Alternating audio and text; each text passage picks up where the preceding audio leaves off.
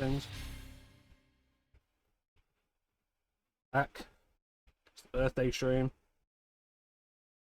We're playing Castlevania Symphony of the Night. We're going for the good ending, which means 195% map completion.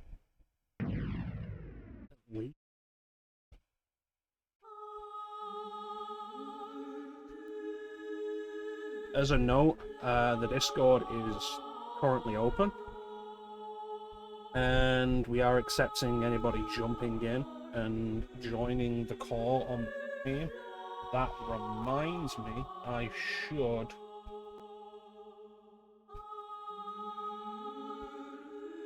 add the Discord. Oh.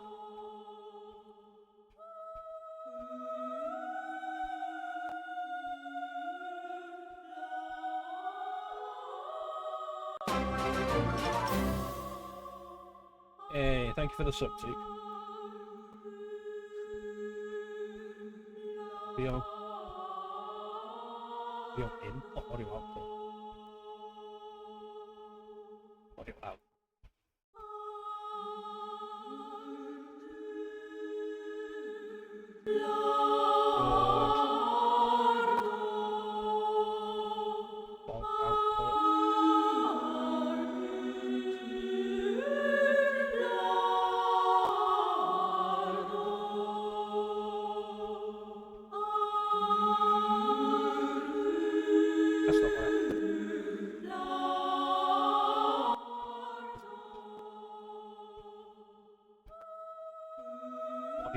Application audio output.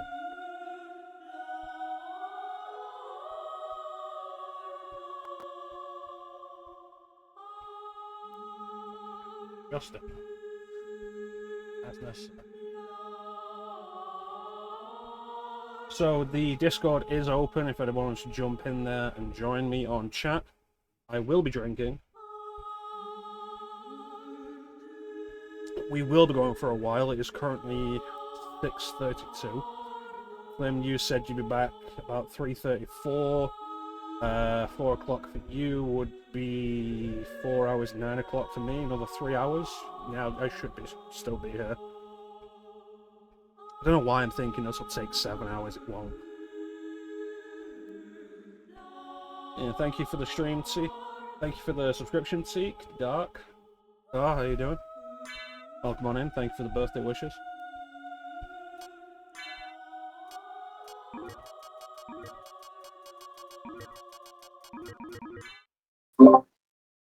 Happy birthday, Mr. Chrono. There's Teak. Let's get an idea of how Teak's audio is going. How you doing, How Teak? is Teak's audio going? It's going into the yellow. Try again. How is Teak's audio doing now? It should be fine. Anybody in the chat let me know? Or I let myself know.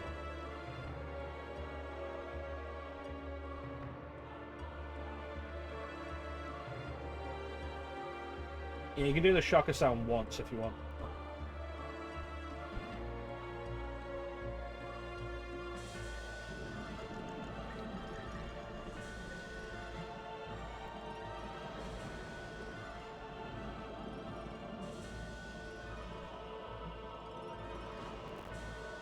How you doing, Teak? No, not too bad. Shocker! Find something to write about for my column this week, and then volunteer at the pet shelter. We're doing a doggy dip day. It's the last day for the pool to be open, so all the dogs get to come and splash around in the pool. It's gonna be pretty warm, isn't it? What's that? It's gonna be pretty warm after today, isn't it? Yeah, it's starting to get a little cooler out. Die, monster! You I don't think belong the in heat this for the world. summer's broken. It was not but by my hand you never that know. I'm once again given flesh. I was called here by humans who wish to pay me tribute. Tribute? You steal men's souls and make them your So what's Chrono up slaves. to? Perhaps the same could be said of all. I'm just playing religions. Castlevania. Symphony now. Your words Amen. are as empty as your soul. Drink alcohol. Mankind ill needs a savior such Sounds as like a you. day. Yep. What is a man? A miserable little Been pile of re-updating secrets. MU But deck enough on my talk. Steam Deck. How about you? A bunch of the day.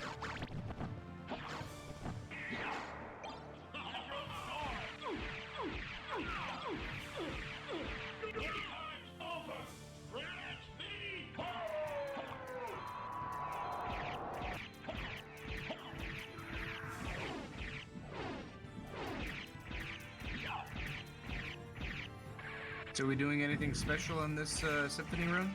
Yeah, good ending. Possibly some funky root stuff.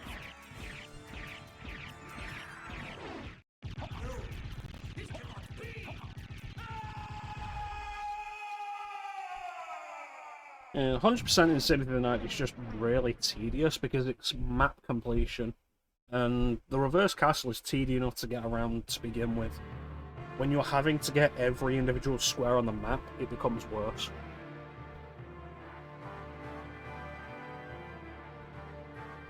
There are specific points in the reverse caverns where you end up having to super jump into the ceiling and then turn into the wolf, so the screen moves up enough to mark that square off on the map. Really dumb.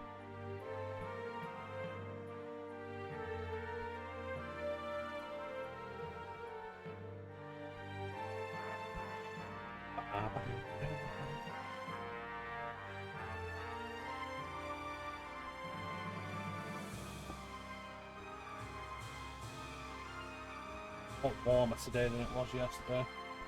Last few days.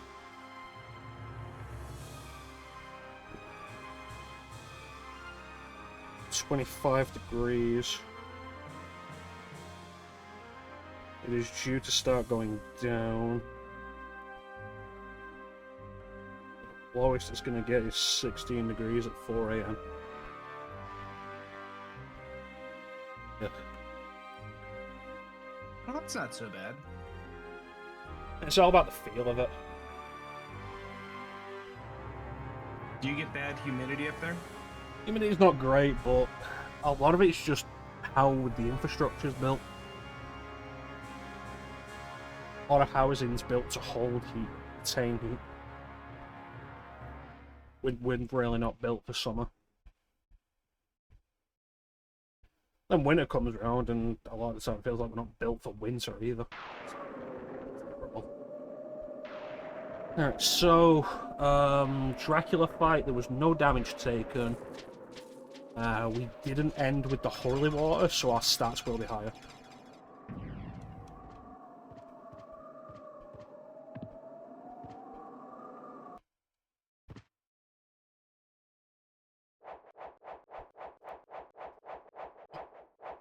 Playing with the quality hack version 1.4, which extends the screen. Because Symphony of the Night cuts off top and bottom. I think if you're playing on a CRT, it stretches to fill the screen, but if you're playing on emulation or anything else, it will cut off. It's not that it cuts off, there'll be black bars on the top and bottom. This hack redraws a lot of the windows to cover that. Moves the health interface up.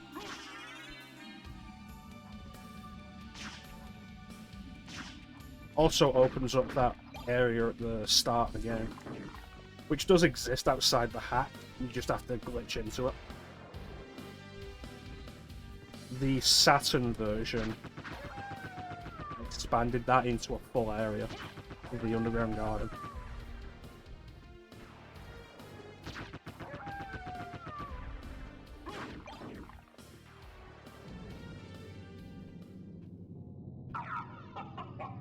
Weird thing, Death's sprite here is completely different from his sprite when you fight him later in the game. Come to put an end to this.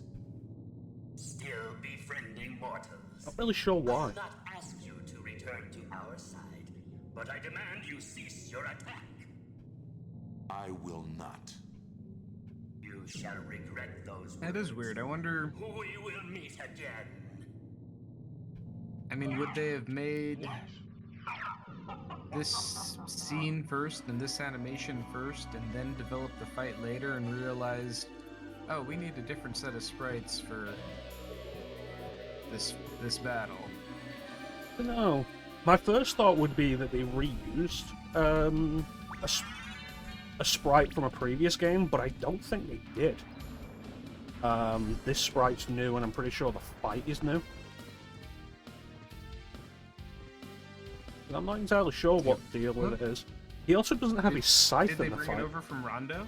No.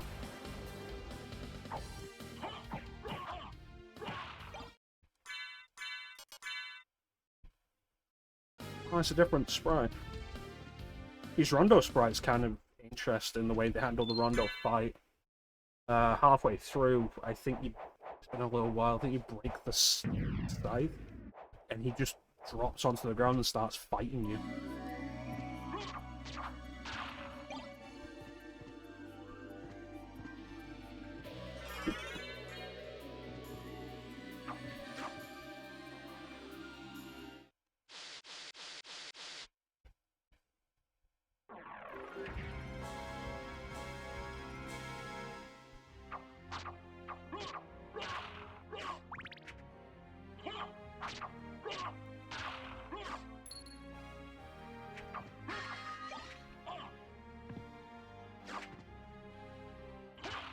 It's amazing how much damage you take from everything when you're at 0 defense.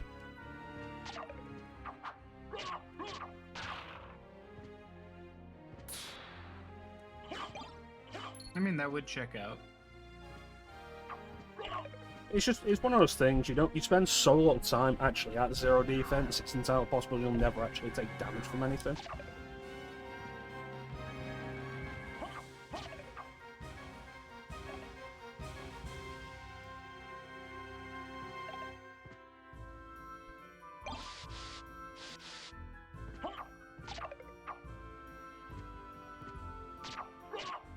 Alright, so try and work out in my head what the best route to take for getting all the squares is. A bunch of this isn't going to matter until we have the back.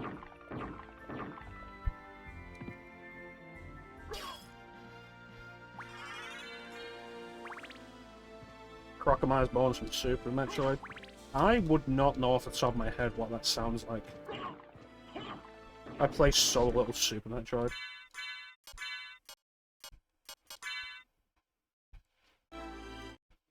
How about you, Teak? You've probably played more Super Metroid than I have. Yeah, but I don't have your audio on. Yeah, that's fair.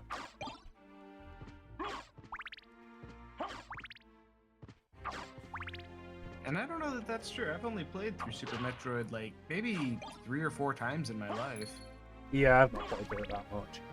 Fusion Zero Mission, sure, but Super, not really.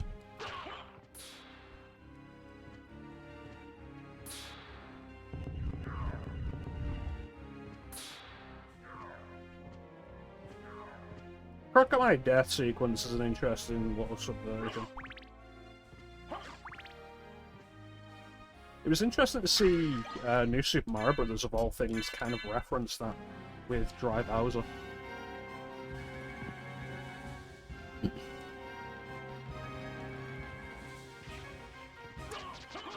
Yeah, that kind of goes hard for Super Mario Bros. Like, oh, we've beaten Bowser. Oh god, he's become a skeletal undead horror. It's not as His bad son- as Super Metroid. Doesn't his Bowser Jr. or maybe Karnak like use magic to reanimate Bowser's corpse and send it after you? The last castle of the game, Bowser Jr. throws Bowser's bones into a cauldron, and he comes back as, I want to say like Dry Bowser, but I'm feeling like there's also a Super Bowser fight in that game. It's been a long time since I finished New Super. Either way, that's pretty dark for Mario Bros. The big advantage they have over Super Metroid is you don't actually see the skin melt off Bowser like you do with Crocker Mario.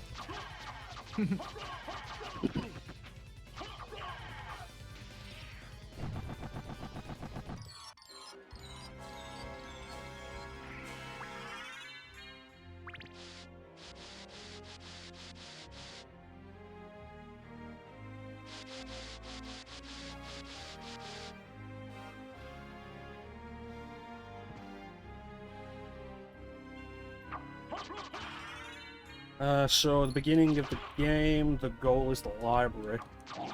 You get the Jewel of Open there. But, a little bit of sequence breaking, we can leave that until we have the bat.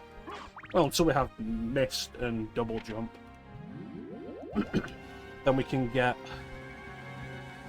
Fairy Card, grab Bat while we're there, and do the Merchant Duplication glitch.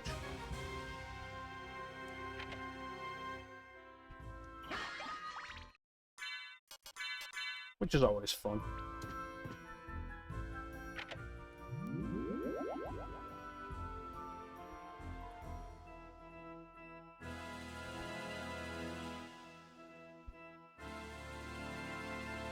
not familiar, I'm going to use this playthrough.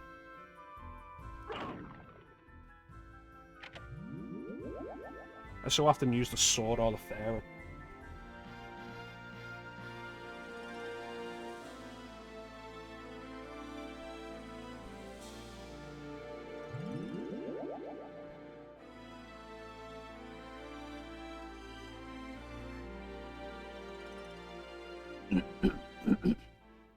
I don't think map completion mattered in a Castlevania game after this until Portrait of Ruin.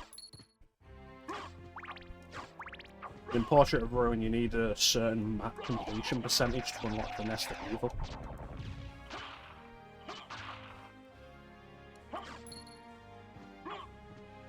You better believe that was tedious.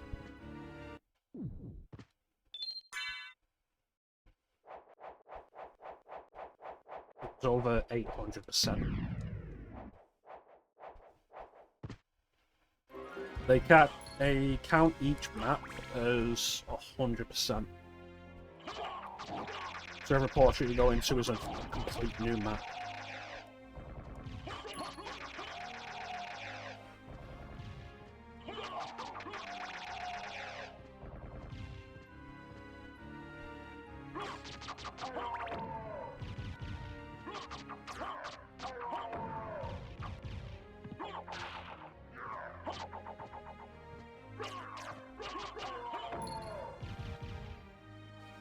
Bastilard's a good sword.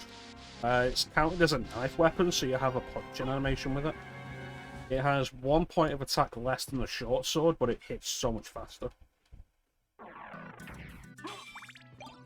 There's the holy water, the game is now over.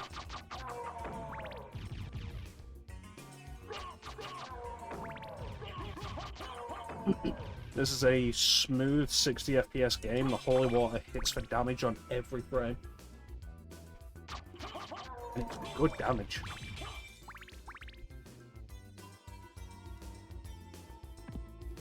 I want to go down there at some point.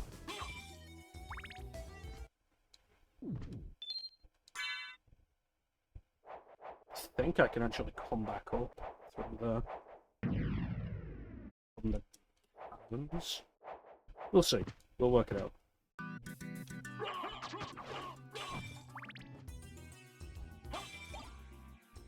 You. I will need to get the stopwatch on the way back to go to the Colosseum though. Because that way we can open up the other side of the clock face and get the Alucard equipment. I'm not likely to use it because it's weak, but it is also, You seem human, and what do you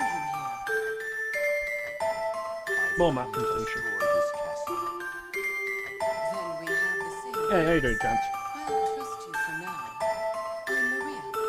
Who are you? Not the talkative type, I can see. Well, perhaps we'll meet again, if you you live that long, farewell. Fun fact, this game does actually run off a timer based on when you start. This clock represents how much time has passed since you started. 15 minutes around about, yep. It starts at midnight and continues onwards. So time is actually a real thing in this game. There is a few things that are affected by it, stuff like the Sunstone and the Moonstone. Only activating during the day and night, respectively. Yeah. That one's diamond.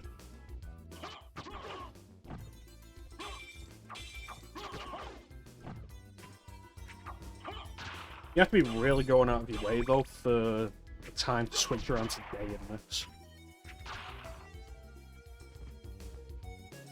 Always doing my best, chance. The Discord is currently open if you want to jump in and join Teak and myself on chat, chance.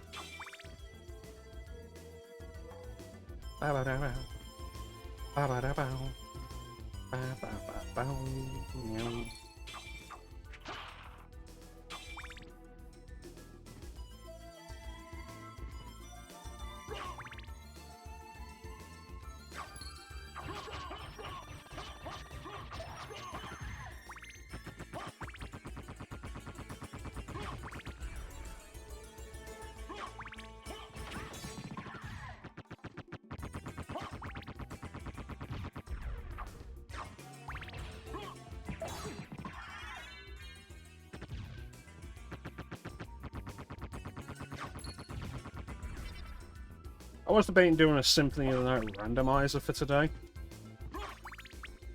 Mix those up a little more.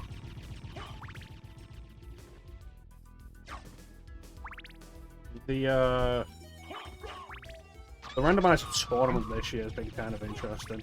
Been doing the Bounty Hunter preset, which is interesting. I don't like it for a racing consideration because it relies too heavily on luck.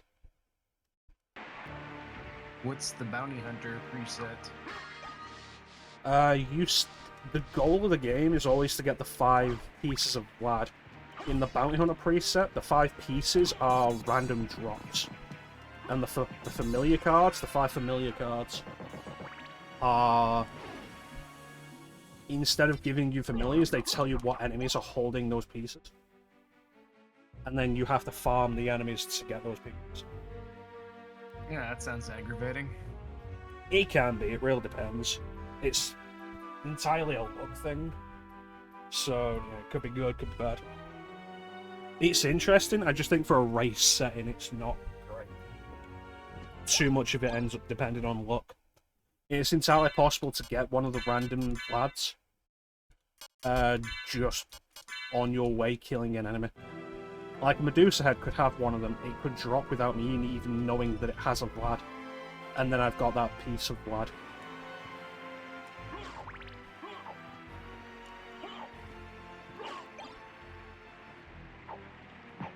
It's part of a thing I've mentioned previously, like Symphony of the Night is a great game and everything, but the way it's designed does not lend itself to a randomizer in the traditional sense. So for the randomizers to have any level of interest, you have to add all these different ideas and mechanics to it.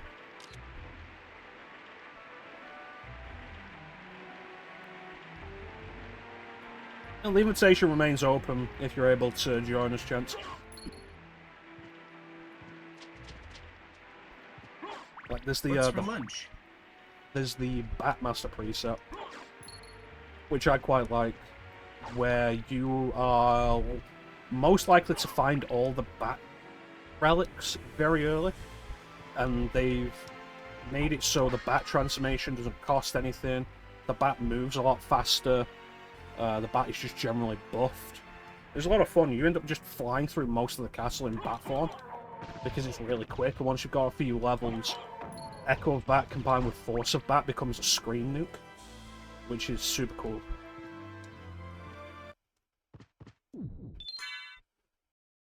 But does it replace Bloody Tears with the 60s Batman theme? Bloody Tears isn't in this game. What? It has to be. Nope. Inconceivable. The big three Castlevania songs, beginning Vampire Killer and Bloody Tears, are not in this game. They are in the Saturn version in the new areas. So, Aha. That would explain it, because Serial just played the Saturn version, and I know we've talked about Bloody Tears. yeah, I think it plays in the reverse Underground Garden. Jump.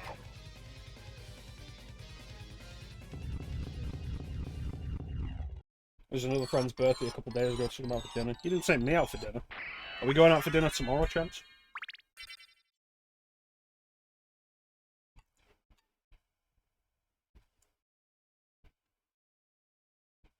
Yeah, Bloody Tears doesn't appear in this. There's a similar thing in Dawn of Sorrow, where they don't have any of the big three classic Castlevania songs in the game. But when you play Julius mode, a bunch of the area songs are replaced with one of those songs. Like Wizardry Lab becomes Bloody Tears.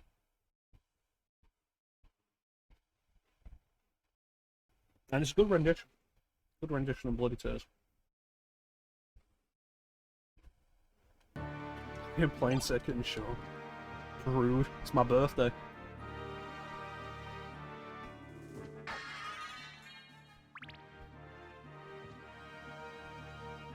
That looked super easy. I was nervous on both sides, because that is a very tight jump.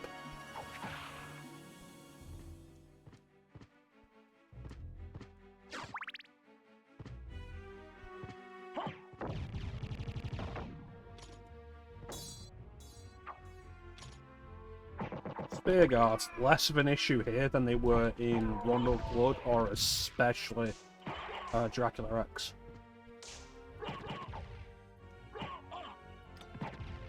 Like the worst in Dracula X.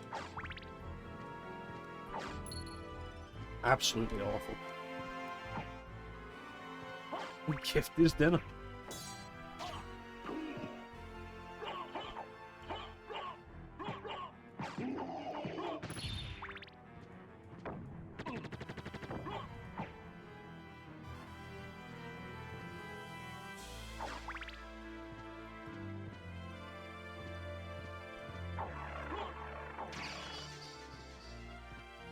You think you'll ever do more Castlevania on stream, T?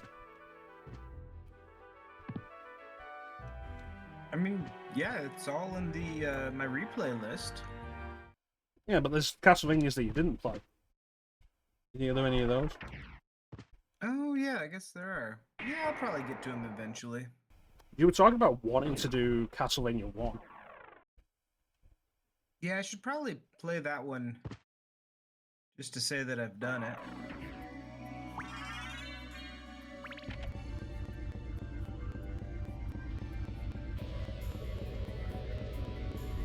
Got the idea for that Castlevania Day next year, and I'm still not sure how I want to handle that, because like release order and chronological order are both really unappealing. You end up stacking the styles very heavily in one direction or the other. You know, I liked the way I did it with chronological. I mean, yeah, things do get kind of groups together into eras, but I felt like it was a good mix.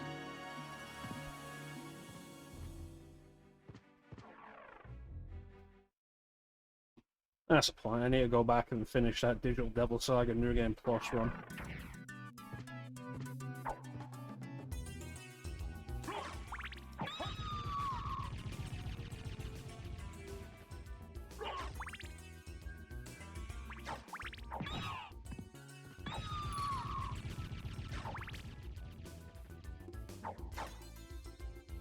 Maybe I'll make I'll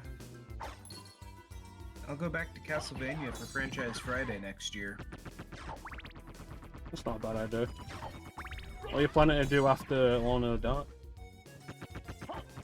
Oh, that's a secret. Oh wait, no, it's not. You know what I'm planning to do after Alone in the Dark. Yeah, you probably told me, but like, I probably forgot. Yeah, we went through a whole conversation about it. Oh, is it Mario? No? I know I suggested a lot of things, but You- like, I don't remember what you actually said. You directed me to the site that had the ROMs that I needed. Yeah, I remember the site. I just don't remember what. I don't remember what it was that you actually agreed on.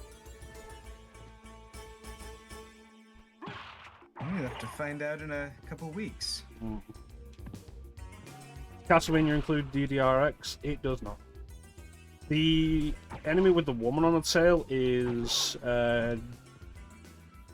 Diplophox. You call it Diplo for short. It's like Diploth.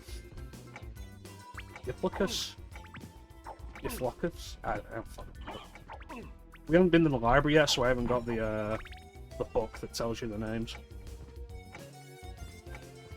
It's one of the I think it's one of the only enemy sprites that only appears in this game. I don't think it reappeared in any of the DS games.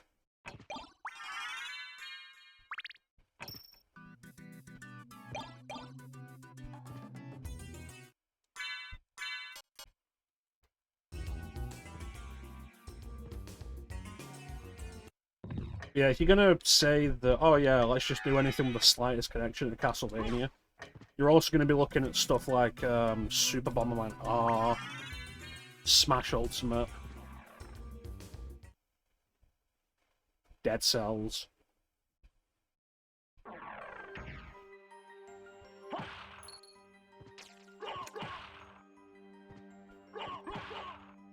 New International Track and Field on the DS, which has Simon Belmont as a guest character, and also Pyramid Head. I forget if one of the Belmonts was, I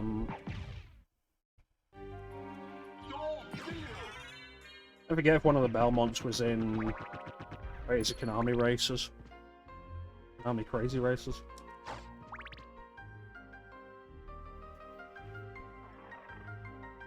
You know what's wild? Hmm? There was never a video game based on Captain N.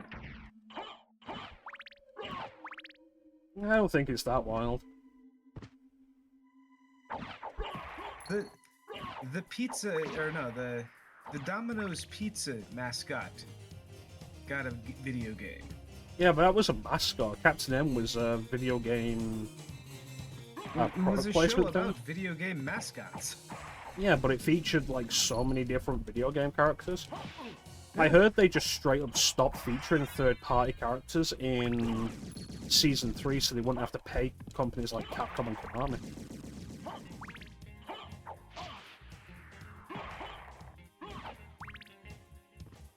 It's always about the payments.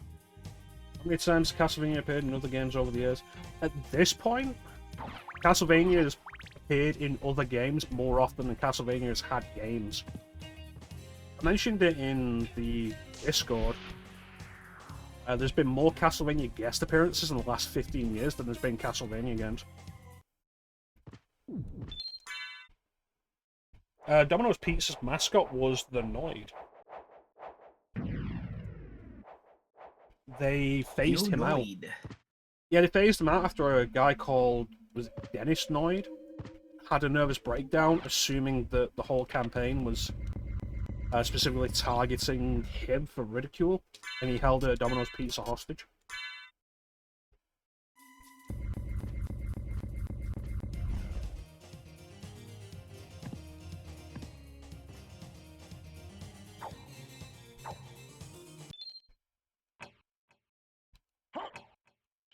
Yeah, I remember playing the Yonoid game. It was, I remember like actually enjoying it, but I was a kid, so the fact that it existed was enough. A bunch of tie-in games back then weren't actually that bad. It's kind of crazy for a lot of people to think of now, but like some of the best games growing up were licensed games. even into the PS2 era, like some of the licensed games were genuinely great.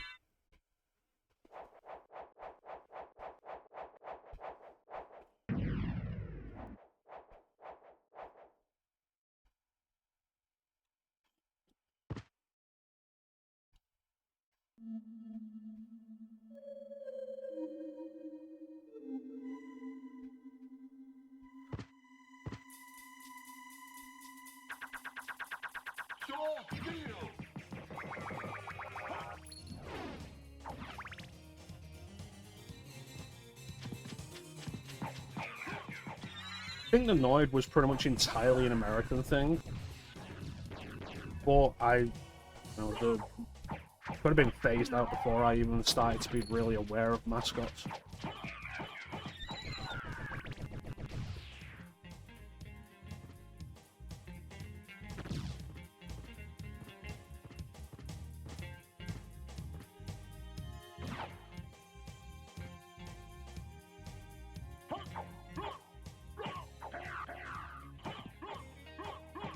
I mean, is Domino's even a global chain? Do they have any over there?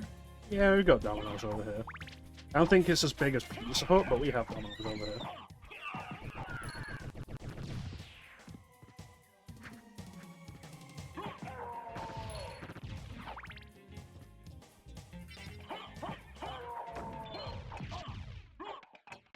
This is why I don't really like the stopwatch.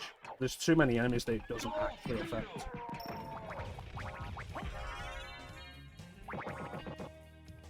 And it's just kind of a guessing game.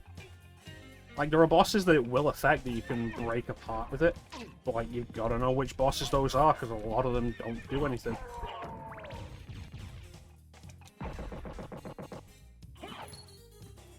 It works every time, 60% of the time.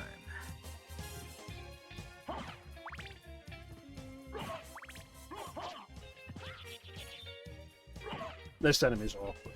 The hitbox for it is the hilt of the sword.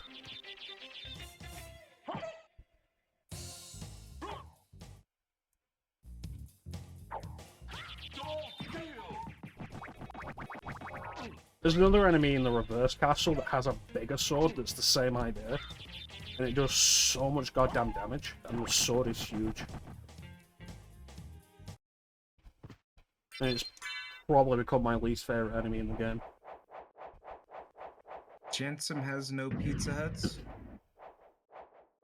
I mean, less chains is probably a good thing. I feel like, you know, everybody should be within a half hour of a Pizza Hut.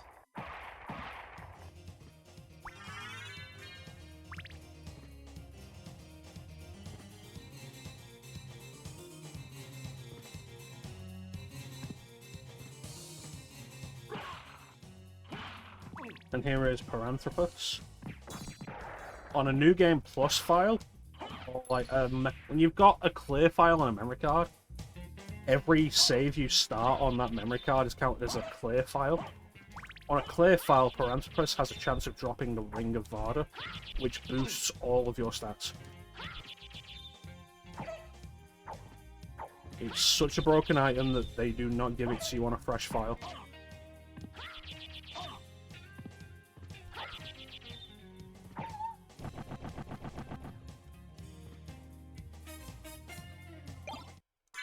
And if we get one, I'll be quite happy with that, because that is most of combat solved. That's how good that item is. And you can get 2 of them.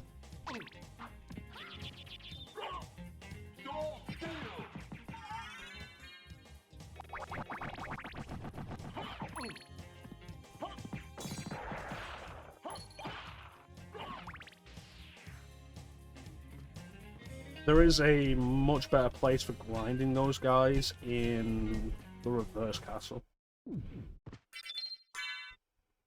Because there's a corridor with 3 of them. And by that point you'll have bat and you can just wing smash straight through them. They're not that strong.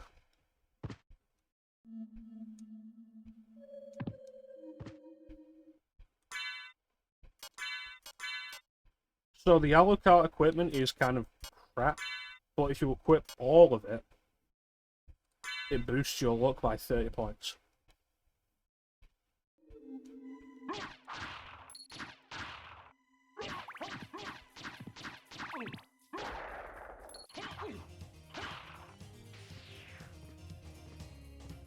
There's a few things that you can only get in the clear file. The two most notable are the Ring of Varda and the Duplicator. The Duplicator is sold in the shop for 500,000 gold. It's the most expensive item by far. And what it does is it's an armor piece. It's very weak, but while equipped, any single-use item is infinite.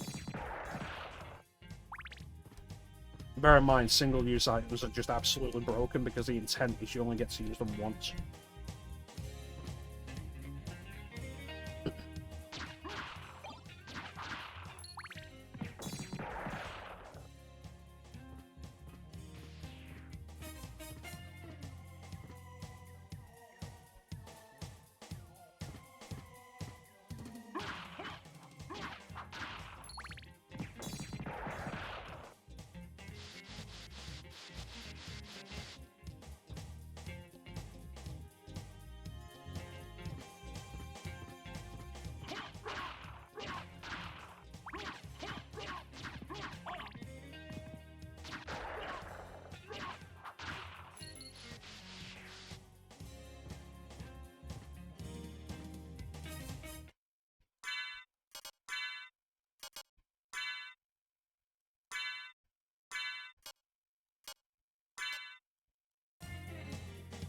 Symphony has a weird item selling system. Later games would let you sell basically anything you get.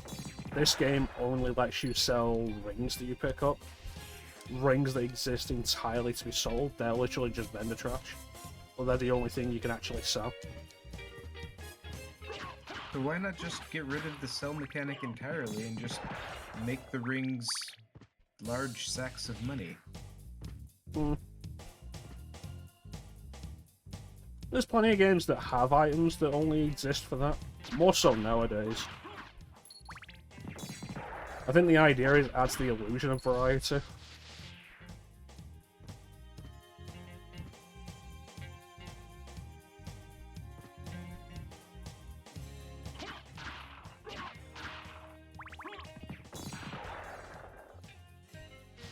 Alright, we'll try this 5 more times.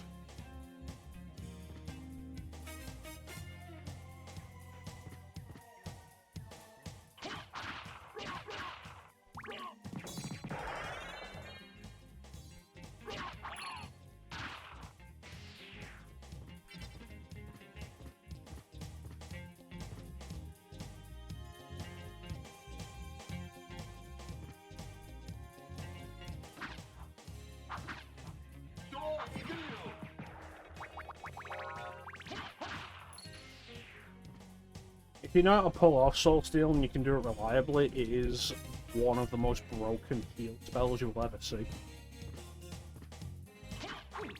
Because it will hit everything off-screen and slightly off-screen that can take damage.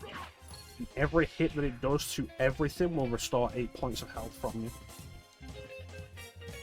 Yeah, I think I used that spell excessively on the fight with the boss that spawns a bunch of flies, I think. Oh, Beelzebub.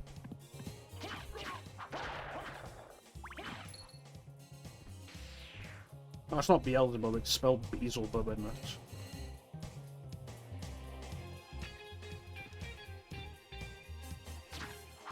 No, that's the same spell on Beelzebub, what the fuck am I talking about?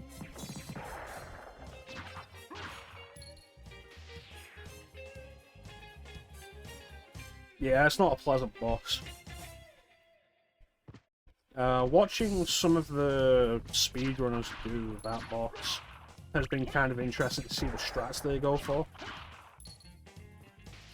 One of the most common strats they use is wing smashing through it with the bat, which is kind of interesting.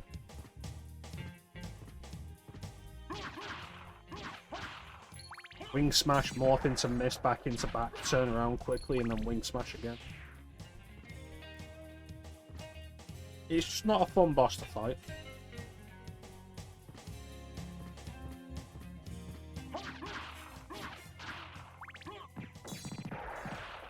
Well, that's that.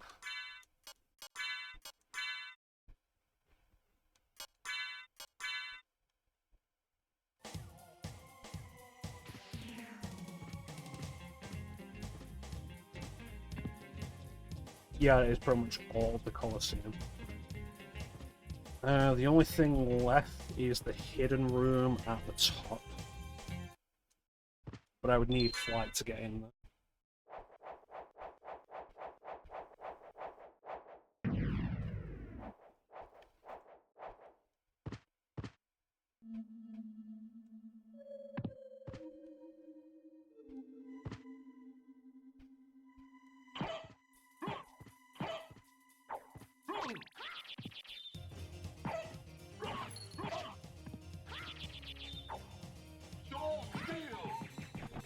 Give you an idea of how broken Soul Steel is, I've gone from less than 100 health to over 300 with one use of Soul Steel in a boss fight.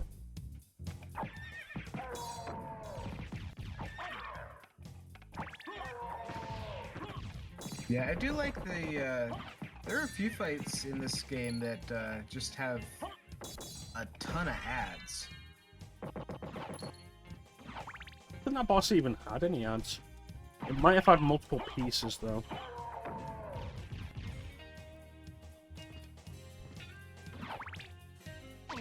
Which was it, Legion? No. No, Legion has shit tons of ads. Yeah, Legion's nothing but.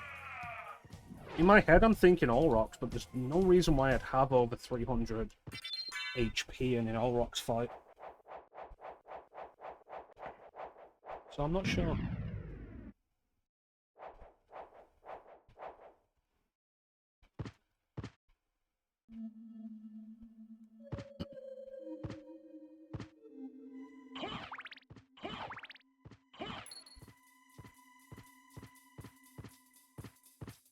Library card, because you're intended to go back to the library after getting missed here, so you can get the souls back. Who are you? Open Hell's Gate. Come forth, Which I my could servants. theoretically do. The scent of your blood. You're a bell. My thought was going up to Keep to get Crush Leapstone, this but I could just flea go who straight back to the invaded my library castle. and get back, and then just have flight before I even have double jump.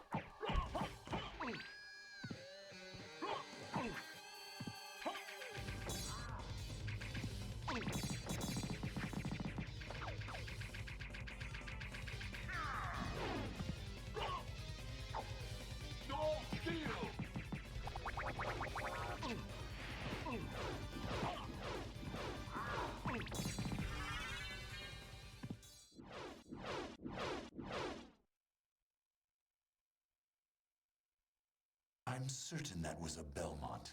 So he says he's the lord of this castle.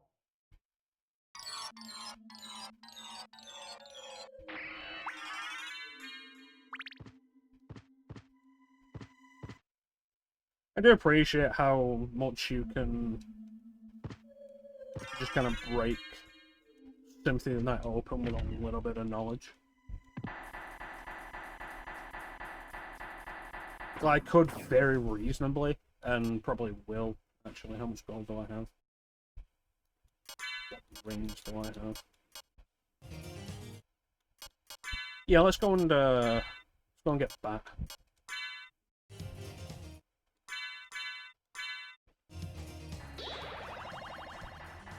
The idea is you're not supposed to be able to get in here until you get double jump, but you can do a pseudo double jump with a transformation, which allows you to jump kick off the candelabra in the clock face room, so you get up into the Colosseum.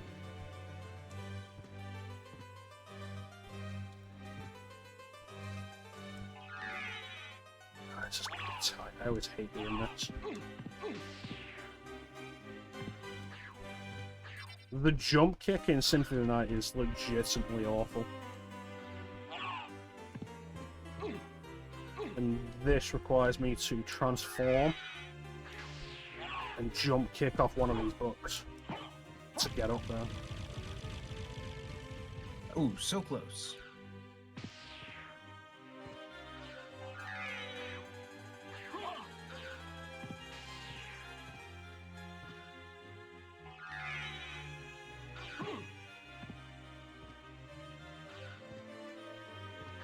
The harder one's doing it to get up to the fairy card. I have done it, but I've had times where it's taken me upwards of 20 minutes to get it right. And all you do that for is to use the merchant duplication glitch to get the duplicator early by selling a ring that you go into the shop, you equip one of the vendor trash rings, but because I'm explaining this very poorly. You activate the fairy card just outside the librarian before you speak to him for the first time. When the fairy first appears, she'll talk to you. You go into the library while she's talking. And you can then pause while the merchant is talking with his introduction cutscene. It's fucking prick.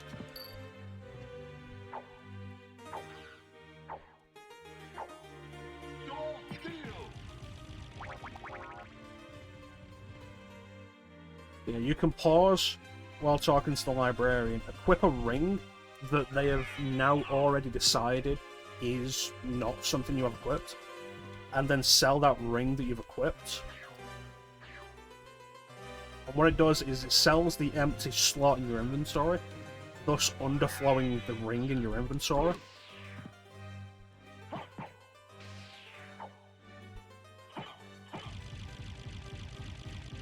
Which then gives you like 256 rings. And then you just keep selling them.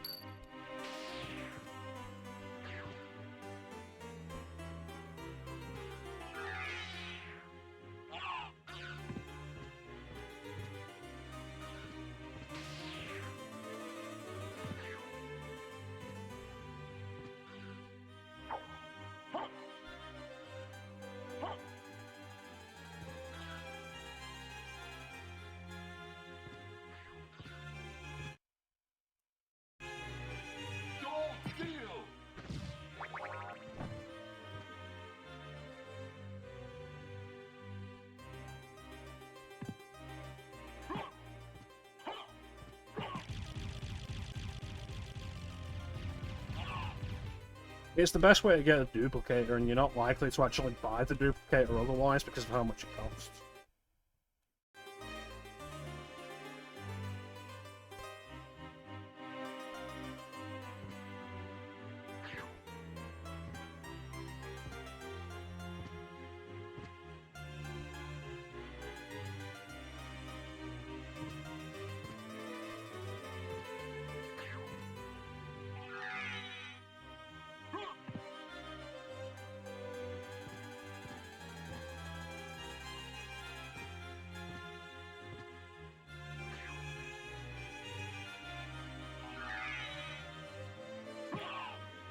You know what I mean with how bad the jump kick hitbox is, though?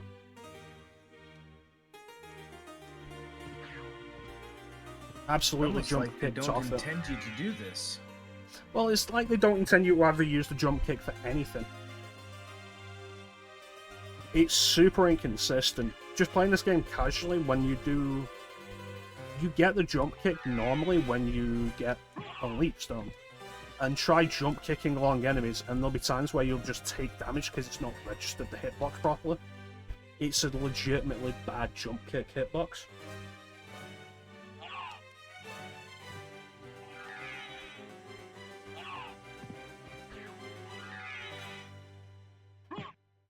There we go.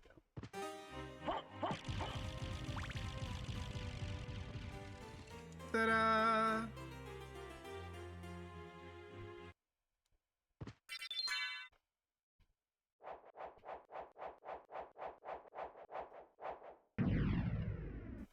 Seriously, you never want to have to rely on the jump kick for anything.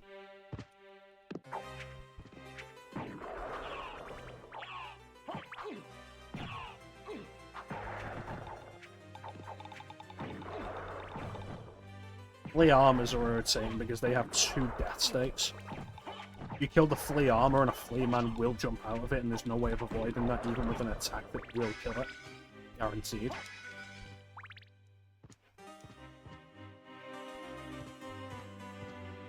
Like the Type C Plagas in Resident Evil 4. Spider ones.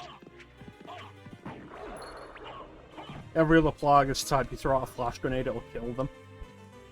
With the Type C, it'll only kill the host, and the Spider Plagas will still jump out and attack you.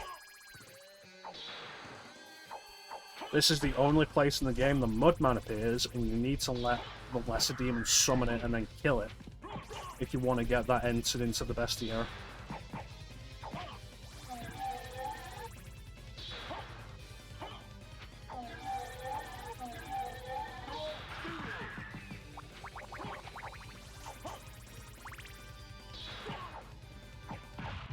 There we go. I don't like this enemy when you're doing a low level run because when it's summoning something, it's invincible. So you want to be able to do as much damage as you can per hit.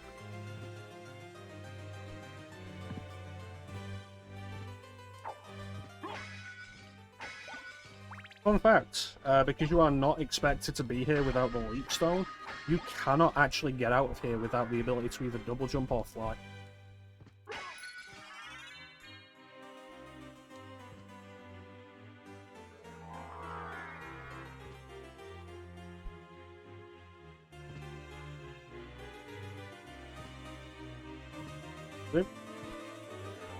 Well, you can do that, but that transformation takes a lot of MP. And then the next one requires you to do a technique called Mist Rising to get out. Because it's too high.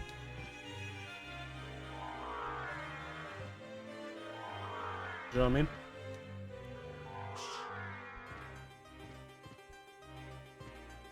Hey, thank you, Panda. Welcome on in.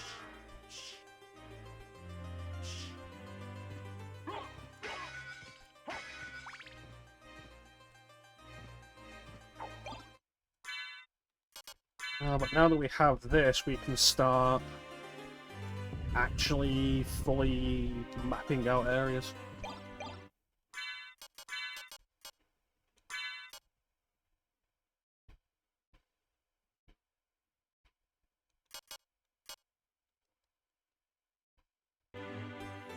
Oh, it was a headpiece, wasn't it? Poison damage. Nope.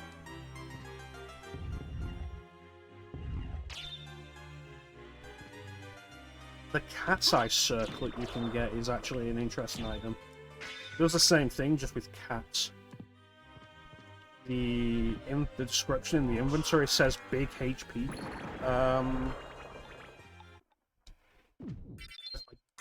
Big HP heal by cat damage. So if you get touched by any cats in the game, you restore like 80 hit points per hit. The thing with that is, the only place there are cats in the game is the reverse catacombs with the Salomes, the witches. When you kill them, they turn into cats.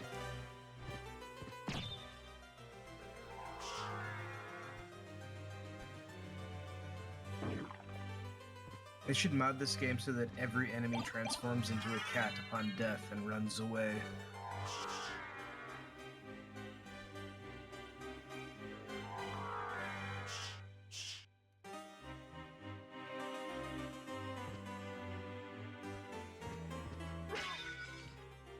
Let's show off that merchant duplication glitch.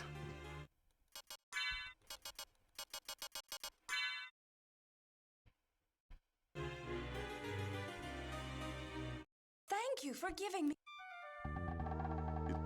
Now I can just jump into the menu and equip these. I'm interested in this.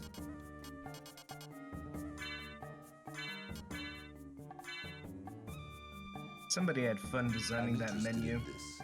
Apparently this menu is very much a debug menu or a beta menu that was just left in the game. Okay, so now we go in there.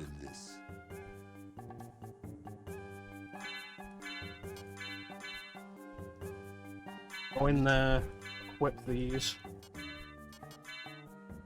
sell them, Thank you. and now they've underflowed. I'm interested in this.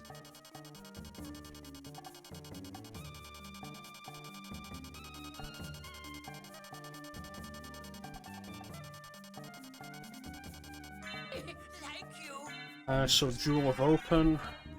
Thank you. Let's have the fairy and just buy a load of potions for her to get some use out of. Because the fairy will use all these healing potions and such out of your inventory if you have them.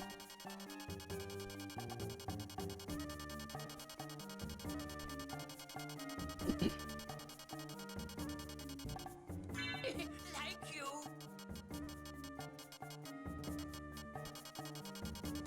Buy a bunch of those. Let's get Thunderburn, Thank you. Iron Shield, Thank you. I'm interested in some this. more money.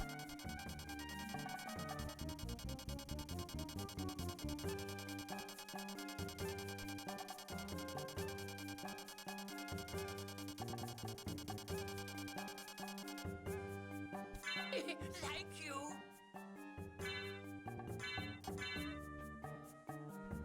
I'm interested.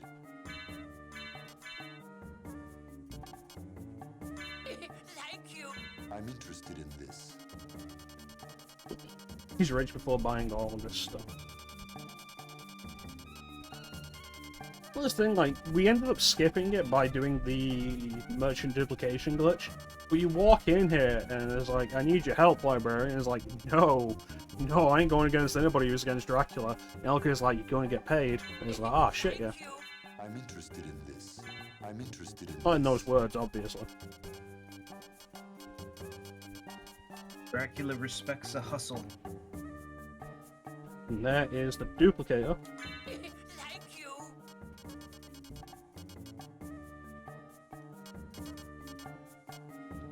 Gonna buy 2 of these. Thank you. Gonna buy Joseph's cloak. Thank you. Diamond Thank plate. you.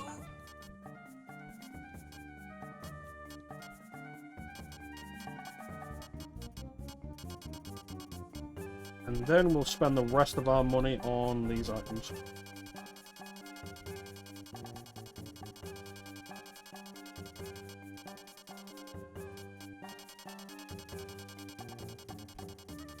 I want the mana prisms more. Thank you.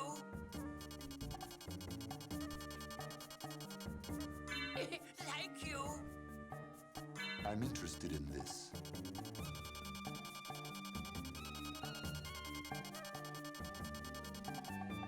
Thank you. But yeah, that is how you do the merchant duplication glitch. Farewell for now.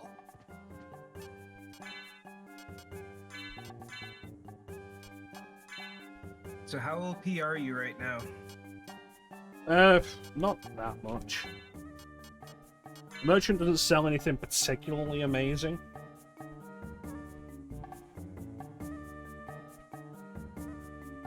And on a regular playthrough, Symphony Night isn't that difficult.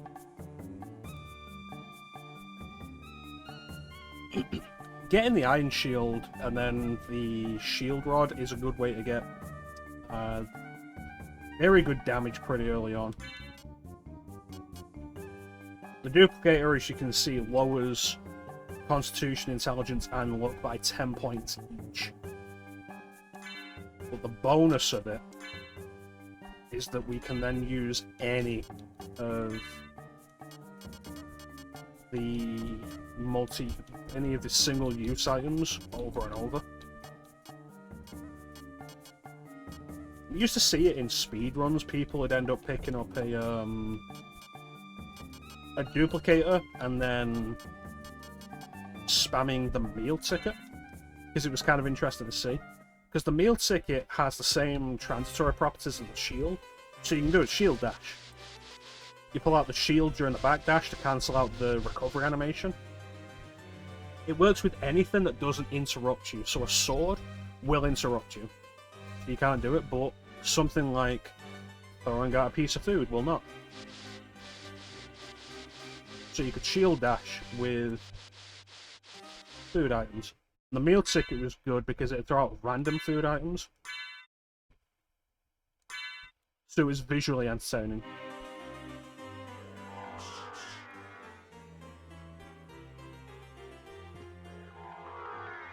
But as far as like overpowered goes, even without doing stuff like this, you end up very overpowered very quickly in Symphony of the Night.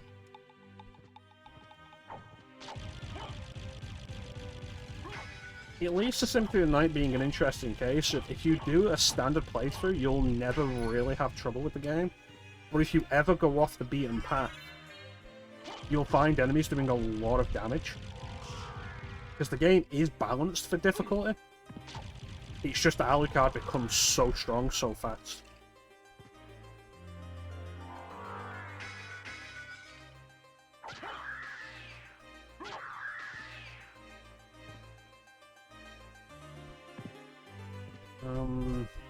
Let's go through a clock tower. We can get fire back there. Clear out that entire area on a single run because we can fly now.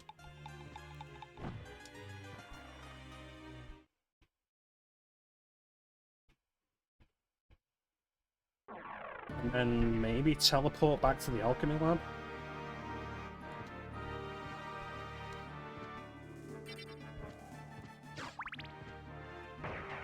Do all that, go through the Royal Chapel, get all that on the map.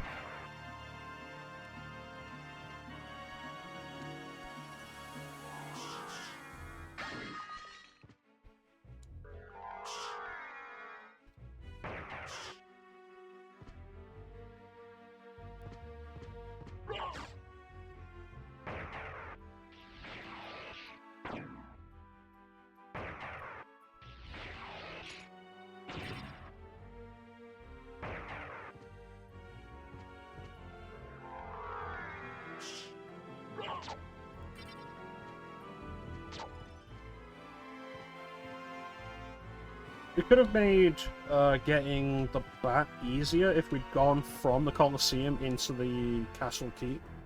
Because we could have gotten the leap stone there, it would have just given us the ability to double jump. Double jumping straight up to that area is the intended method of getting there to begin with. But I thought it'd be neat to have bat before we have double jump.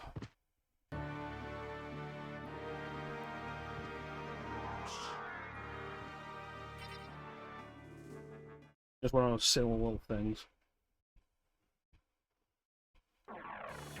And now my favourite music piece in the game.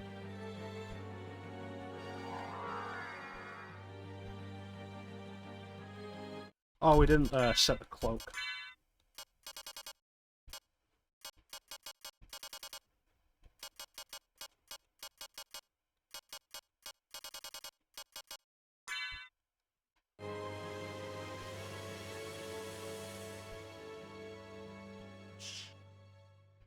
Ooh, pretty.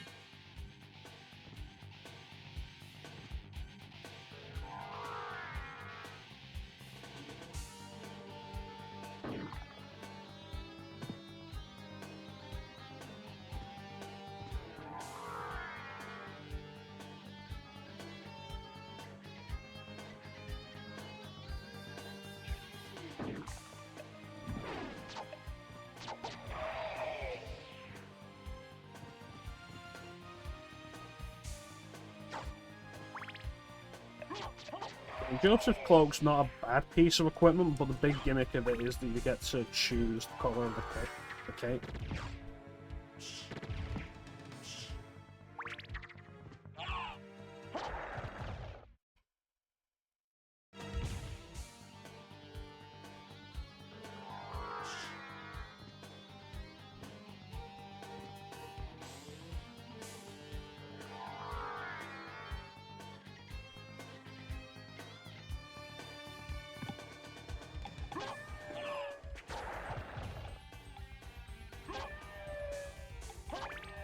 One thing that's kind of interesting about the Bounty Hunter preset is that it really requires a bunch of knowledge about, like, all of the Symphony of the Night enemies. Because the cards that it shows you will tell you, like the rib card, Dracula's rib, dropped by this enemy. And you've got to know what the enemy is and where it appears. So that's kind of neat. Neat little test of your knowledge. There's been some that popped up and I was like, I don't even know what this is. The Gorgon was an interesting one. It was like, what the fuck's Gorgon?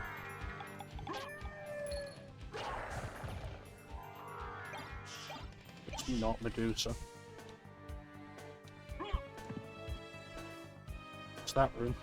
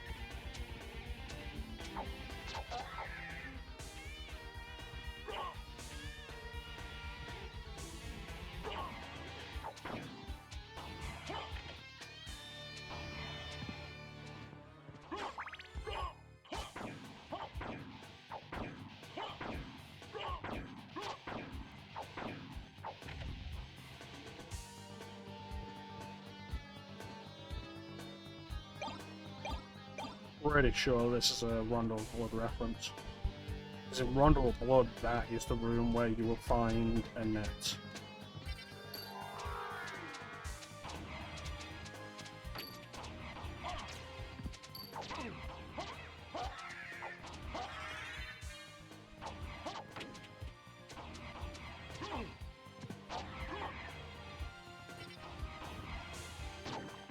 There is something funny about this wall.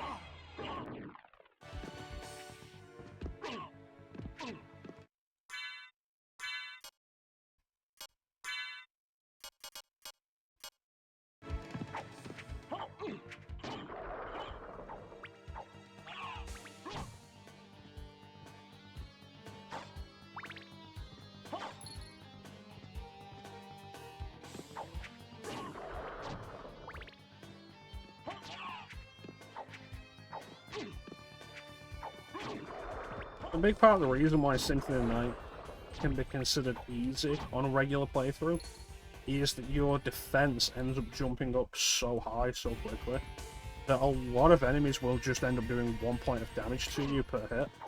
Even bosses. Very quickly. Makes you feel like a badass half-vampire lord. It's part of the reason why the reverse castle can feel pretty difficult when you first get there, because the enemy damage is so much higher there. But even then, very quickly, you end up with the same thing of it taking 1 point of damage from most of the enemies again. It's why certain bosses are considered particularly difficult, because they have such much, like their attack is so much higher than that. Like Galamoth will regularly do more damage than that, regardless of what you've got. Even then, like, a lot of Galamoth can be cheesed by having something like the Lightning Circlet, Topaz Circlet, which heals you for lightning damage. And one of Galamoth's big attacks is Lightning Balls.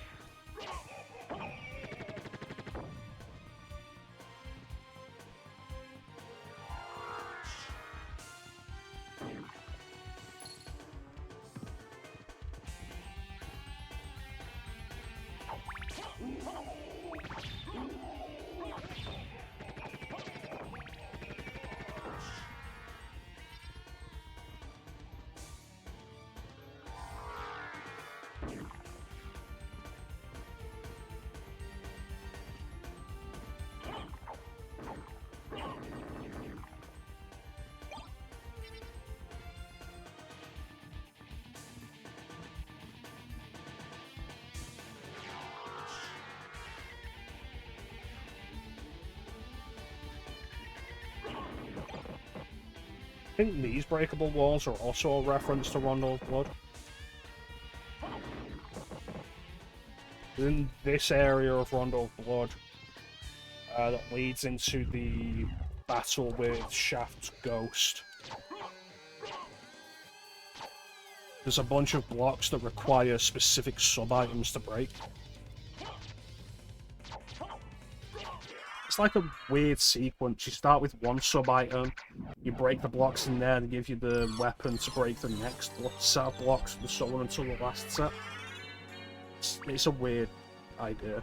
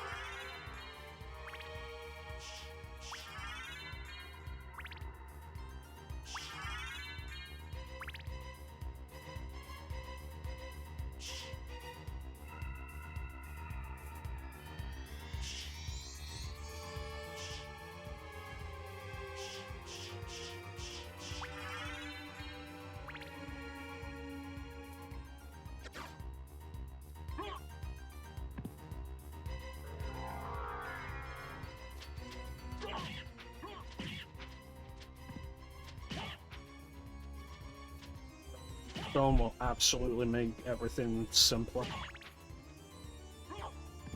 There we go.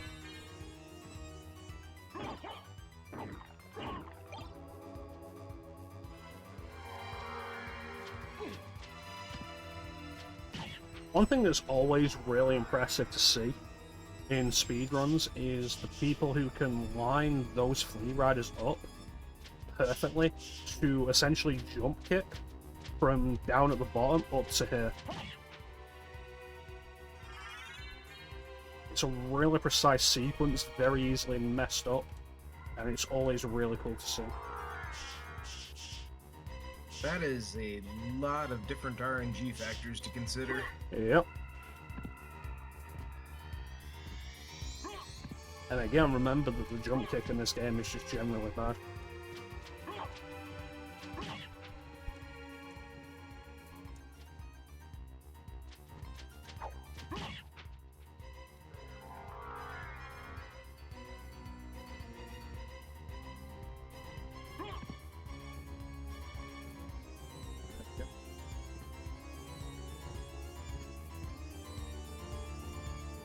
Surfing, which any regular player will look at and say, oh, that drops my attack to 0.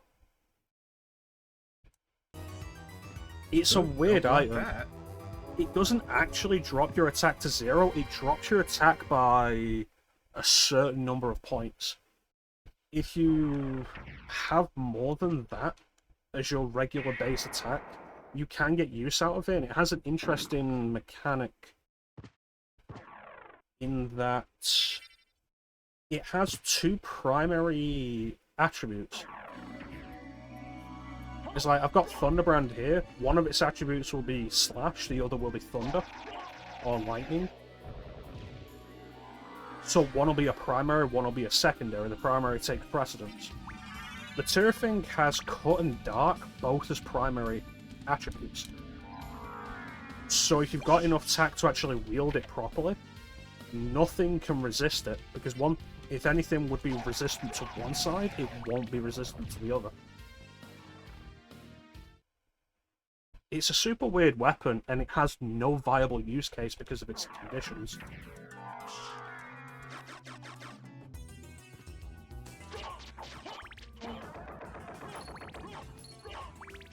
Yeah, like, is there a situation where you would ever want it? Not particular. Like, even if you did jack your attack power high enough to make it usable? No. Because for all the effort you'd go through, there are just better options. I mentioned it in Serial Stream, I think, when he was doing it. Symphony of the Night has so many elemental systems at work behind the scenes. None of them ever matter. I think the only time I've ever had elements matter is when I've happened to have Icebrand as my strongest weapon when I've gone into the caves. And the enemies there have been frozen shades. And that's it. Any other time you go down there, any other weapon, the frozen shades aren't an issue. It's just they are immune to ice. And the Icebrand was my strongest weapon at that point, so that's what I was using.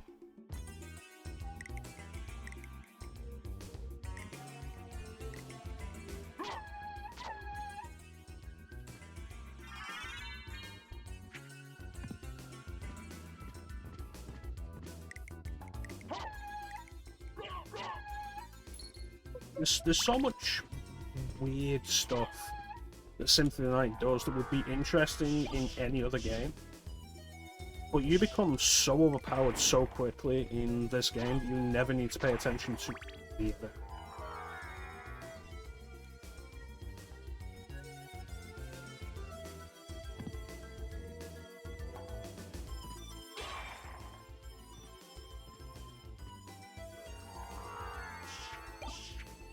Stuff like that, strength potions, luck potions, the monster vials that will summon monsters for you.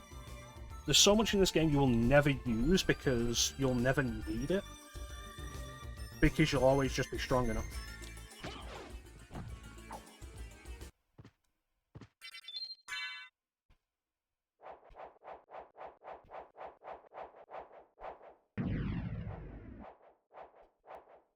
It'd be nice if, you know, you had a game like that, but it had, you know, all the optional, a bunch of optional content. Nothing mandatory, but optional content that gives uses to all this neat idea that is otherwise unusable stuff.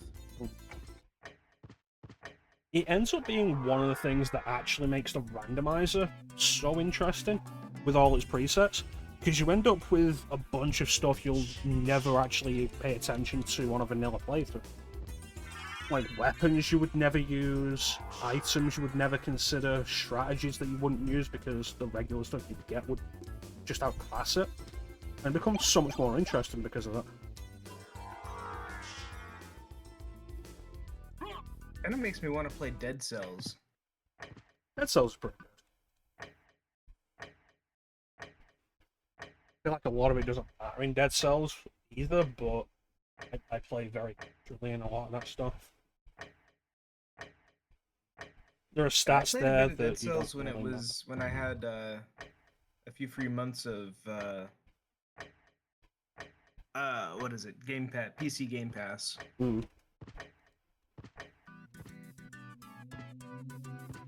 I do enjoy Dead Cells. It's a lot of fun. It's very fast paced. The Castlevania DLC was great.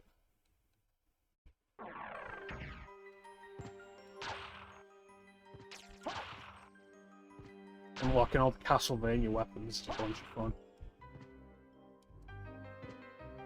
Alright, thanks for popping in, Chance. You take care of yourself, buddy, and we'll catch you later.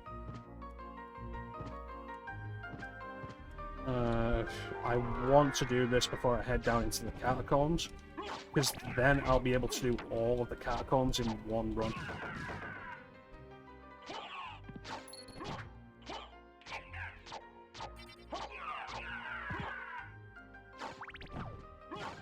We have Power of Mist, so I can sequence break getting Silver Ring as well.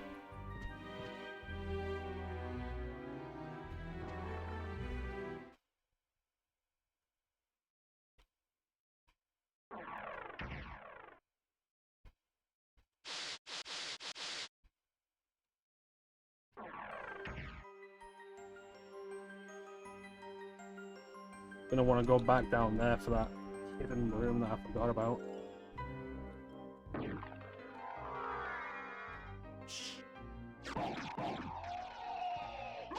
I think I'll end up going back that way to get holy glasses though.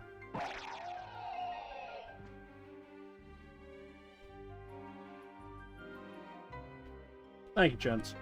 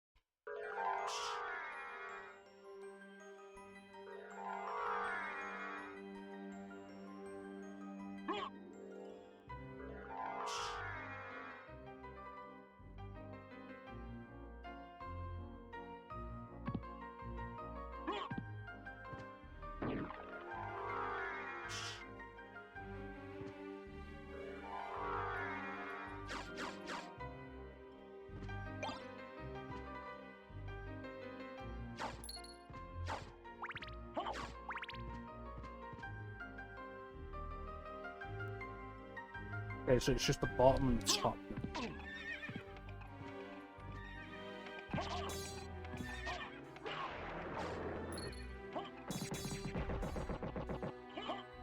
It's kind of crazy that throwing 2 holy waters stacks.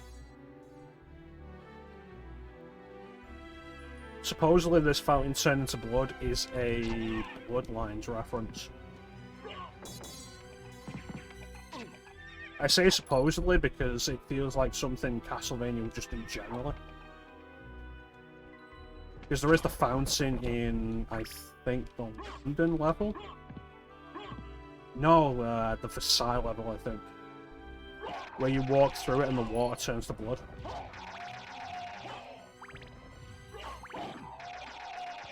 But it does feel like something Castlevania would just generally do. I shouldn't have gone this way first. This is the way out.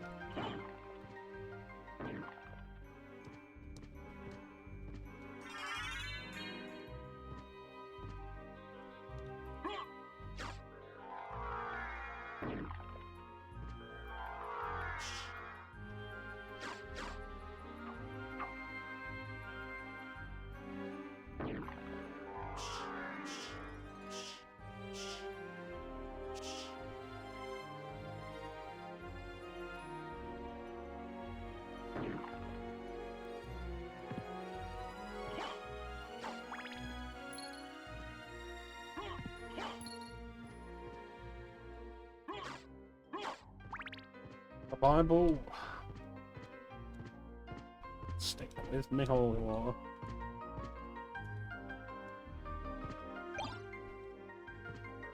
I do appreciate that later Castlevania games don't tie the good ending into map completion because it really is tedious. I destroyed your table, what are you gonna do?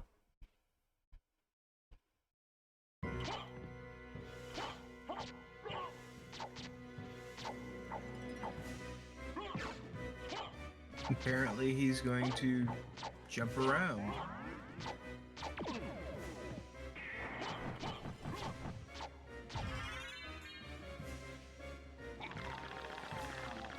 Oh, and throw a bunch of screaming skulls at you.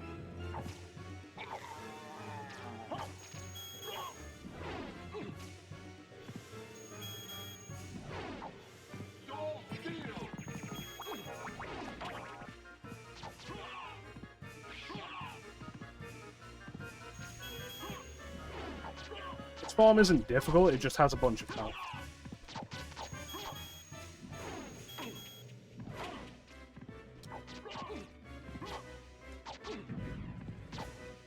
The whole thing is you can destroy its arms, and if you take long enough, its arms will regenerate, and you can see them regenerate into purple. Like the lizard.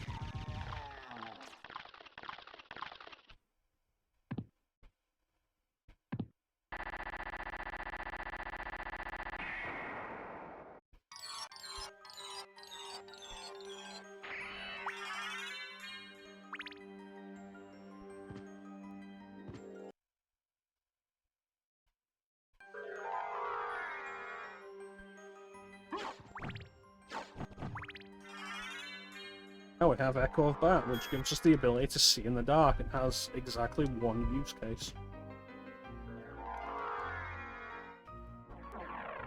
That kind of potential, you'd think it's a mask from Majora's Mask.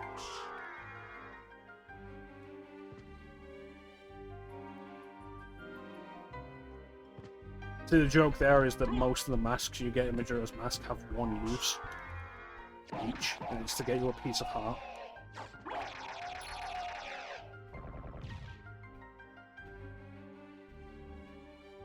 Like the Couple's Mask, which is the mask you get at the end of the longest side quest in the game. And all you do is take it into the mayor's office, put it on, you get a piece of heart.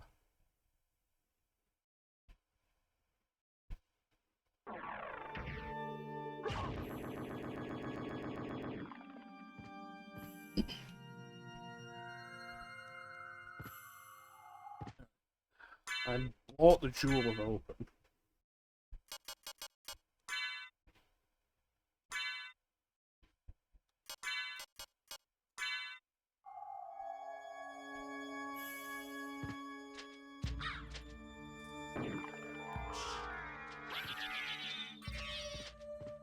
Alright, so let's see the sequence bit.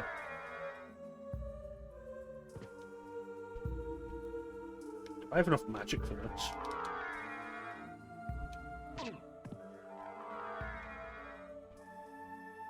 I bought those mana prisms, what am I talking about?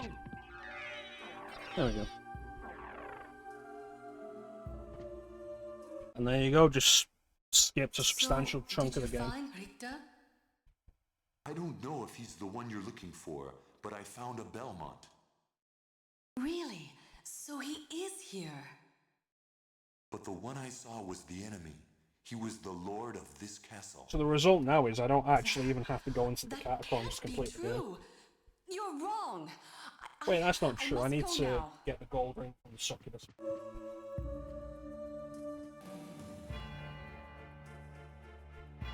Anyway.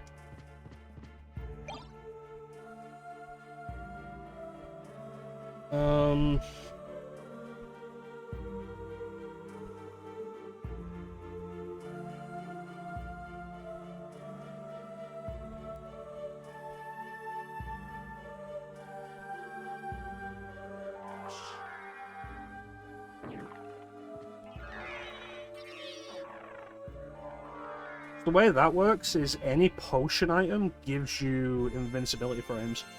You can use those invincibility frames to activate the door.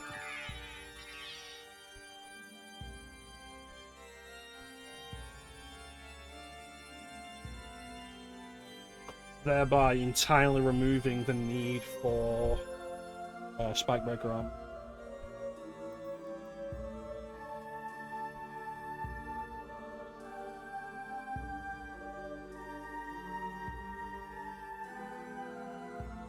So realistically, you can do it as soon as you get back. Because you need mist to get back. Use bat to fly over to this mist gate. Mist through it. Use bat to get further. And then use a potion.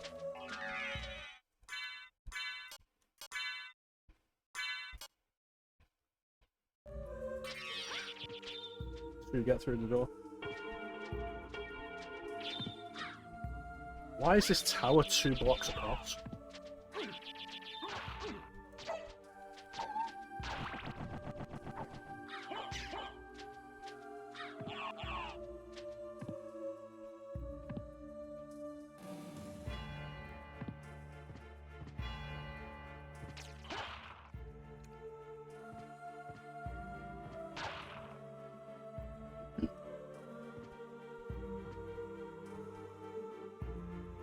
That opens that, and gets that. So now later when we go through the Royal Chapel, we'll be able to just dip straight into the Colosseum. I'll have to climb through here again.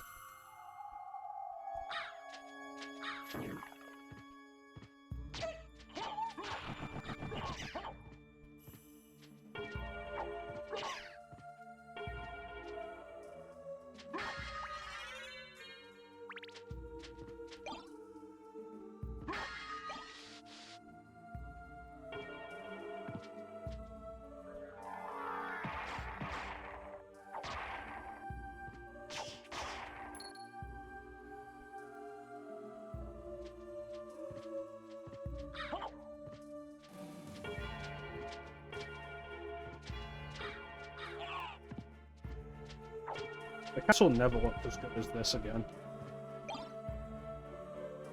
That's probably because they never put it on a system as strong as the PlayStation again. After this, the 2D games were all handheld.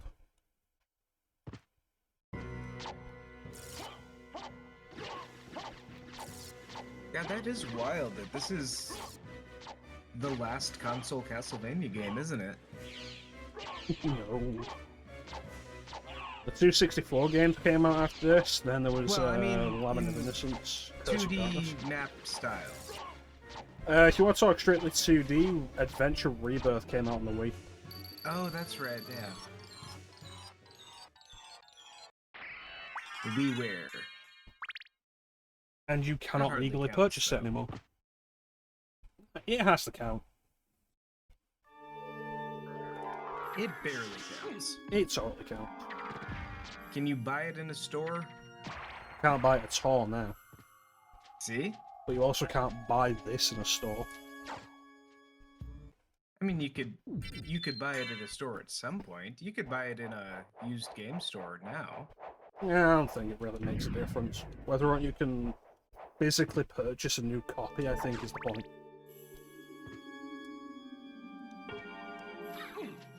Konami really should put those Rebirth games on some sort of modern platform. They were all good.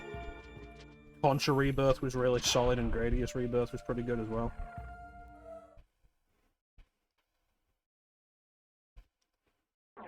But here's a fun thing for you.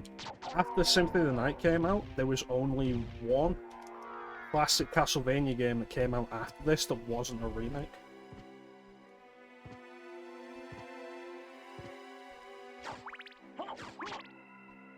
What was that?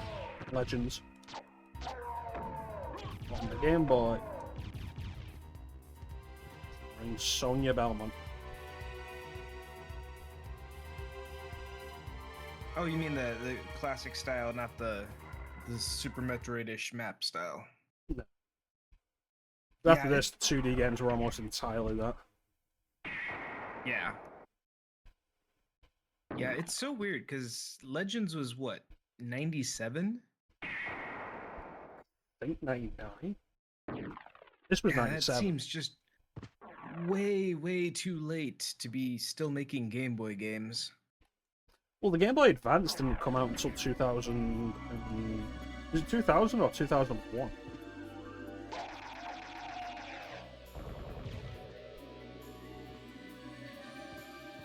Yeah, it's just crazy to think about the lifespan of the Game Boy. The Game Boy Color also revitalized some of that.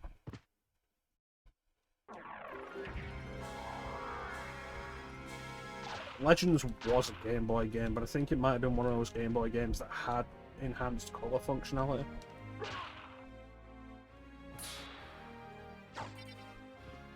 But I might be getting it confused with a Super Game Boy functionality. Weird that those were two separate things. What, the Super Game Boy and the Game Boy Color? Yeah, the functionality for them. It's like, hey, do you want to play Well, Metroid 2 in color? You gotta play it on the Super Game Boy, it will not have color on the Game Boy Color.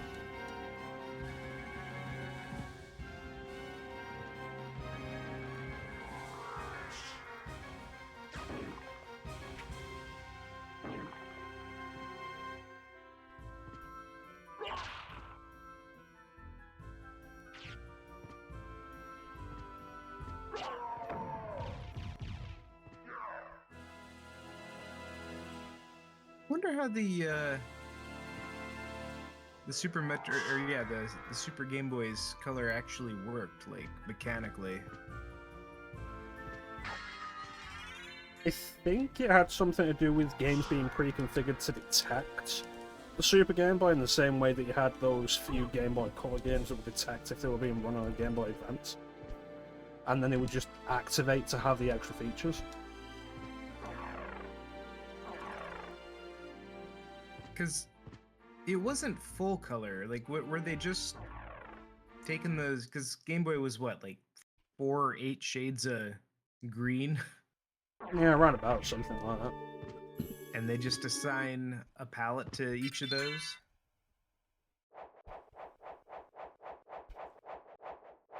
I'm not sure because the Super Game Boy applied colour more convincingly than the Game Boy Color did.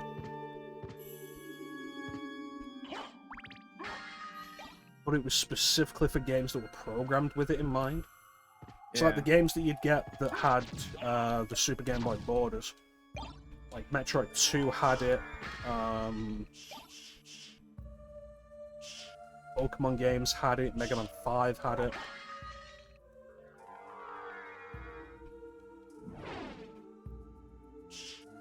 Yeah, I suppose you could probably just put the extra stuff on onto the cartridge, because I would imagine the cartridge space and, you know, compression and programming for the Game Boy just got better and better over time, but still had to stay within the hardware limits of the Game Boy. So I would guess that gave him plenty of extra room to play with.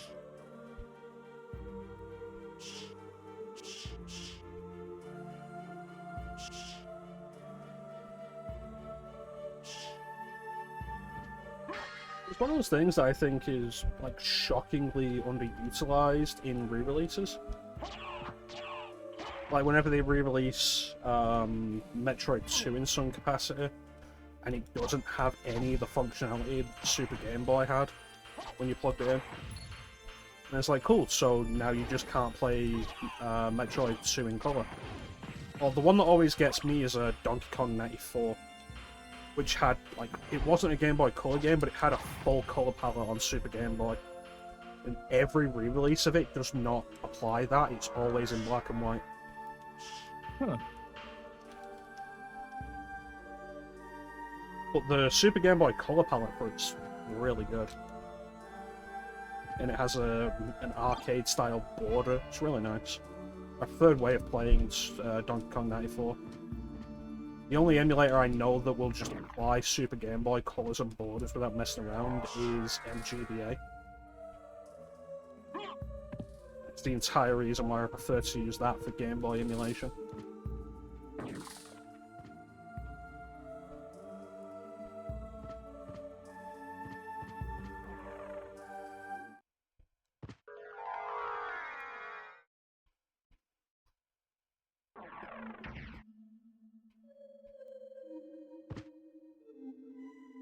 The re-release they did of Shaun, when they put that on modern systems, not when they put it on the 3DS Virtual Console, but when they put it on modern systems, one of the selling features they mention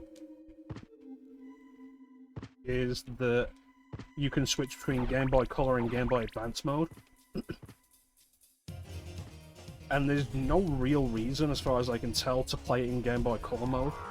This Game Boy Advance mode doesn't change anything, except giving you access to a special transformation.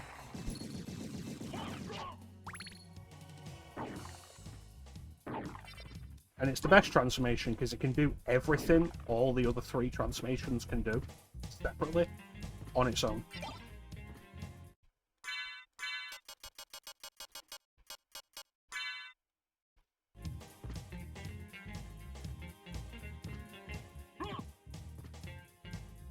As with Shaun though, I don't know any other Game Boy Color games that had Game Boy Advance exclusive features.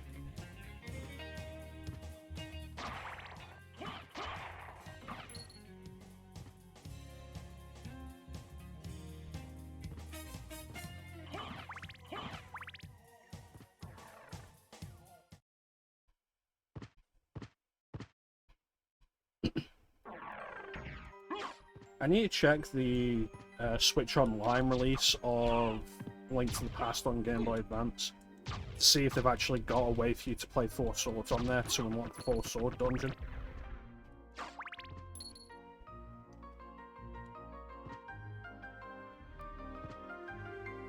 The main reason I ever really wanted to play the original 4 swords just to unlock that extra dungeon in GBA Link to the Past.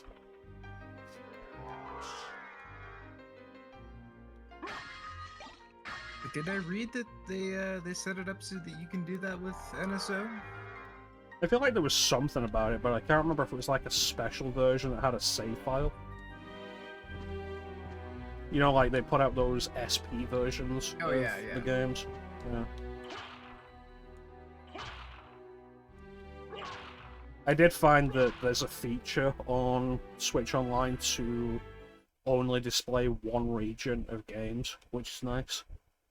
Because the Game Boy Color and especially the Game Boy Advance library was padded out with every single individual release. Every single individual country release of games.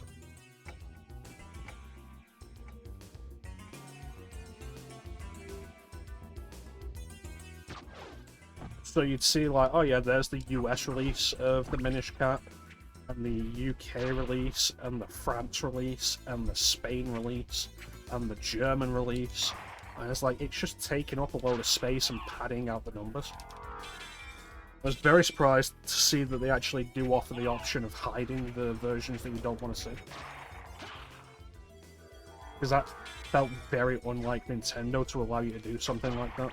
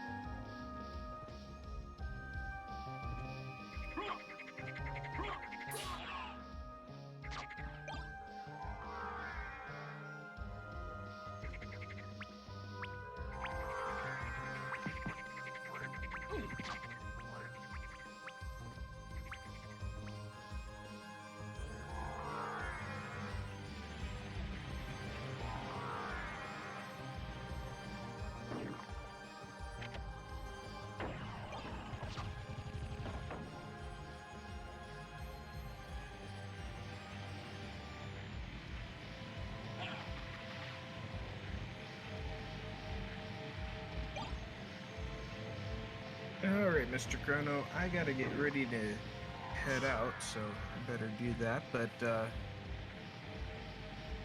pop in and out as I'm through the day. I appreciate it.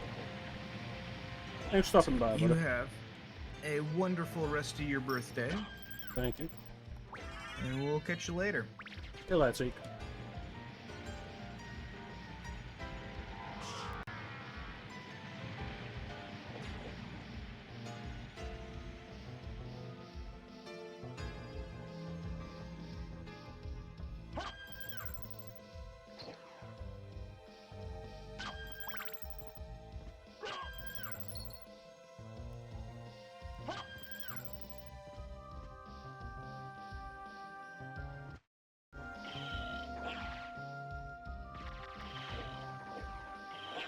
And so walking through the water here is going to hurt me, but I'm going to do it so I don't have to come back just to fill out these squares.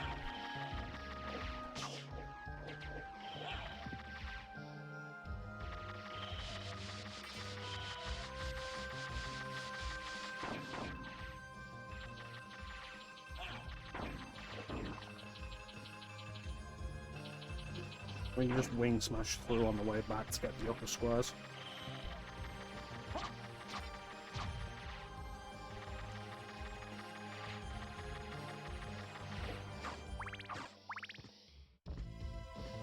So the merman statue, which we can then use on the other side to get the holy symbol. Holy snorkel, the holy J, whatever you prefer to call it.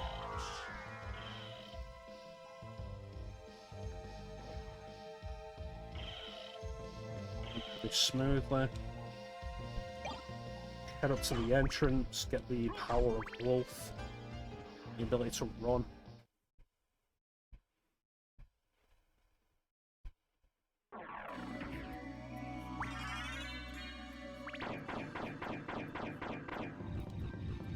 And cover off the last few blocks on the entrance.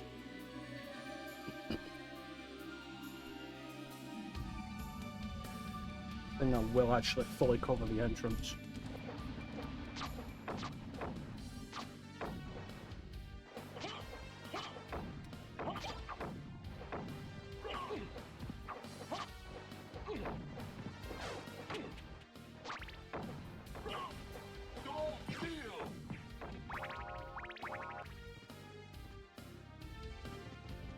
What is it? Bat into wolf?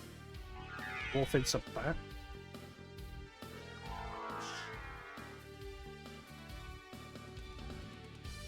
Probably bat into wolf.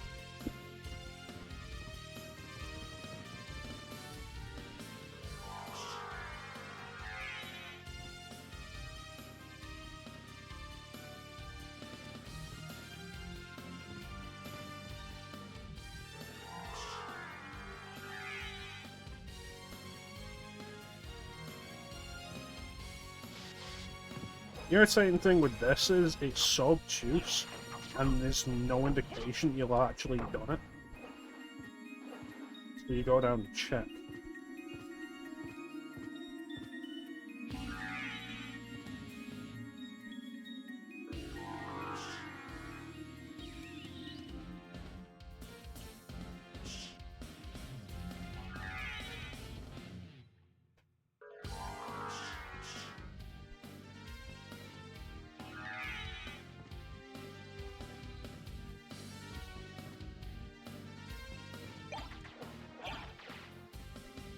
There's an extra square on the map.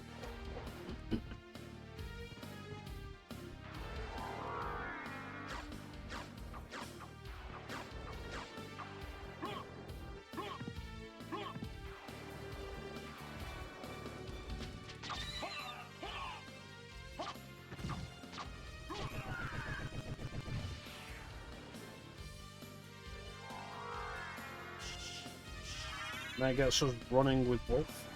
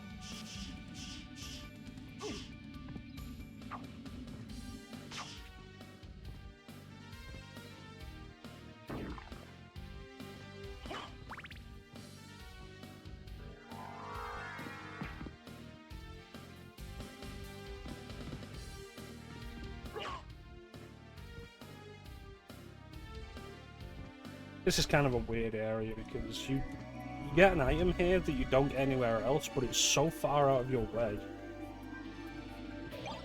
Holy mail. It's so far out of your way, there's no good time to come here and get it and still have it be useful.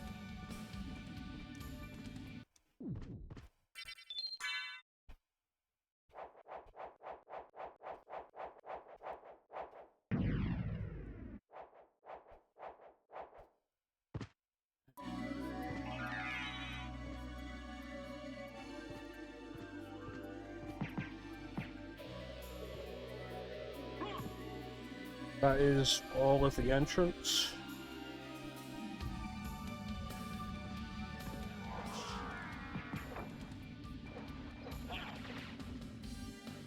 Back into the caverns.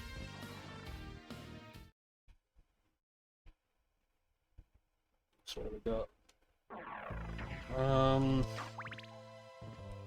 Still a succubus. Holy symbol, and then into the catacombs.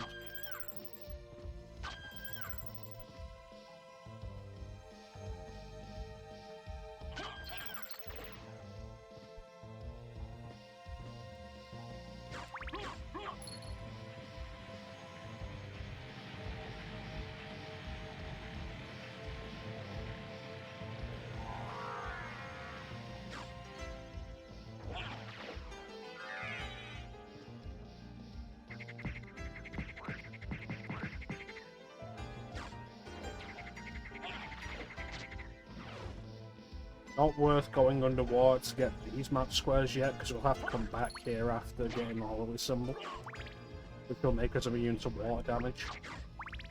So might as well do it now.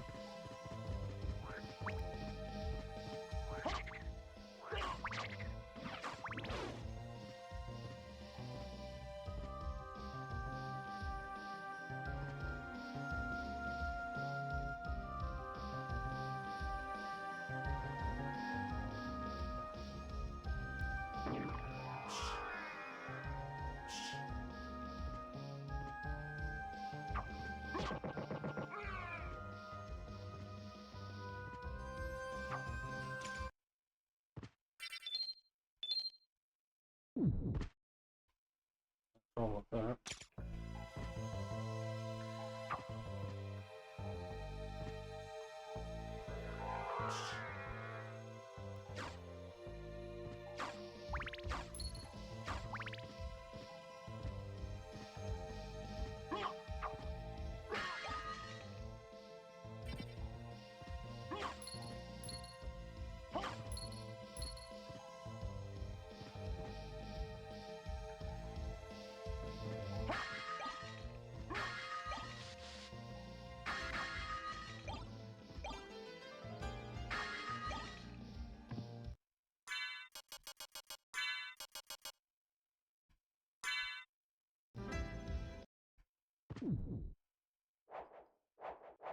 Get down into the catacombs, get the demon card, go back up and activate the door to get those map spaces. Get Sprite Breaker, kill Granthulu, and library card out.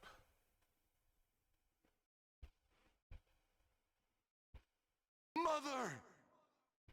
That voice! Alucard, it's you! I'm coming, Mother! I'll save you! I think that will cleanly No, take Alucard, us don't come towards here! complete But Castle Mother! 1. It's all right. If my death can save others, I gladly surrender my life. Mother, no! Please, no! Yes, Alucard. Watch me die, and remember always my last words to you. Yes, Mother. You must despise humans. They are to be your prey. What? Better for them to die than to let them compound their sins. Begin by slaying that one over there. No, it wasn't like this. What's wrong? Alucard. My mother never said such a thing. What do you mean? Kill them and bring them happiness. No, you're not my mother. What kind of demon are you? You broke free of my spell. I like that. Demon. Death is too good for you. Come here, little boy, and show me what you've got.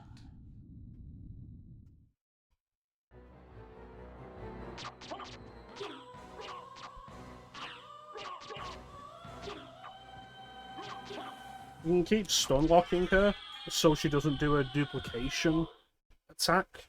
You can end this fight very quickly. You're a vampire. 90% of what drags the succubus fight out is when she's able to do the duplication. That beauty. And at that point, You're you're the just son of hitting Lord all of them to find out who's the real one. Death in the dream world will set your soul wandering for eternity, demon. Wait, I beg of you. So there's the gold ring.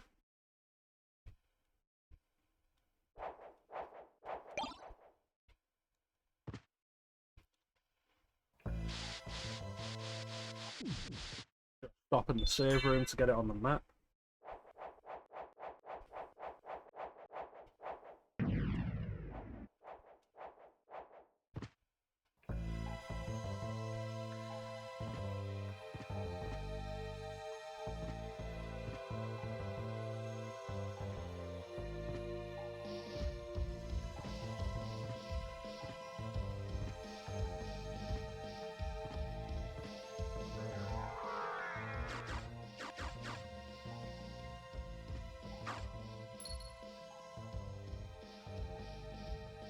Save point down here.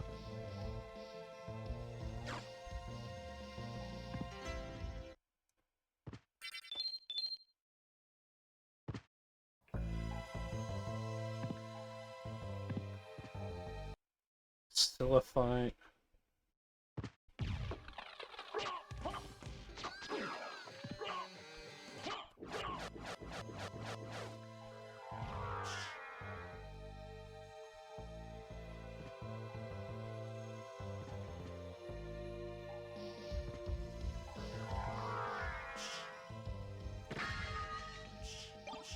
Hot roast.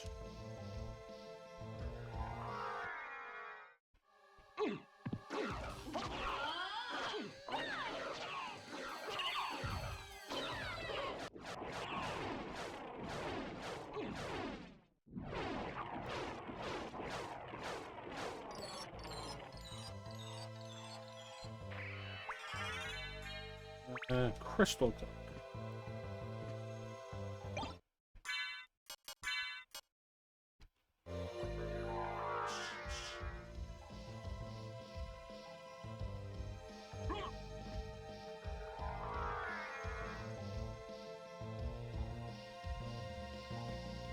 Didn't get the end piece in this room.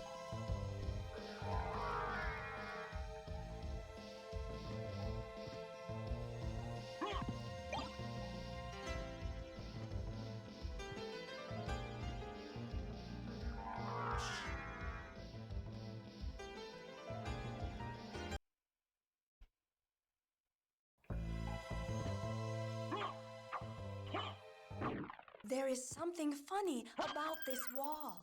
I'll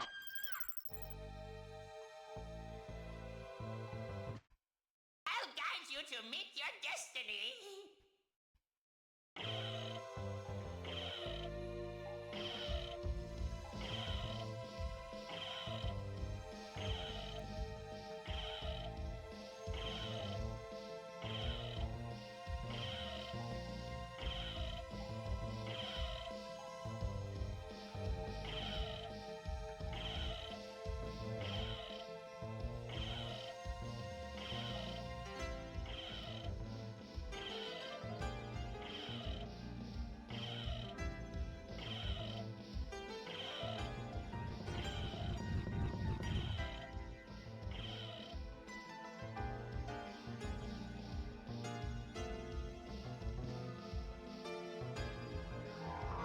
And that gets us the holy snorkel, which makes us immune to water damage.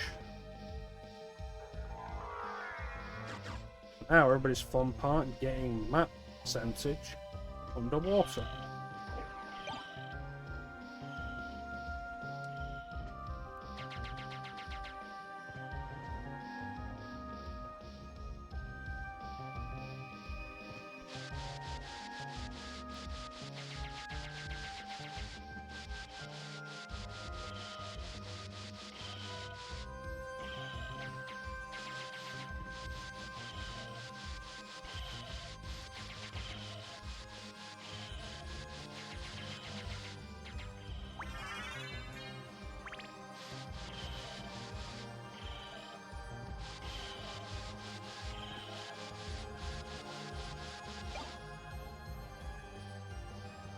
Full room.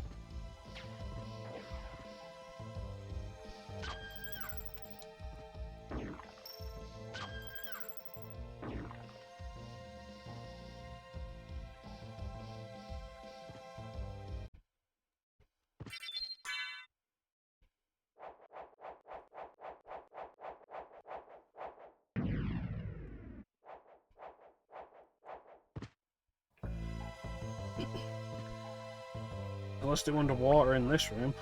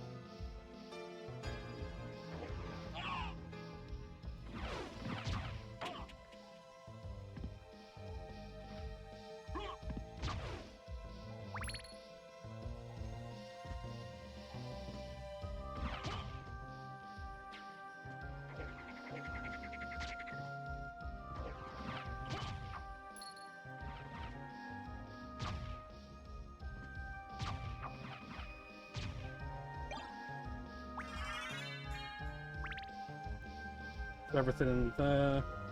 So now we just go down to the catacombs.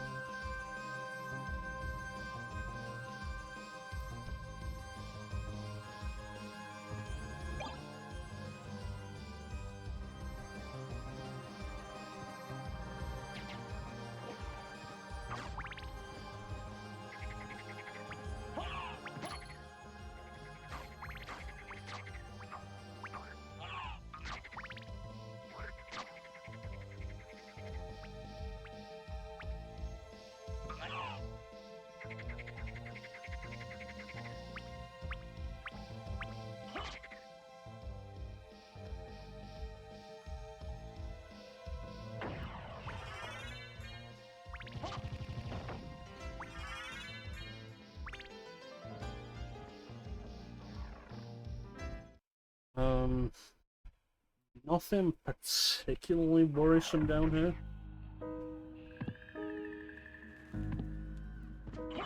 We'll go for Spike Breaker first, because that is a shallower dip than Grandfather.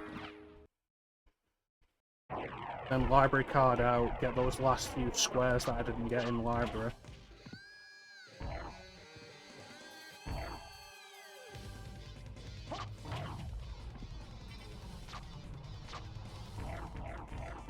The general advice for Cerberus is to just stand up here, and then crouch down and attack it.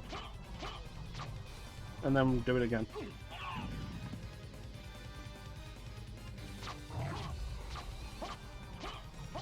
It's an easy loop you can get it into.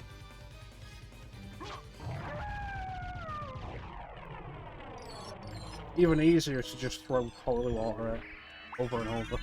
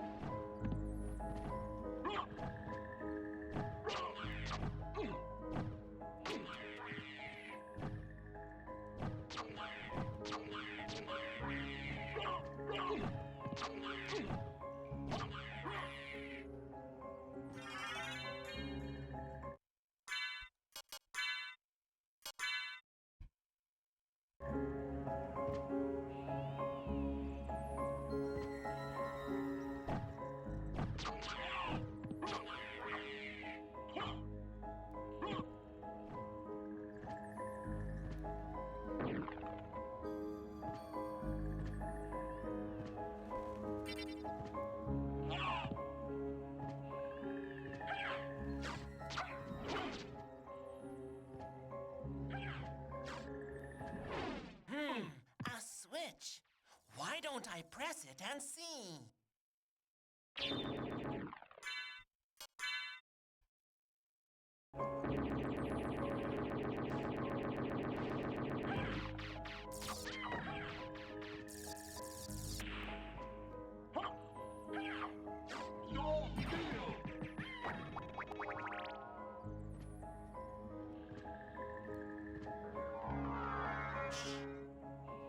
This room is the only place in the game where you will find the Venus weed.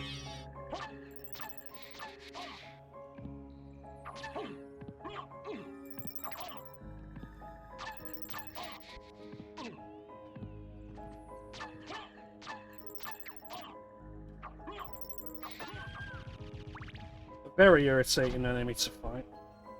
Might be like Chrono, don't those appear in the reverse caverns? Yeah. Those are actually blue Venus weeds that look almost exactly the same except their skin is blue. Or green. Green? I think green.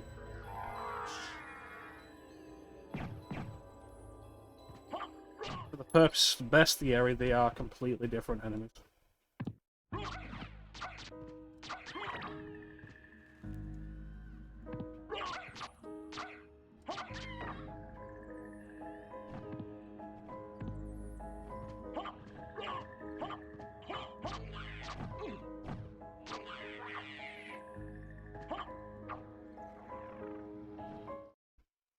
Get to activate the warp.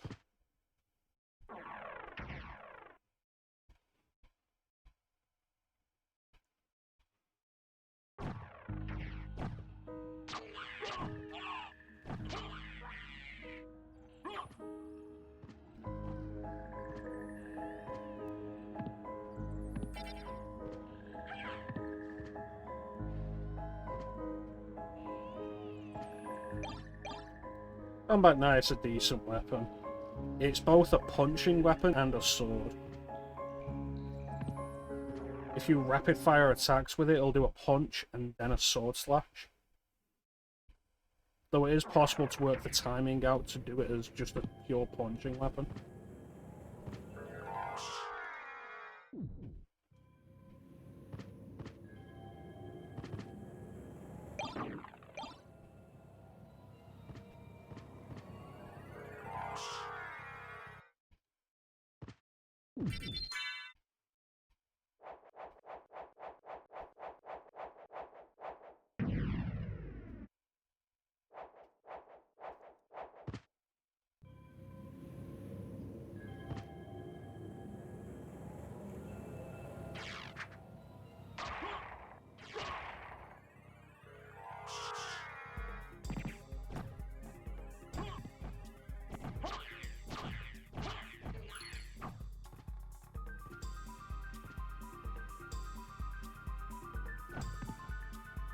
Okay, 2x2.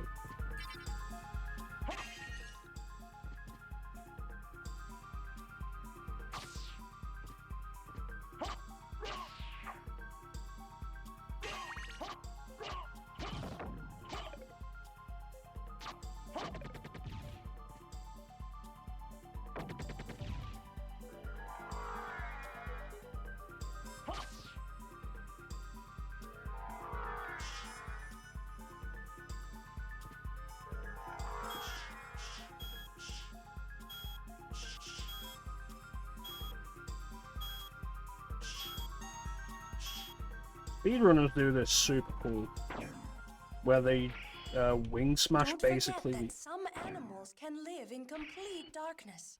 Thank you for that. Where they wing smash through opening, drop down into the first drop section, turn into a bat, wing smash diagonally up, and get all the way through it without having to use Echo Bat. It's not that getting through it without Echo Bat is difficult, it's that doing it fast like that without Echo Bat is really interesting. The problem is if you mess it up, the spikes do a nasty set amount of damage. I think spikes in this game are programmed to do like 1/16 of your max health, no matter how much defense you have.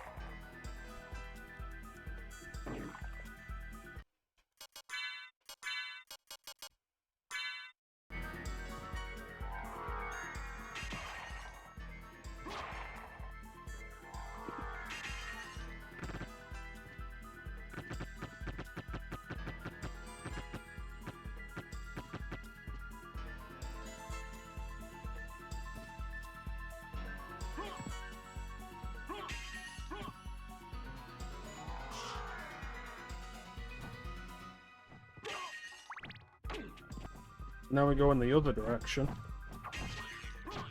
Towards Grantham. I don't think there's anything else down here that we've missed. So once we're done, we will be safe to just library card out.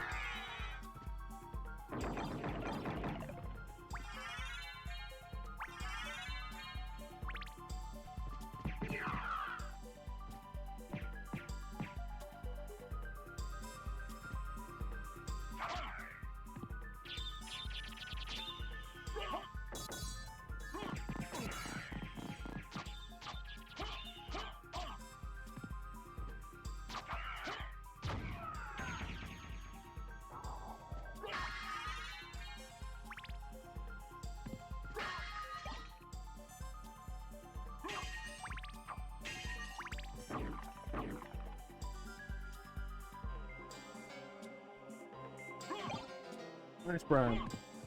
Genuinely good weapon.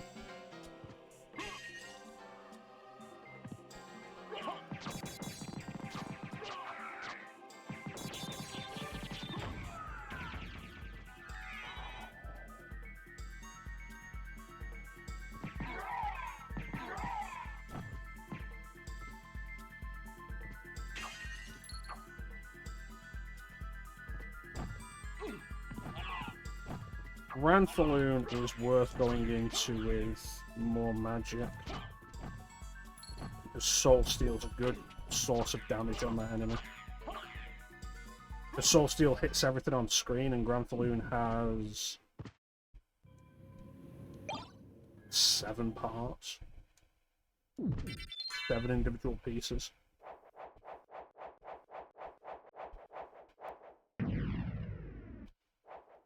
That's not counting the centerpiece underneath the center. The actual target that you want to be hitting.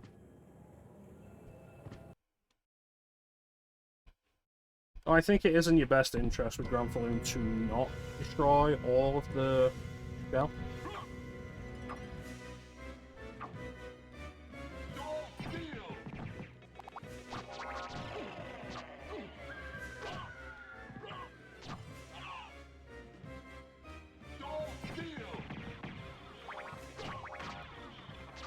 Because if you destroy all of it, the center becomes much more active and attacking and has a whole separate attack pattern. Like, it'll start spitting lasers out and spinning them around and everything. And it's just not worth the hassle when it's so much easier to kill. By taking out 1 or 2 pieces of the outside and then hitting the center. In a minute.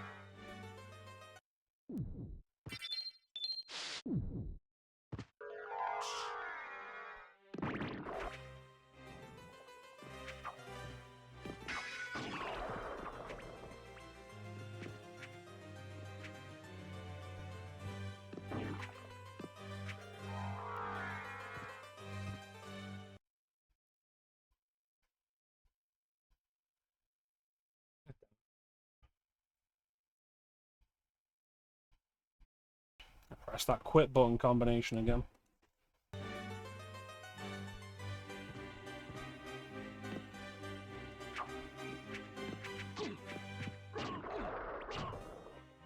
Good thing I have it set to save on quit.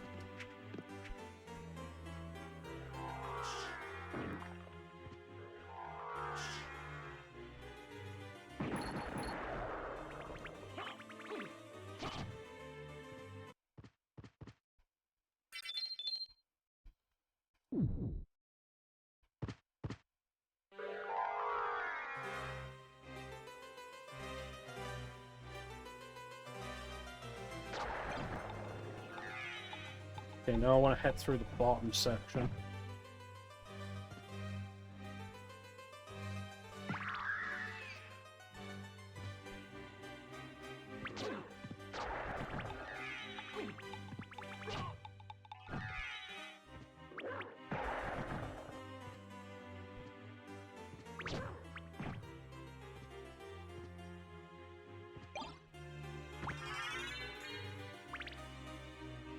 That is the entire library done.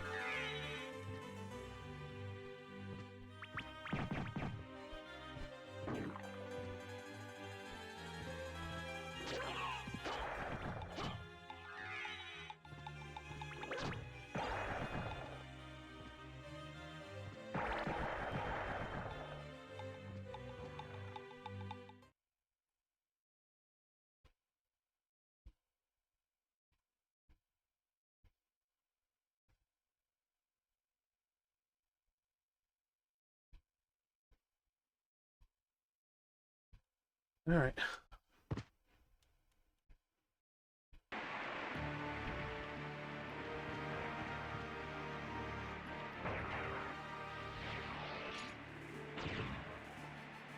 Room of the Cloaked Knight, I didn't get the top piece of it.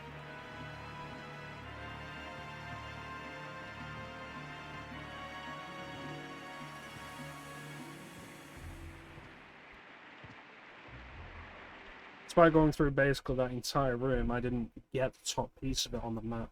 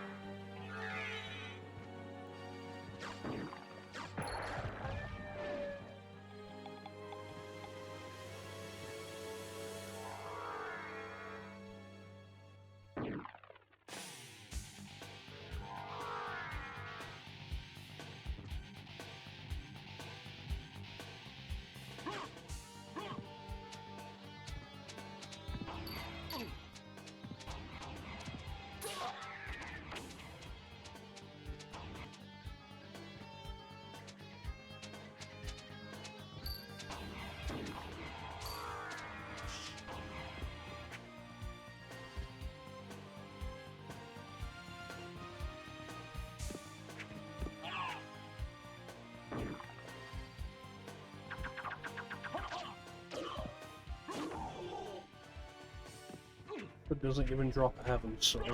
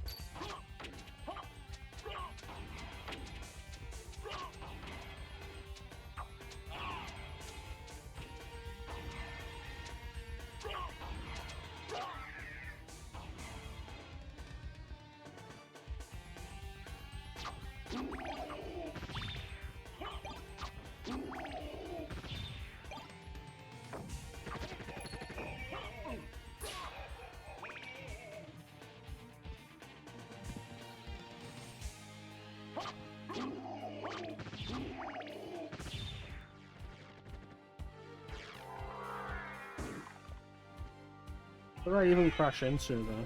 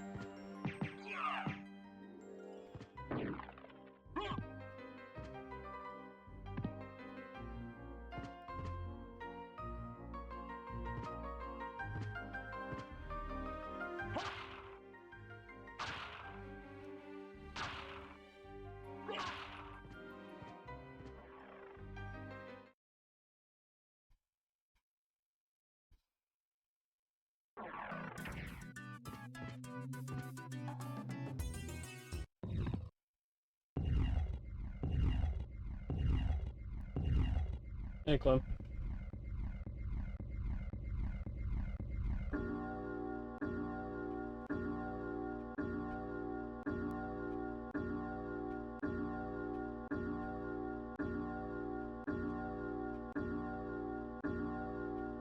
Just going.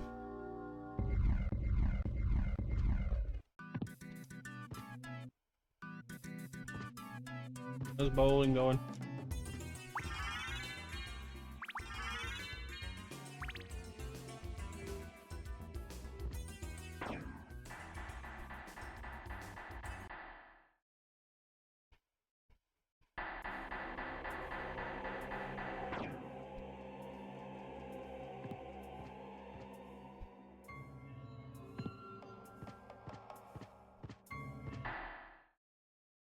Alucard?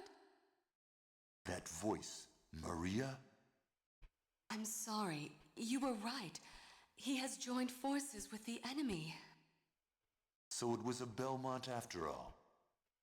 But someone must be controlling I him. couldn't deal with that. Whatever we do, we can't harm Richter.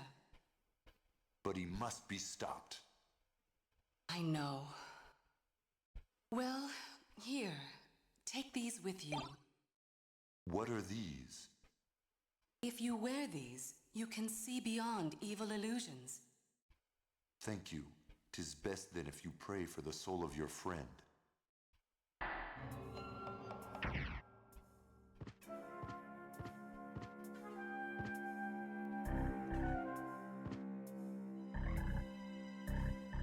Put that one bit at the side.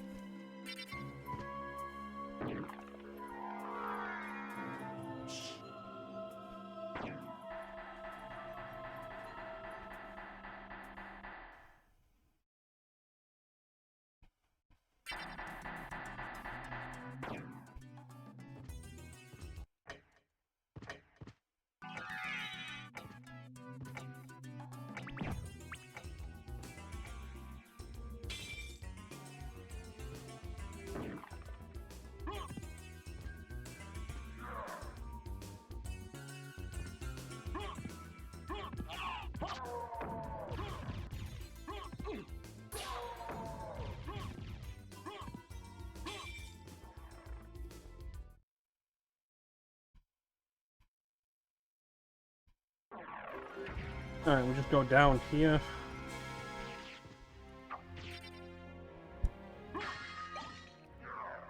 And I believe, aside from the castle keep, that is everything in the first castle.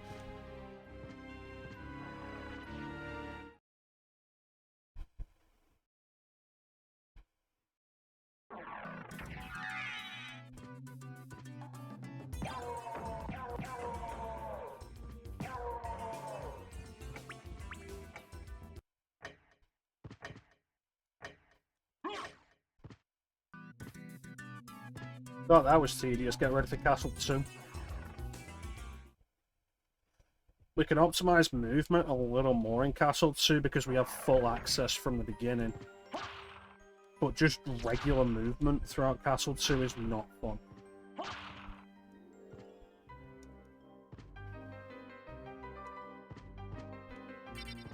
I think what we'll do is we'll go left side first. When we go through the library, we can grind the schmooze for the Crusagram. We get the Crusagram and combat becomes so much less of a concern. And by less of a concern, I mean not a concern.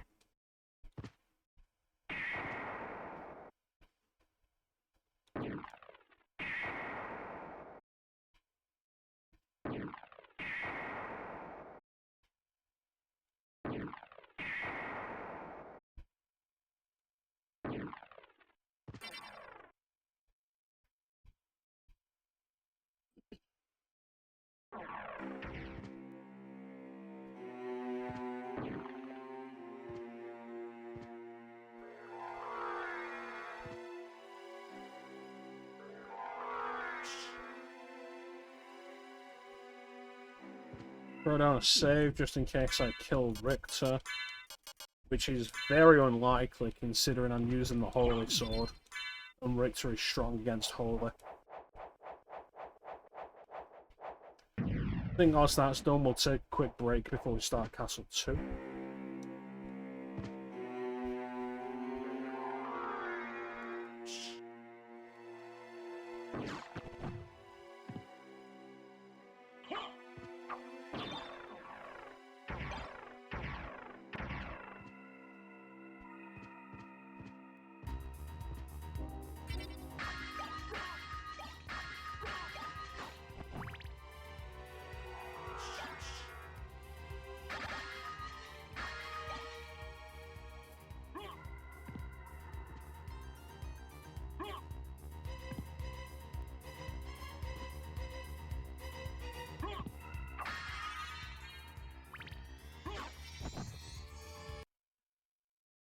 Yeah.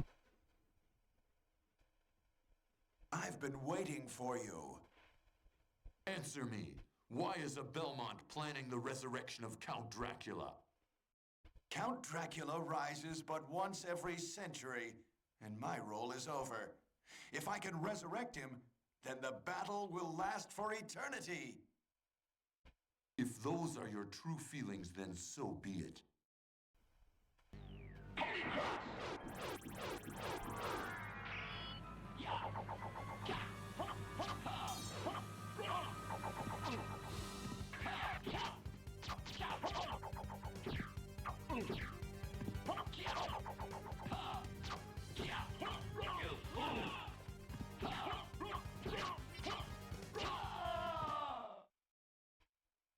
You've defeated me, but all is not yet lost. The resurrection of Count Dracula I is might be at hand. misremembering, but I feel like Richter's attitude here of being like, you know, I beat Dracula and now I'm done. And I don't want that. I want to keep fighting Dracula forever so I can keep having my moment. If I remember rightly, that itself is a clue that Richter is not himself. I believe in Rondo of Blood he expressed reluctance about his destiny being to fight Dracula.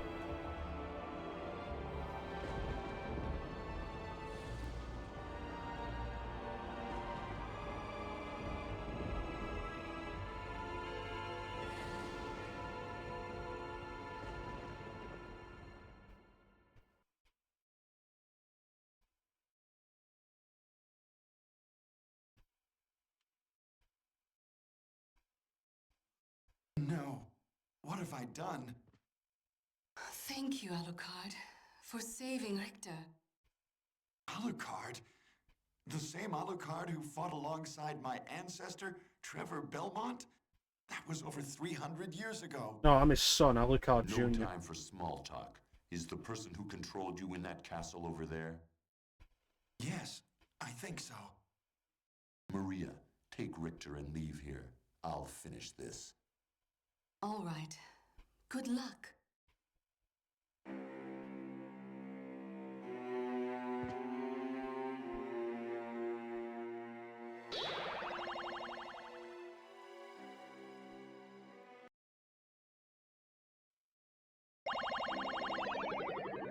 And that is a good place to take a break.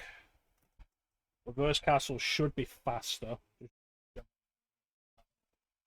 Our ability to get around is just fully realised. We can go anywhere we want from the beginning.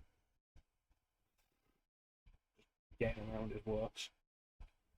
So I'm gonna go hit the bathroom. You guys do what you need to. Grab food, fresh drink, whatever, and we'll be right back.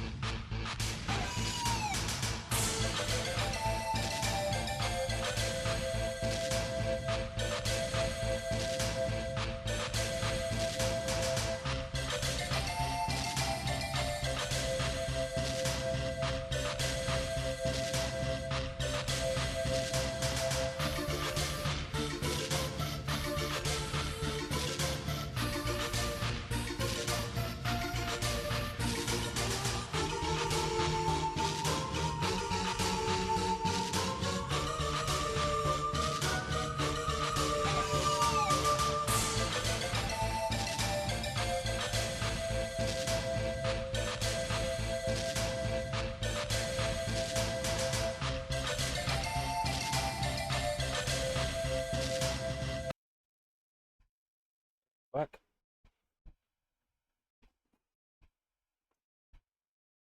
So begins the reverse castle.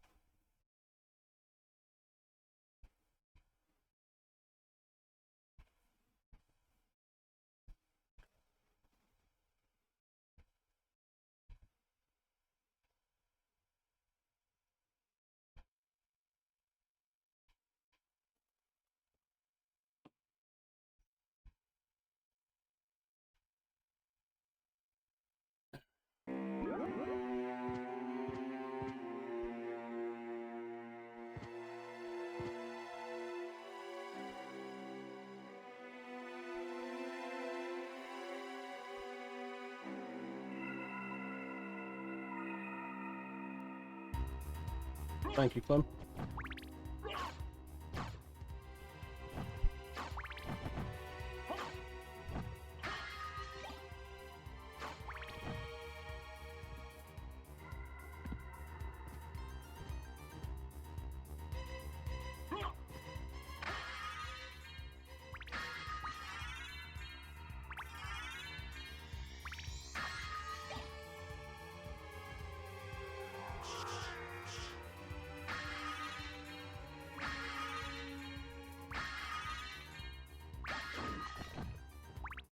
Oh, what do we got?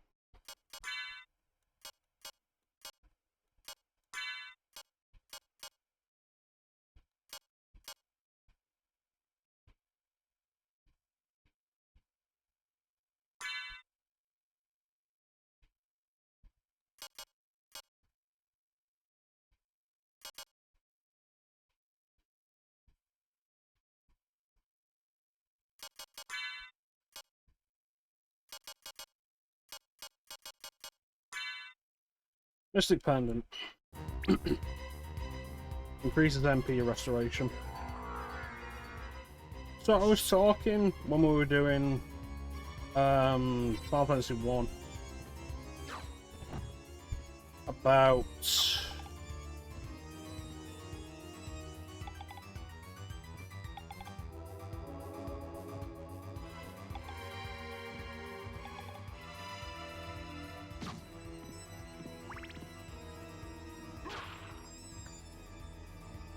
how the PlayStation version was the last version to give you the option of the original magic system.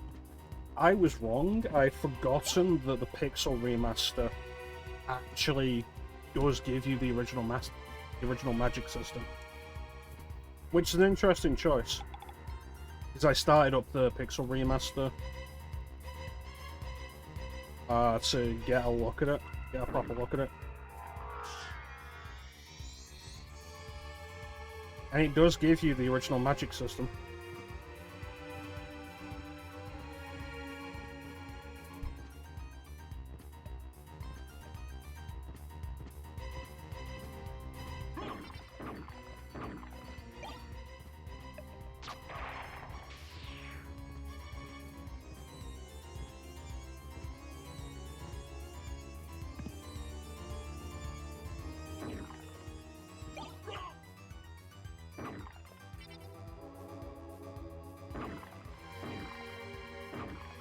So I think if you want to play Final Fantasy 1 as it was originally intended, the Pixel remaster is the best version. If you want to play Final Fantasy 1 and just enjoy it, the PSP and Game Boy Advance versions are probably the better way to do it.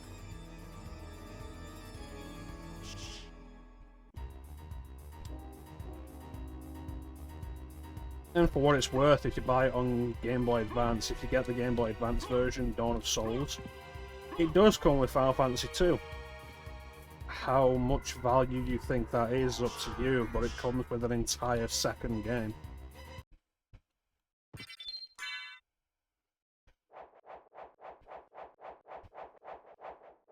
It's a real shame that they stopped bundling them together.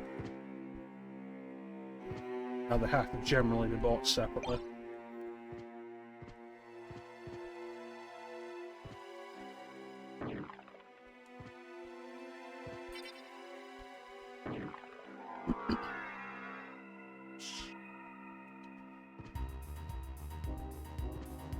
It's kind of the Devil May Cry 2 case.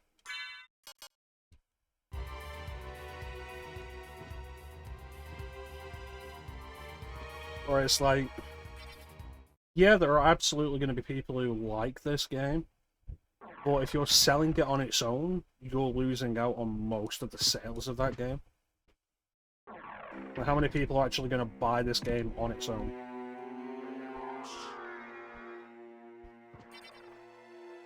Which was the question I had for Capcom when they released Devil May Cry 2 standalone on the Switch.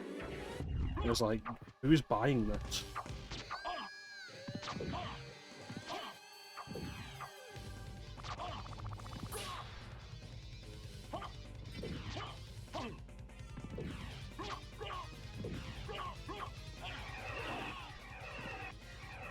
Especially when every other modern release of the game comes as part of the collection. It's like, I own Devil May Cry 2.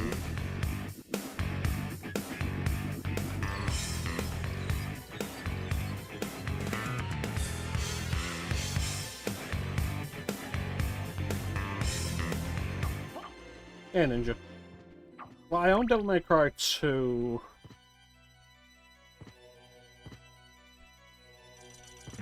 I think 4 times.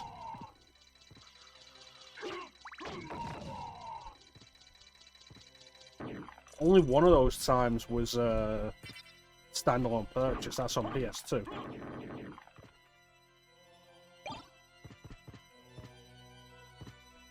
Every other time's just with the HD collection.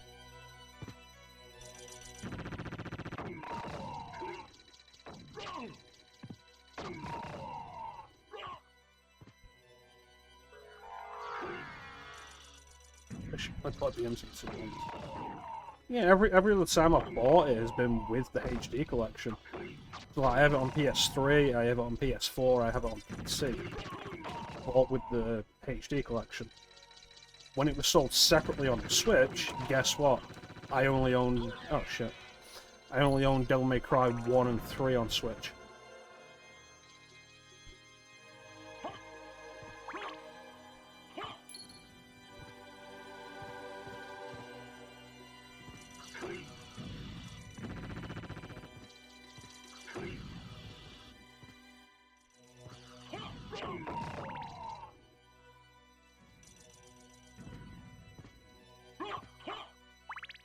We do need to get around to doing that playthrough on this channel. That full playthrough guest starring Ninja.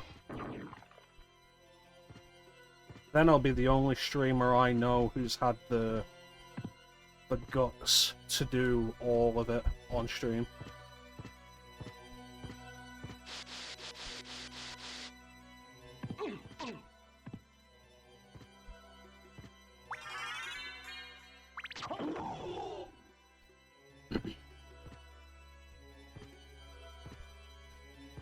Did you do all of it, Ninja? I believe you if you say yes, but I don't remember.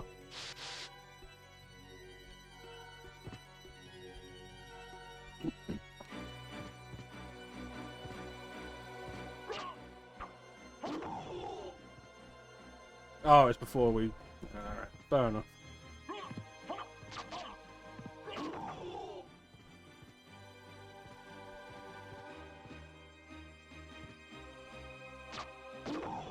It's funny because, like, I've done Devil May Cry's 3, 4, and 5 on stream, and the reason I haven't done 1 and 2 on stream fully yet is because I wasn't confident in my ability to do Devil May Cry 1.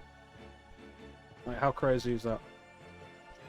Oh, because of Devil May Cry 2, I can do DMC2, no question about it. I was not confident in my ability to do the first game.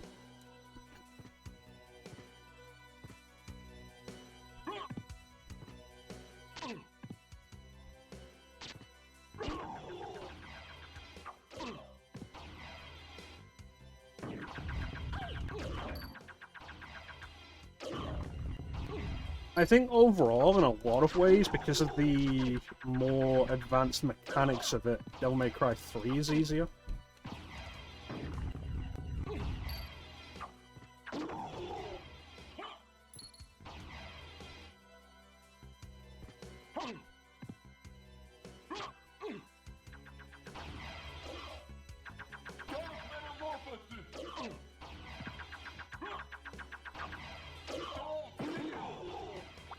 Just want the Heaven's Sword.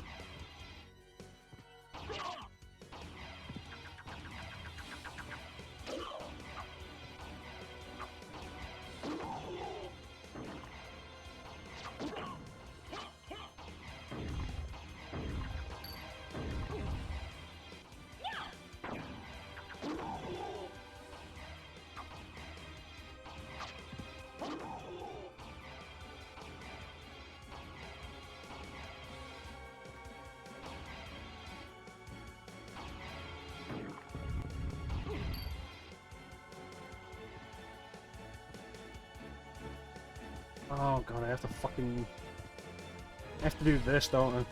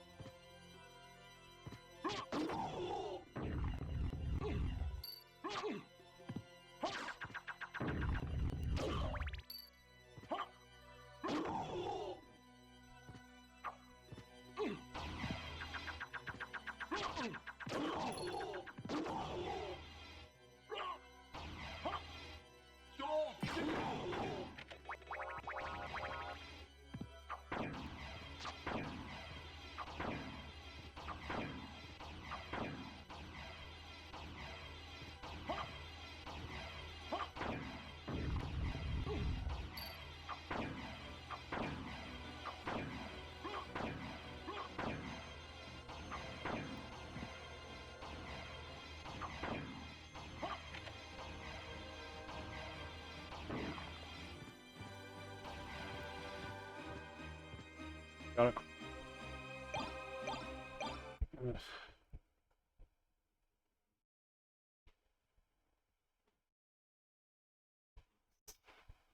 I think one of the things with Devil May Cry 1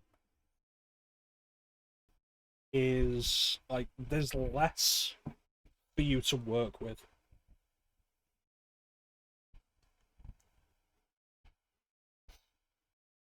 Devil May Cry 3 gives you the options with the style system.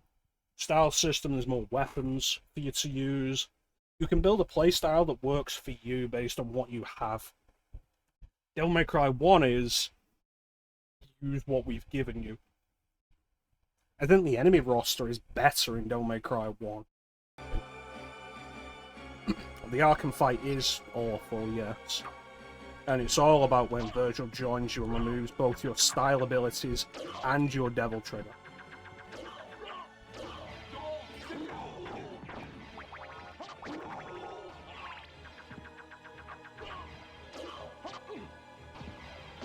It's like, hey, have you been using Doppelganger style? Isn't it so cool? No, I've not been using it because I didn't see the point. Hell, you better learn how to use it in a horror.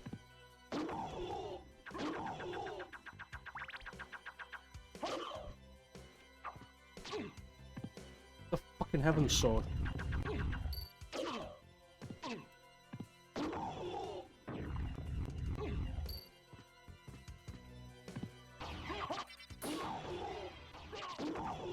Yeah, I think it is primarily because of the number of options 3 gives you. I'm more comfortable with it.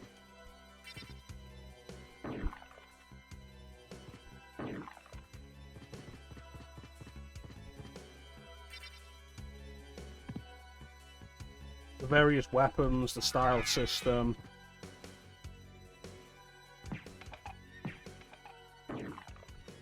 Getting abilities isn't as difficult. Devil May Cry 1. It's easy to forget if you don't play it for a while, but Devil May Cry 1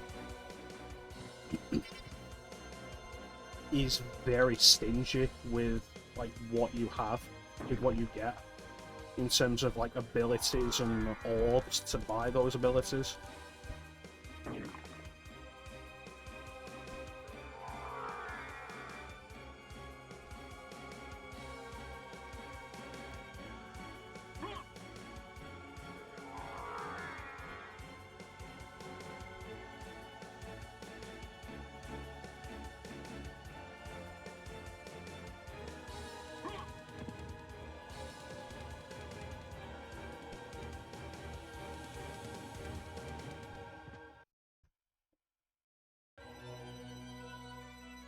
still think like it's worth spending the time going through Devil May Cry 2 on this stream with somebody who is a pretty big Devil May Cry fan. And while not necessarily enjoying it, respecting it for what it started. Because so much of what we like about modern Devil May Cry did really come from Devil May Cry 2. It's kind of insane. The game was doomed from the outset. By the time Itsuno joined the development team, the game was already doomed.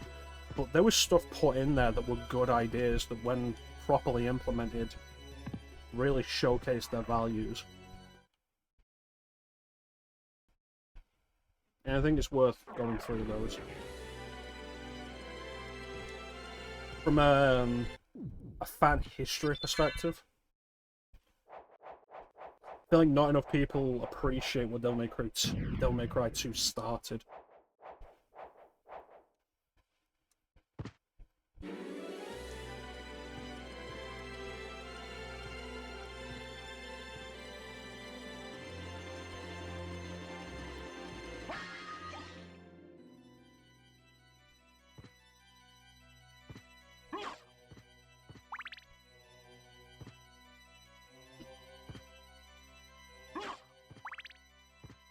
Oh, come on, Ninja. You know what would be more enjoyable than that time you did that Resident Evil marathon that was supposed to be split between a bunch of you and then you did all of it?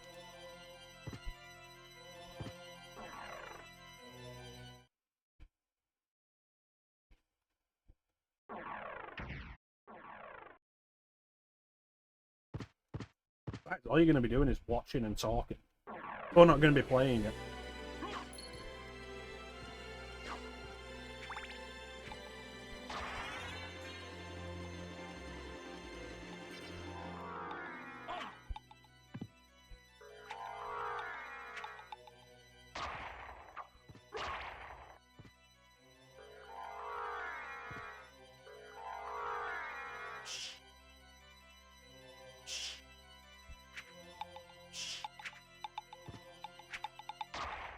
I mean, I did have the fun idea that would take a little work of splitting the Devil May Cry series between the two of us. But that'd be you playing Nero instead of you doing anything with Devil May Cry 2. And let's be fair, like, Nero gets some good stuff. Devil May Cry 4 as Nero is fine, and Devil May Cry 5 as Nero is arguably the best part of the game. It was such a glow up in DMC5, like, it's unreal.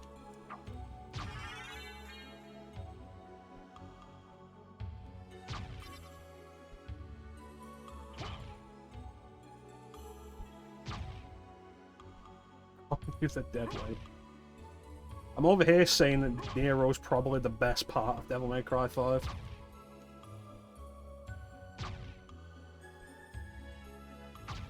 No, the Devil Breakers having variety, I think, is so much more of an improvement over Devil May Cry 4. Because Devil May Cry 4, Nero's entire movement ability was based around grab the enemy. All of it.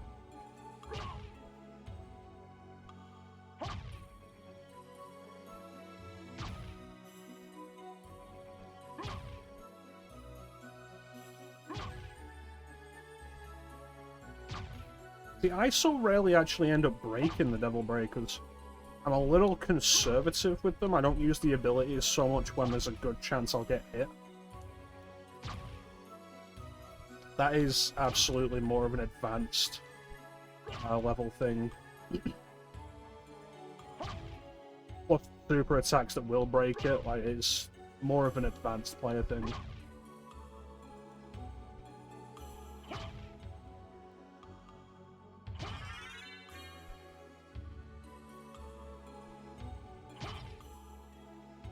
I mean, you don't have to be conservative with them, it's just the way I play it.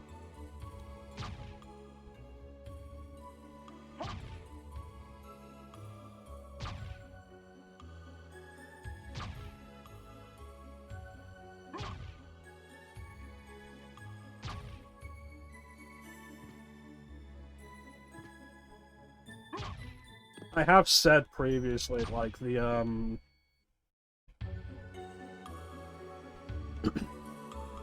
Devil Breakers are actively worse if you have the Deluxe DLC.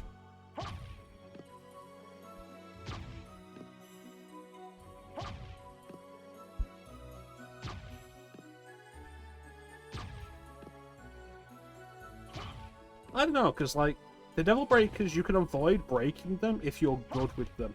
Like, it's a skill issue at that point. Like, it's a reason to get good with them. And it's something that would encourage me to want to get good with them.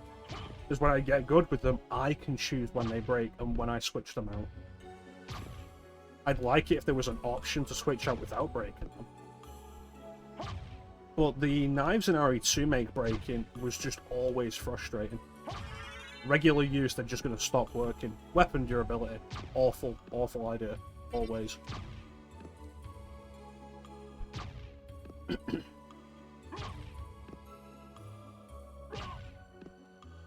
No, the Pasta Breaker is awful. The Sweet Surrender. There's one that's just a recolor of a pre-existing Devil Breaker. The Mega Buster is okay, but it's not great.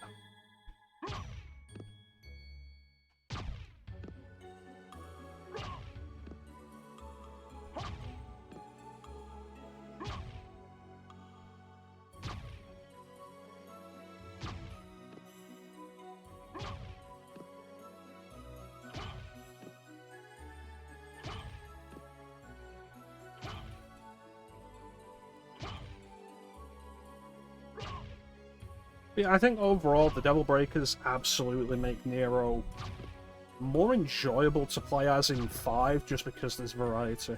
That's my personal take on it. And I think of the 3 base characters, he ends up being the most fun for it. Though I will say, going through Devil May Cry 5 again on PC, before I did the stream was my 3rd Devil May Cry 5 playthrough. So I did it on Xbox, and then when I got my PC, I did it again. And on my 2nd playthrough, I did gain more of an appreciation for Dante and his weapons. Wasn't fond of them on my first playthrough. I spent most of my first playthrough only using Balrog. I did not like the Devil Sword Dante.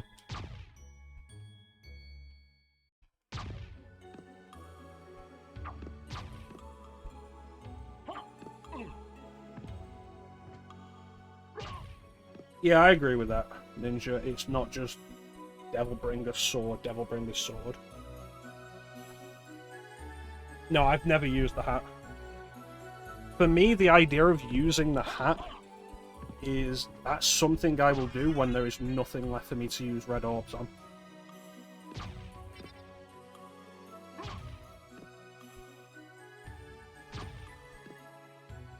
And again, that plays into my more conservative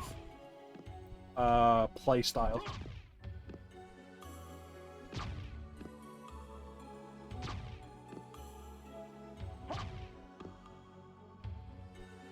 It could be one of the best weapons in the game, but it's a gimmick weapon, and that's immediately a turn-off. It's like, I've heard Navan in Devil May Cry 3. He's fantastic when you learn to use it, but learning to use it's the problem. Meanwhile, there's Agni and Rudra, who are so much simpler and give me such good results.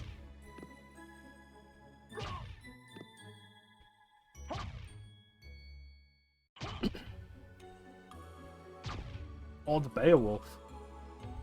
Like, in terms of weapons, Nevin's just in kind of an awkward spot, sandwiched between Agni and Rudra and Beowulf. And they're both such good weapons.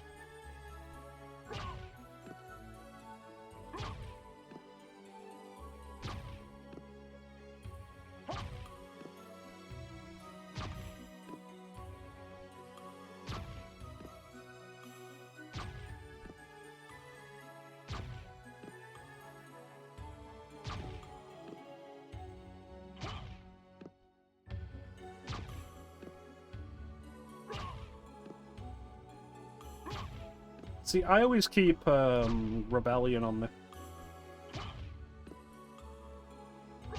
I like Rebellion and its simple utility. I will say, I still want to spend... fucking Christ. I still want to spend more time with the Switch version.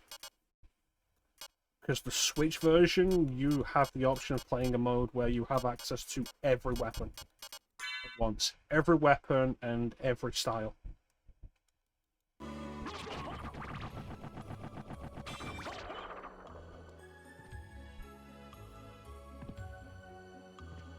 And it's like, with that kind of thing, you're actually likely to get use out of some of these styles and weapons.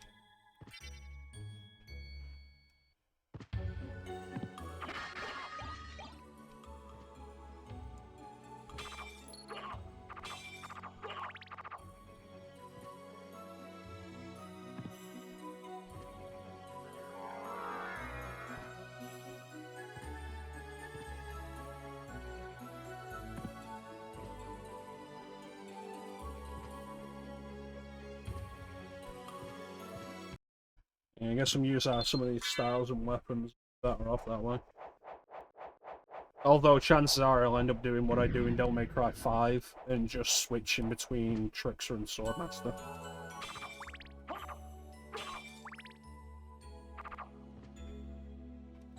But weapons, though, is like, at that point, maybe I will use Nevin. Maybe I will get some use out of the Artemis or something.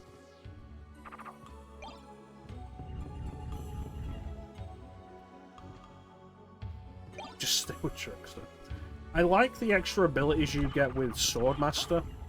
One of the big problems you have with it in 3, and it's mitigated in 5, because the Devil Sword Dance has it as standard. Trickster is the only way to get air combos with... Not Trickster, Swordmaster is the only way to get air combos with Rebellion. And Devil May Cry 5 makes it better somewhat, by making both Spada and Devil Sword Dante have like regular air attacks that aren't just the Helm Splitter. If you want to do that in 3 and 4, you've got to be in Swordmaster.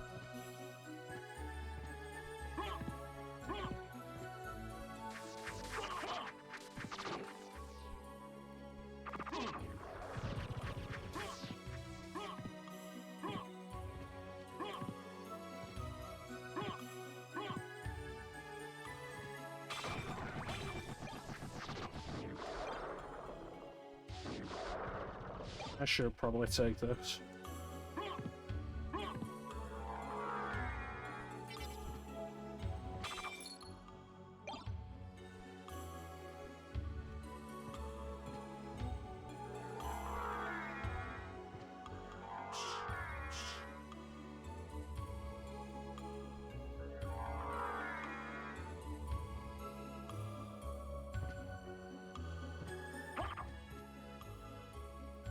You know, both of you are welcome to jump in on the Discord if you want to chat, like, just in real time.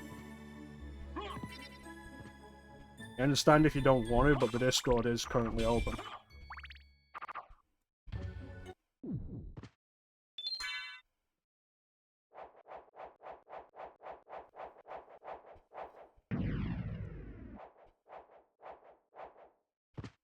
I like these directions. Yeah.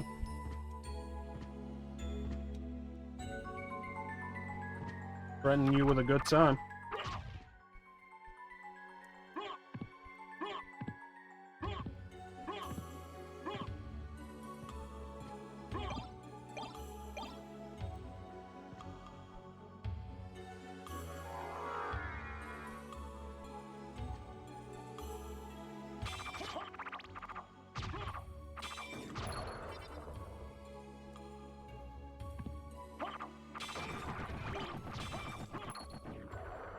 Wait a minute.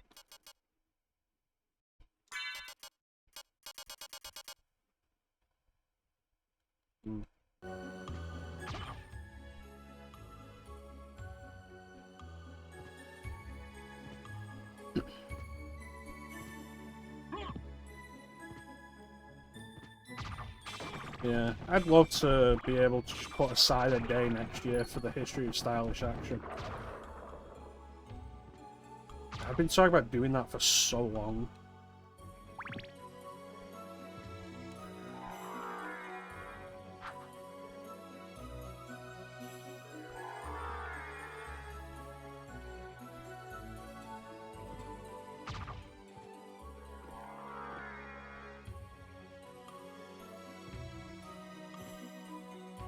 So many good games we could be doing for that.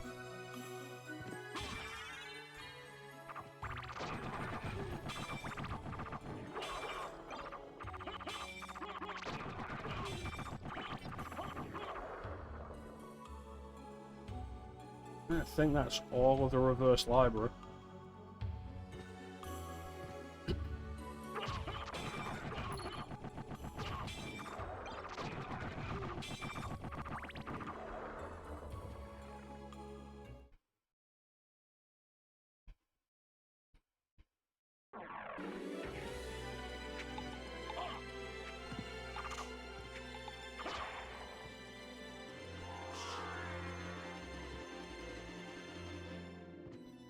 Yeah, Bayonetta 3 is a thing for me to get around soon.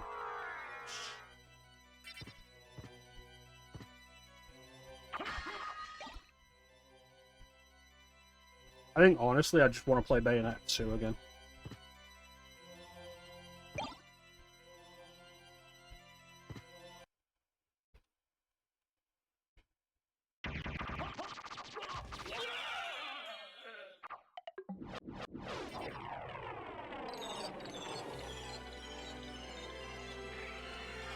I don't know what it is, like, there's something about the way Bayonetta 3 starts and feels.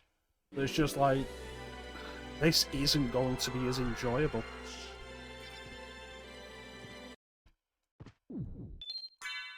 It is such a shame that the best Bayonetta game is stuck on Nintendo consoles.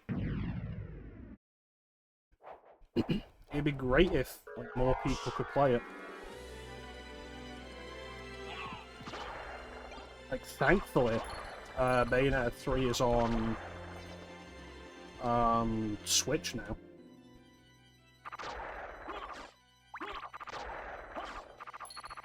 So that's good.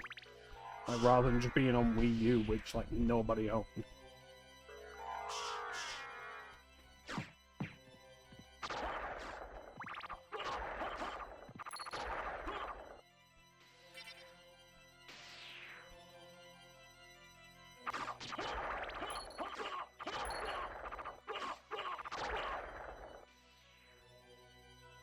I think it's absolutely a recommended purchase on Switch. Really? Because I played it and I didn't notice any issues.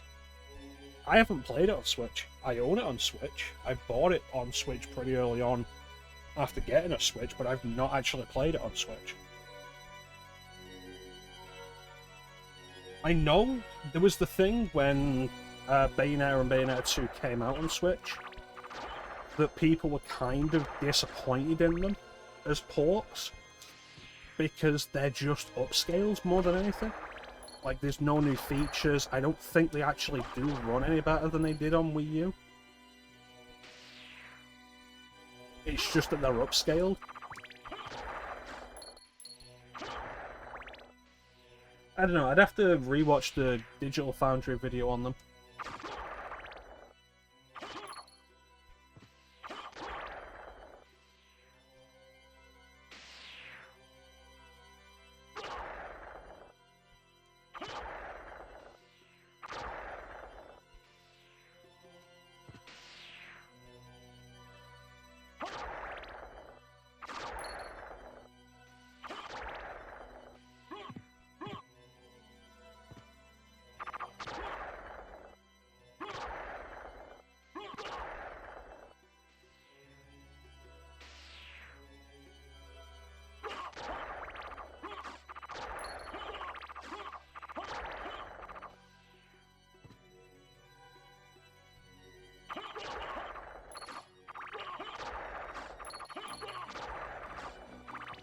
See, I don't remember anything being an issue with it on Wii U.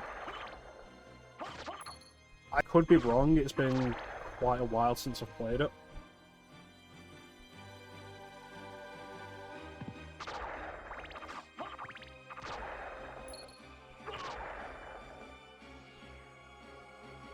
There's also the thing of, like, I'm thinking of the Digital Foundry episode on Bayonetta and Bayonetta 2.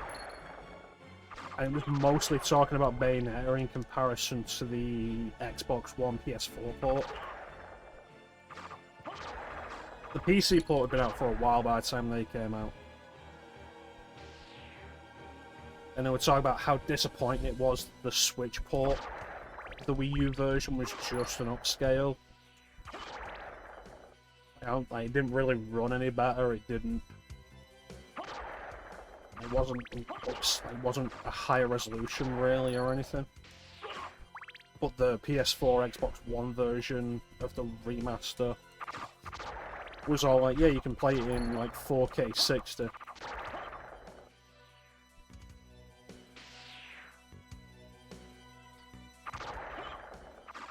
I wonder what the resolution is for Bayonetta 3 on Switch, on handheld.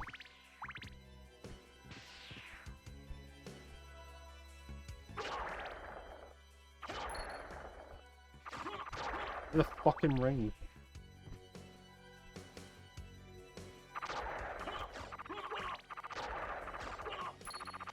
Yeah, go for it.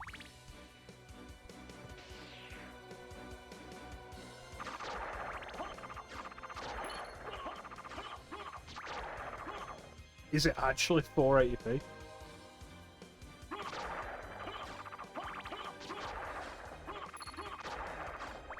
Wow.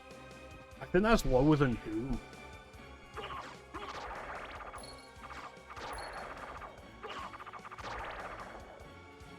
I think Doom as standard in handheld runs at like 540.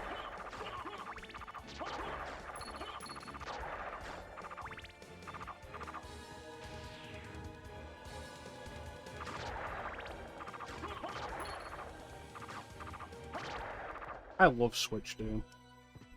It's such a cool thing.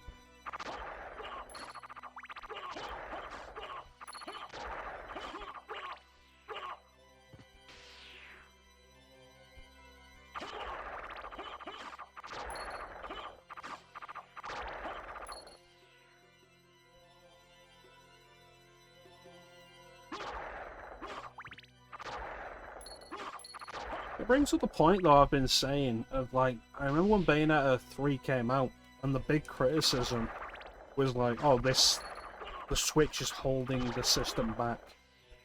And it's like, what the fuck do you mean the Switch is holding it back? It's a game that's exclusive to the Switch.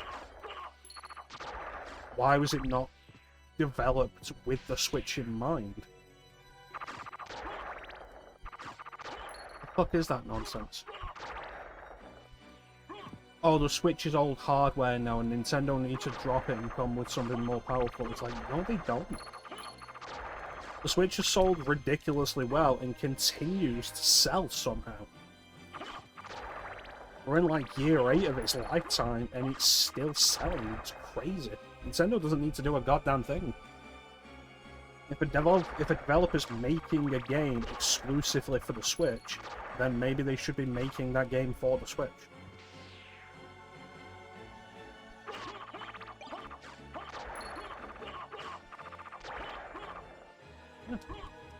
Ridiculous.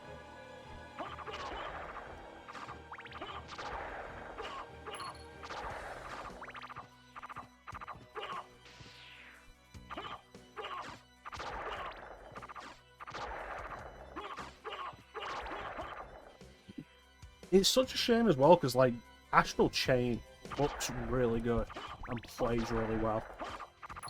It's like, oh hey, there's another Platinum Games Switch exclusive.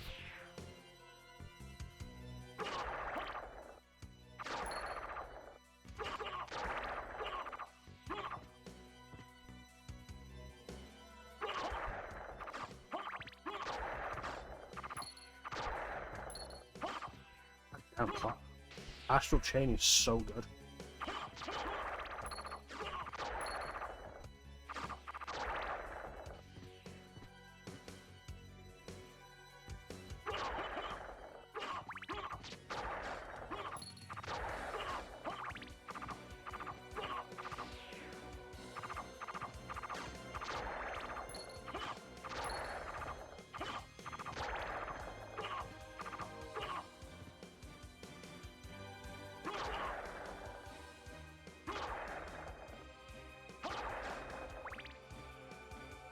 Let's just say 5 more times. Yeah, the whole thing of summoning Wicked Weeds whenever you want to. When that was brought up, I was kind of like, that sounds like something I don't want to do.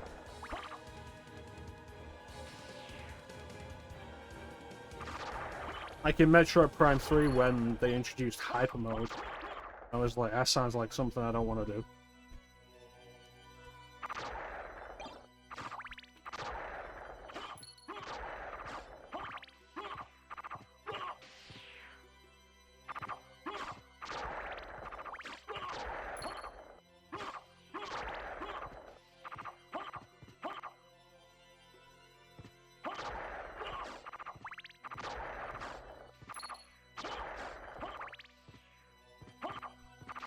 Have you picked up Astral Chain yet, Ninja?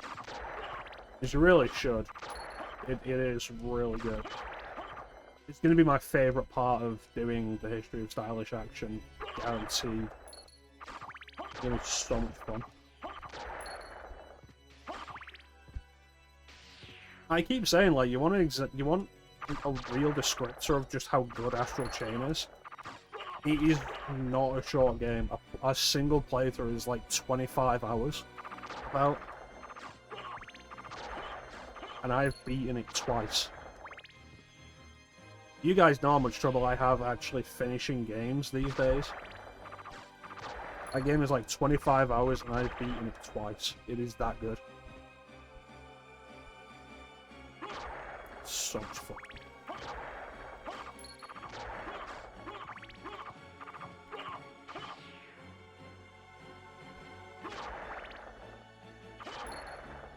Fucking ring.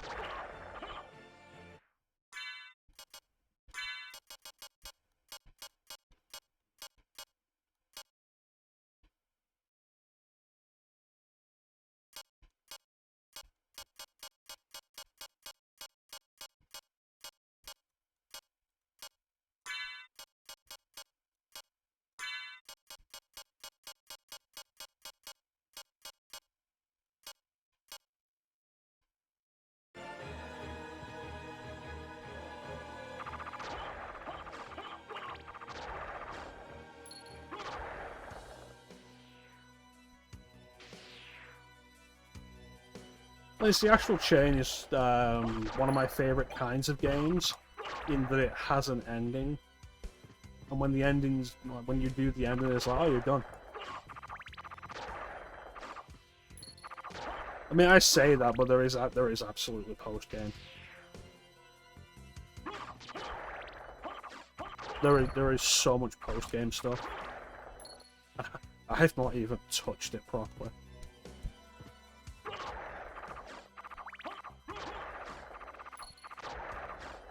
And this is going to be the last one. If we don't get it, we're just going to keep walking.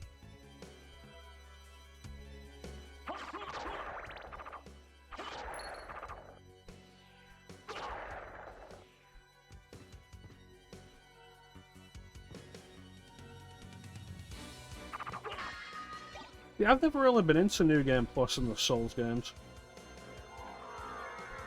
If anything, I feel like these days New Game Plus in general is just something I'm not into.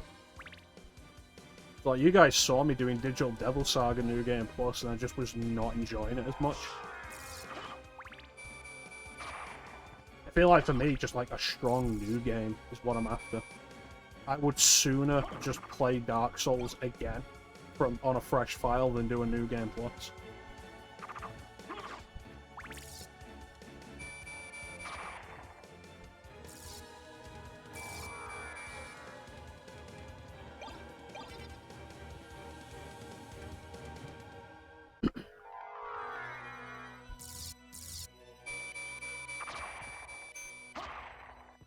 Yeah, I think New Game Plus works for games. I don't think New Game Plus works for me. Not anymore.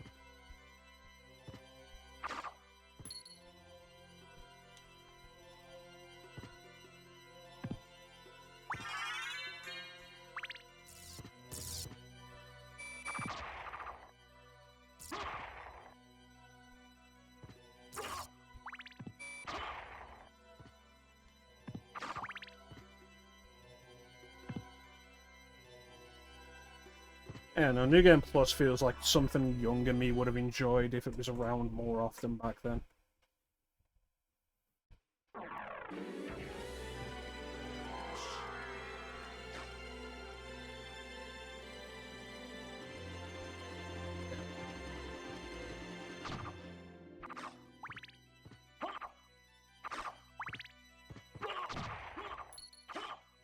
I feel like I played so few games growing up that actually had New Game Plus.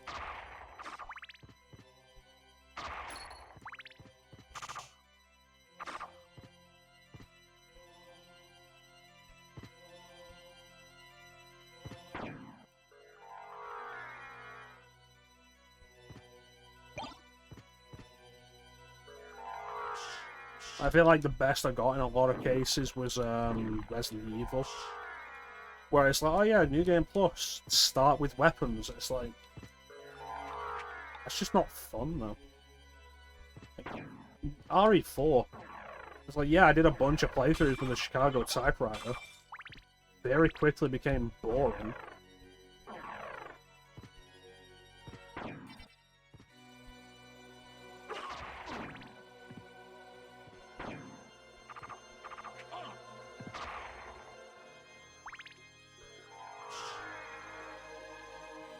We'd actually gotten Chrono Trigger over here, that's a New Game Plus I would have probably enjoyed.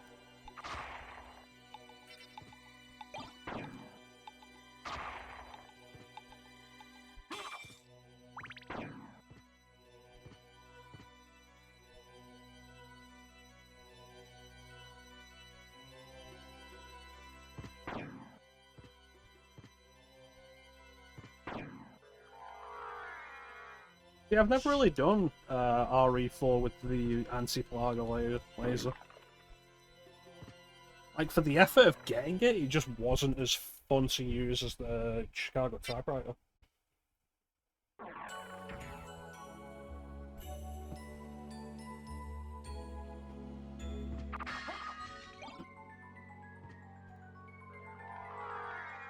Okay, so I'm gonna tell you guys right now, this is gonna be the least enjoyable part of this play.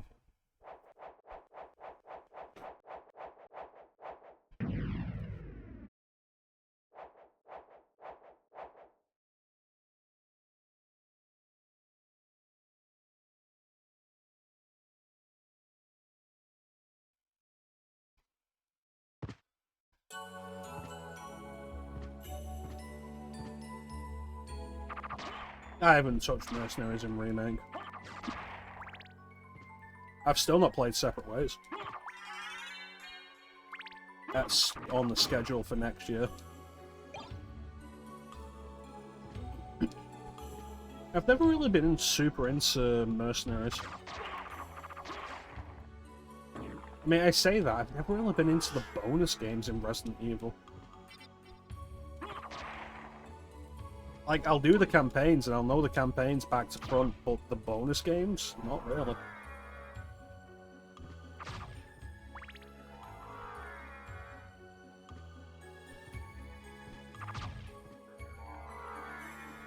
It's like, for all the times I've done Resident Evil 2 on stream, I've done Extreme Battle Mode once, and I've never done Fort Survivor on stream.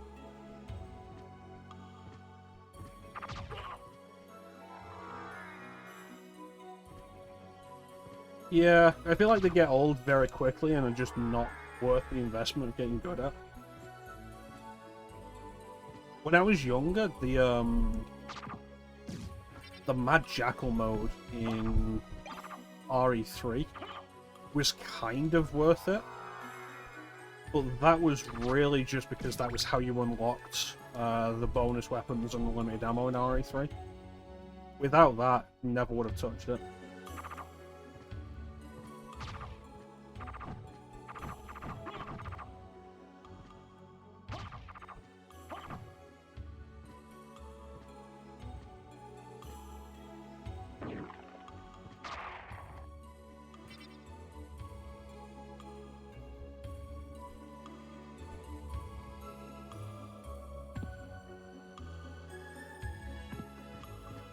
Oh, never bothered with Leech Hunter. I don't enjoy Zero to begin with. I'm not playing more of it.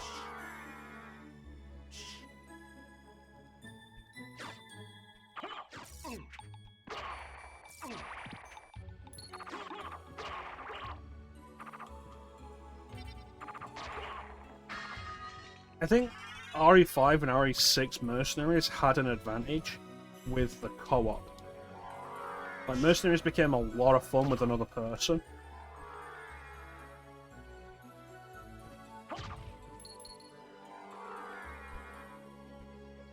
I still didn't spend much time on them, though. I have to go through a window demo on it.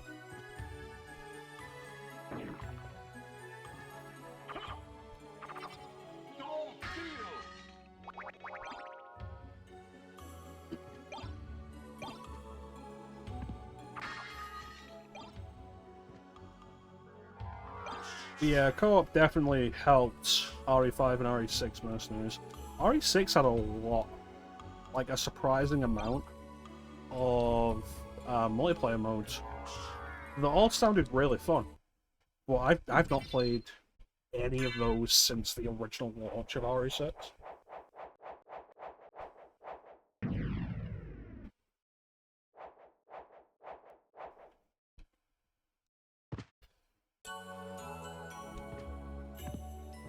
There was one mode that sounded kind of interesting. Slayer, maybe it was called. Slayer or Slayers. It sounded interesting, didn't play it because it was DLC. Oh, I tried that once. I remember getting to play as a dog in Leon's second chapter in the graveyard. Didn't succeed at killing anybody. And that's the only thing I remember about it.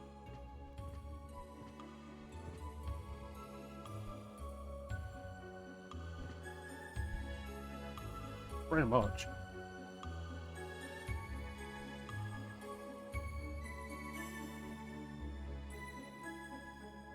Like, you have so little agency as a monster. You have so little capability of what you can actually do. It's really not worth it. It's kind of crazy thinking about just how much multiplayer stuff was in RE6. Because they also had the thing of where you could join another player's campaign. It's like, oh, you're playing as Leon? Cool, Leon crosses over with Ada here. So if somebody was playing that part of Ada's campaign at that exact time, you could end up playing with them. And it was a cool idea that I've only ever actually gotten to experience, like, I think maybe twice. Because it's so... What's the word? It's so God damn it. It's so unlikely to actually happen.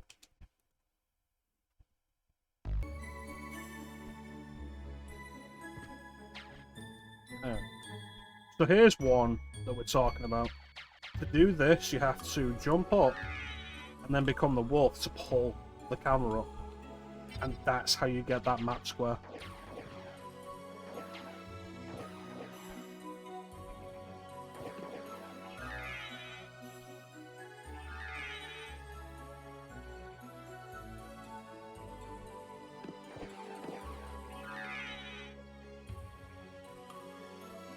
Yep.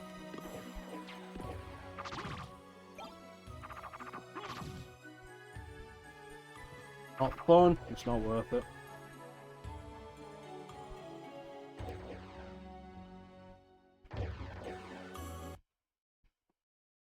Fucking...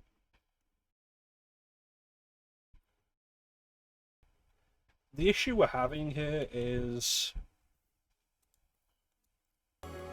my reset combination is select and B. And so I'm trying to bring up the map while I'm holding B. And it happened a few times when we were doing Final Fantasy IX as well. Like, that's what's going on. The button I have as the hotkey enable in RetroArch is select.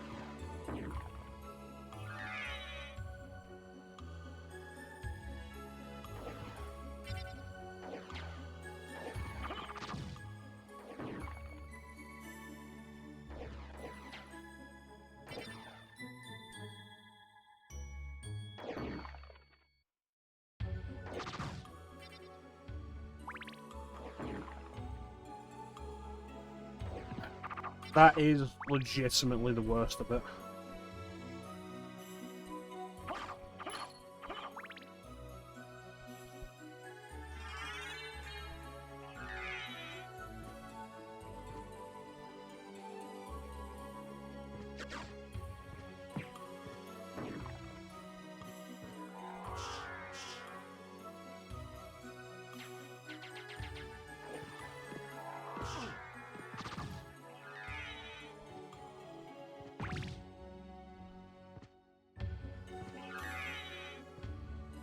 Alright, we'll be here, Ninja. Probably still be in the caverns when you come back as well.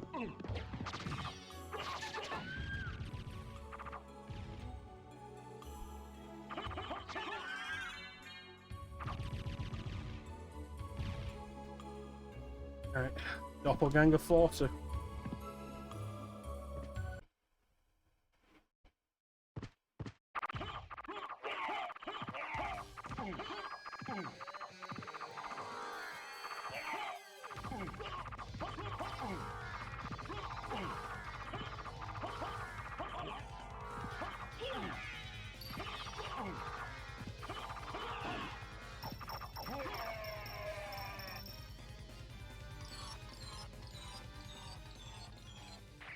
I'm not sure.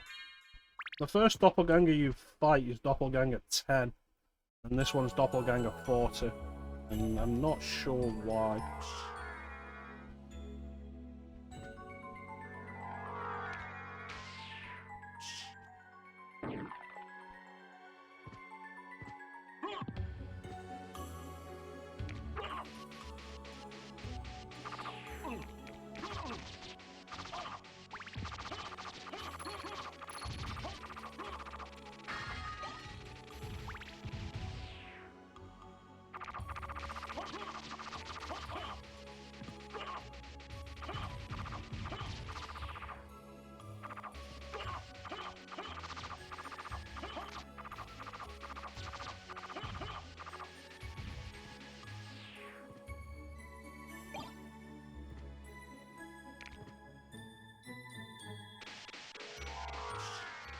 It's this side taken care of.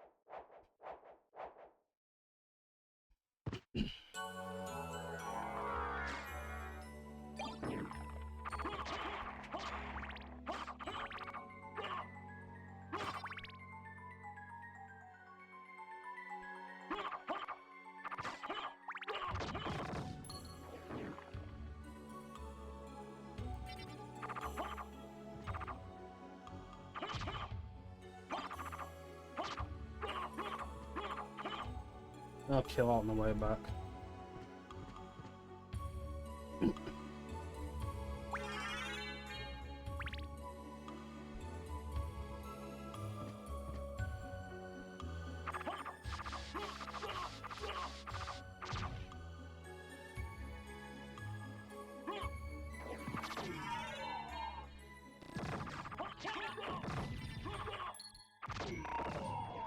I forget where the Alucard shield is. Dragon Helm is a reverse fire of that. We already got that. Twilight Cloak is a reverse Silver Ring. We already got that. No, we didn't get that. We haven't been there yet. Alucard's sword is a reverse demon card. We'll be getting that in a minute, but we won't be using it because Thagum is just generally better. Alucard Nail is in Olrox's reverse Olrox quarters.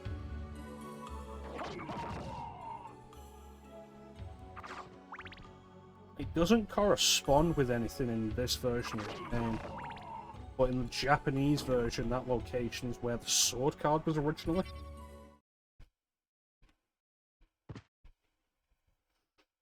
They moved it in the Western release when they removed the Nose Demon card.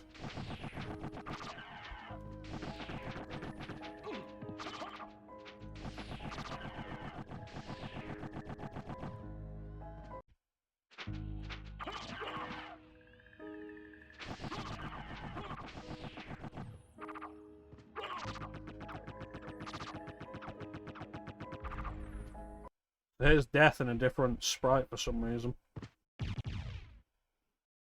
So, you've made it this far.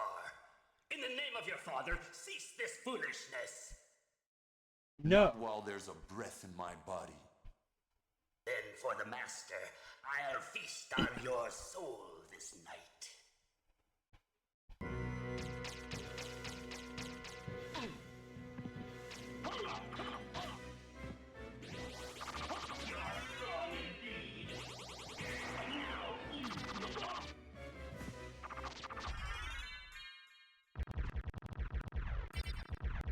Bitch.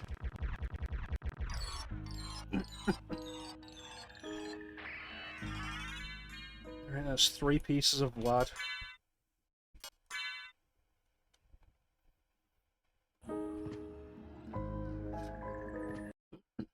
What's left? Medusa and the mummy. This switch hasn't been pressed yet.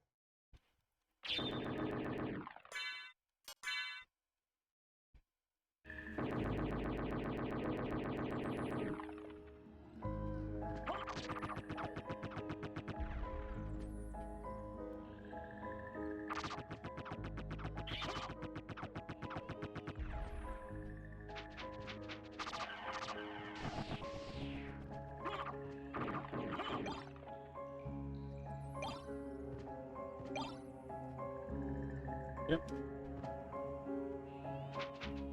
So what we'll do is we'll clear out the reverse catacombs, take out Gallimore, and then circle back around to finish out the caverns, and head through reverse entrance.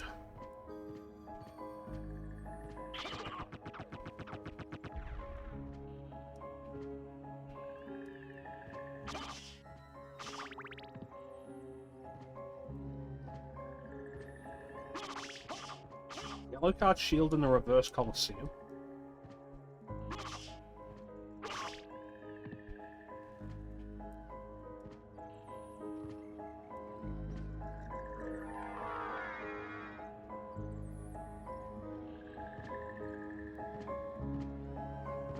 Might be. Why is that, Clem?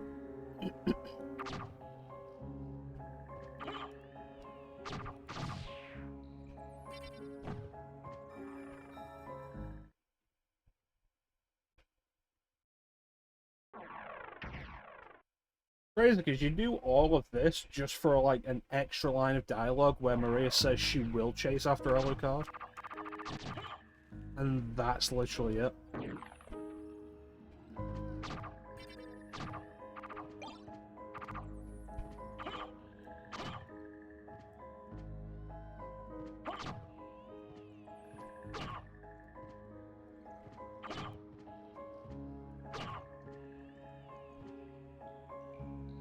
Like in Dawn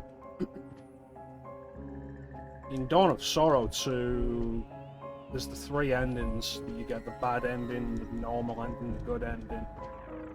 Even though the normal ending is worse than the bad ending.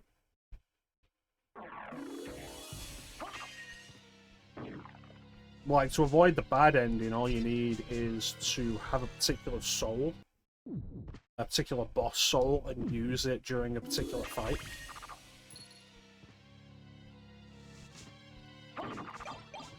And then to avoid the normal ending, you need to equip an accessory you've had since almost the start of the game before going into a particular cutscene. And then that's it. You're on the path to the good ending. There's no more messing around after that.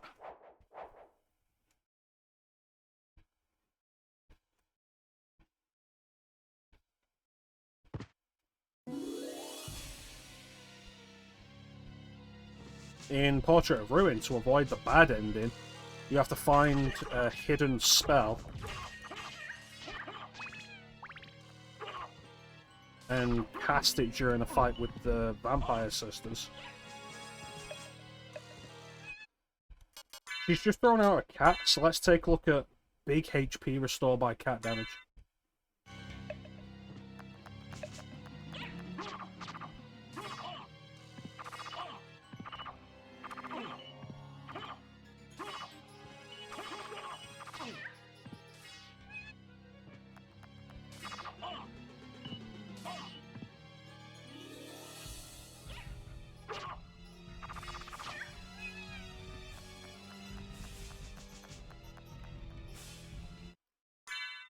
So I was wrong earlier when I said it was 80 hit points and it's actually 120 per hit. Which is just insane.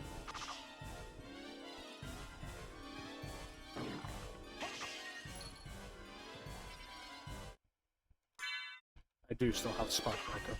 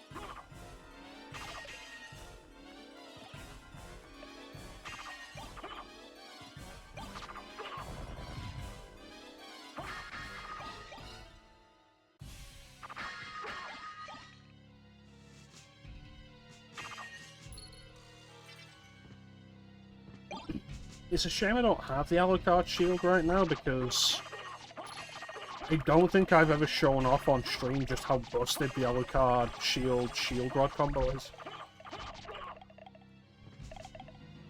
It's kind of infamous for being like really broken, but I don't think I've ever shown off what it is.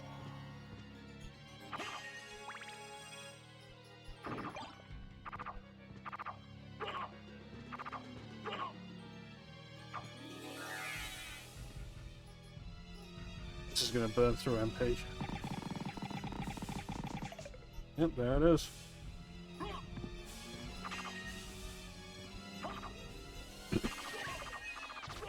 Good thing I've got that Mystic Pendant to increase MP restoration.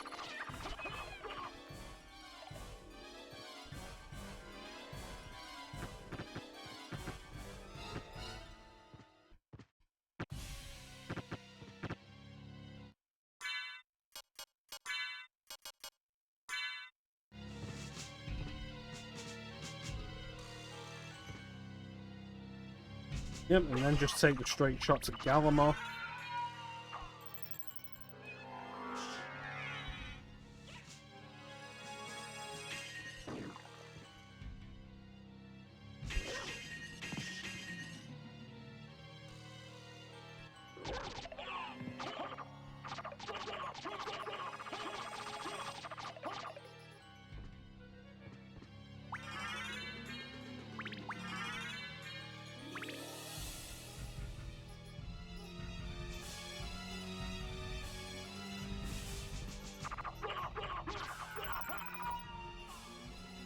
A Frozen Half has an attack that you generally don't want to let him get off.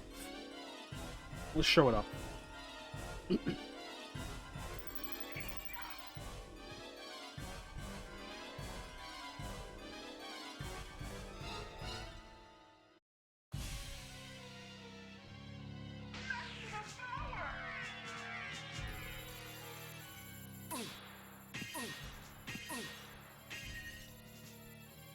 So I don't think this stopped.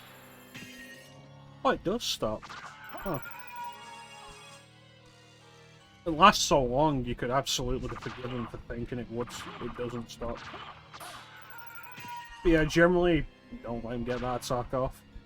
But by the time you get down here, you should be strong enough to kill him fast enough without really trying. But it shouldn't really be an issue.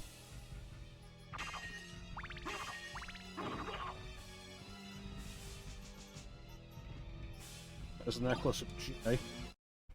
How much luck is that? 3? Defense 5. Why did I think it was luck?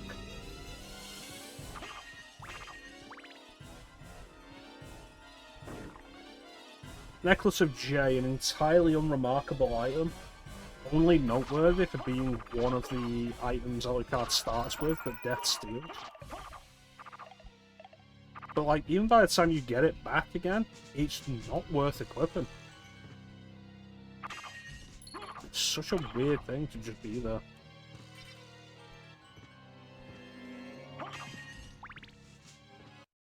It's like, all of Alucard's starting equipment is really good, and then there's that which is just, yeah, it's alright. It's not great.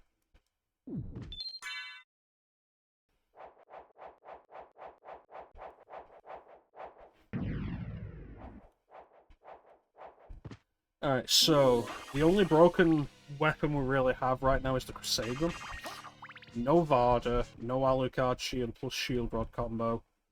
So let's show off just how broken the the Crusader is on its own.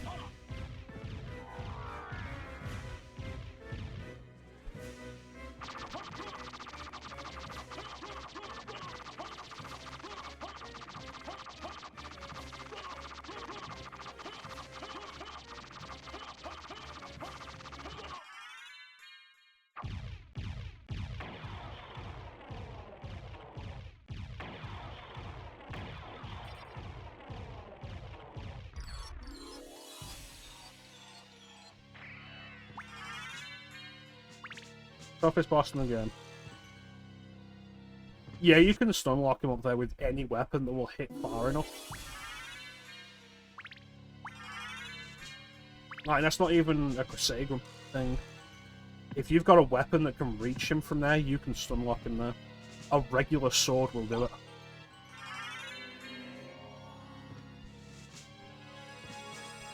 And like, you'll find the Alucard sword on the way down here.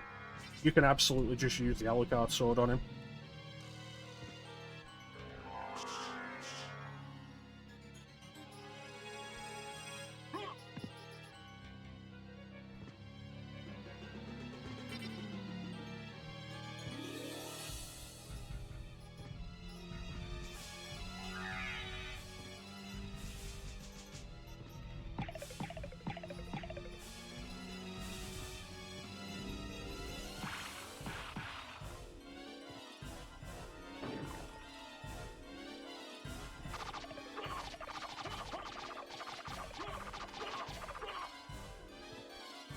If anything, the main thing the Crusader did was speed it up. Yeah, now you know about that stun lock, Clem, you will also be able to just take out Galamoth with no real trouble. I had Power of Mist as a safety to get up there without any real messing around, and to remain untouchable until he moved into the right position. But even without it, like, if you know what you're doing, you can get Galamoth to turn around while you're there, and then just stun lock him to death. Really not difficult. And so with that, it becomes a case of Galamoth is has the highest health of any boss, but is not the toughest boss. Because Dracula can do a lot of damage and his patterns are harder to read, and there's no stun locking him.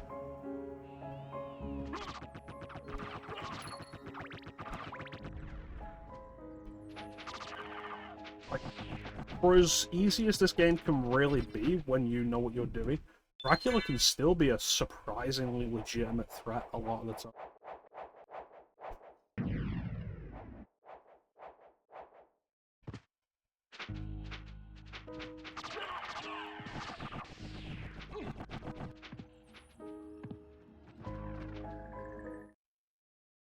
It's one of those things that you really end up having to think about if you do the randomizers. Of like, okay, cool, I'm ready and set to go and fight Dracula. I need equipment for this, because otherwise I will absolutely die to Dracula.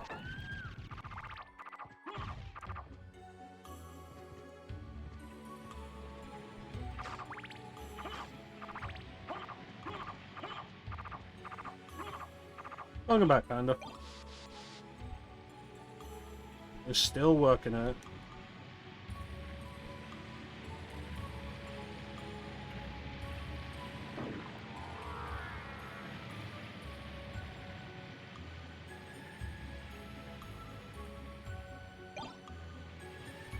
Symphony, Katana, that's a pretty decent weapon.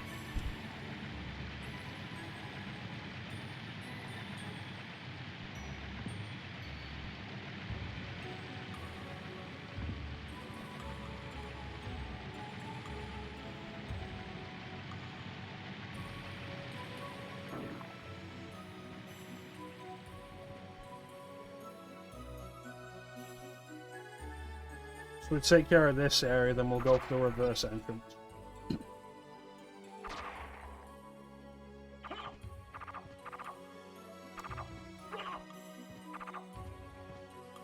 Yeah, it's a warm one. Pleasant.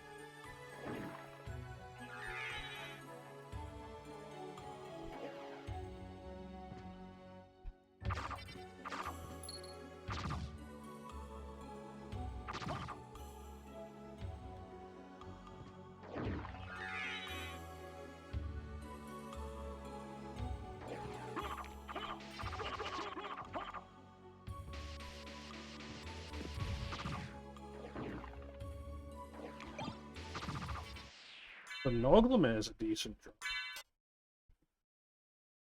The defense plus 15 as opposed to the Necklace of J's defense plus 5.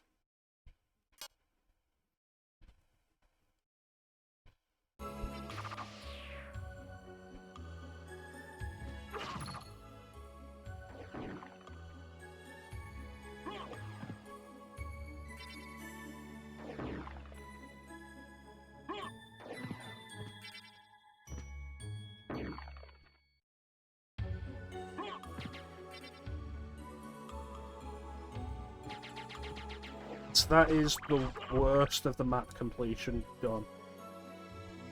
Oh, there's the yellow card shield.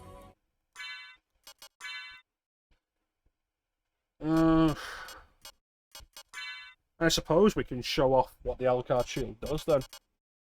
Clem, have you ever seen the yellow card shield plus shield rod combo in effect?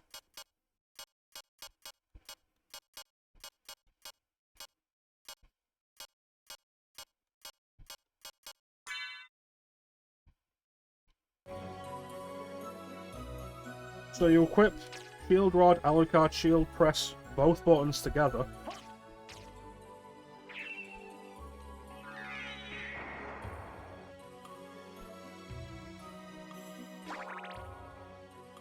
And then every hit you do with the Alucard shield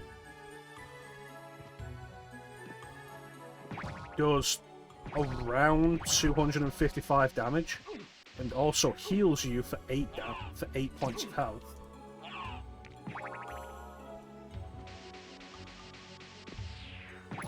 Cost magic to have the shield out, but here's the crazy thing.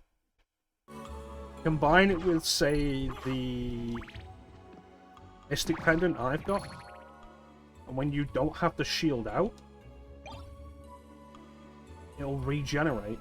There's a specific time limit on it. After a certain amount of time, I can't remember the exact number. After a certain amount of time, it will stop working, or if you run out of MP.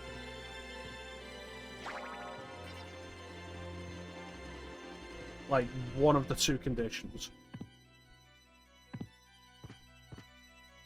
But it's so easy to avoid running out of MP.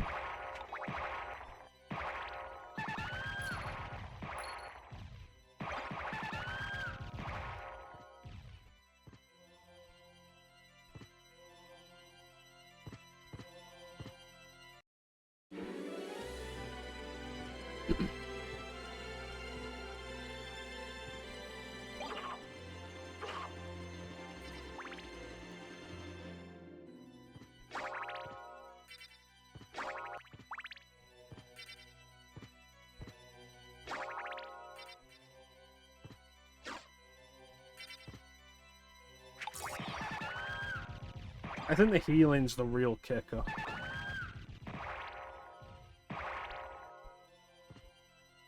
But it's absolutely insane. And it costs so little MP to actually use.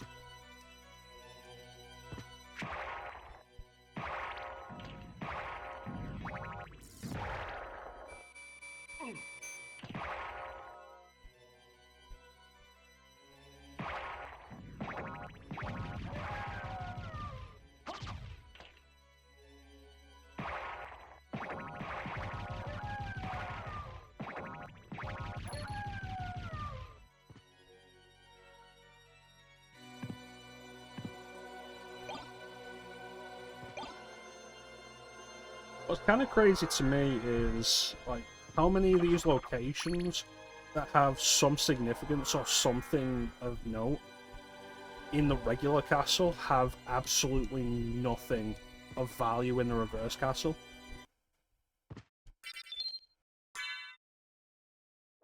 Like, where we just went above the entrance is Power of Wolf in regular castle. In reverse castle, it's not even a good weapon or anything. It's a life hammer and an uncurse. And it was like, wow, that's useless.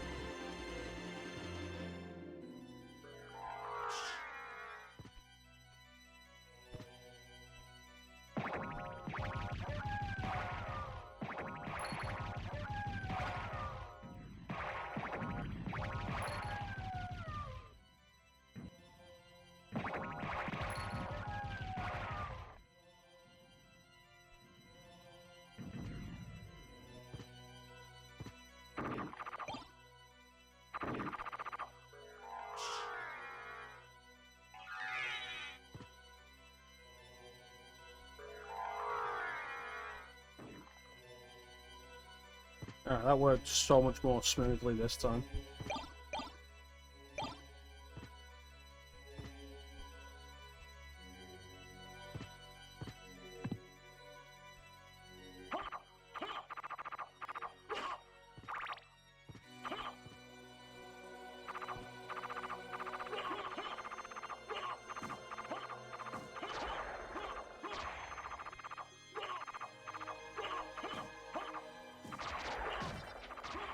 Yeah, we got the dodo bird.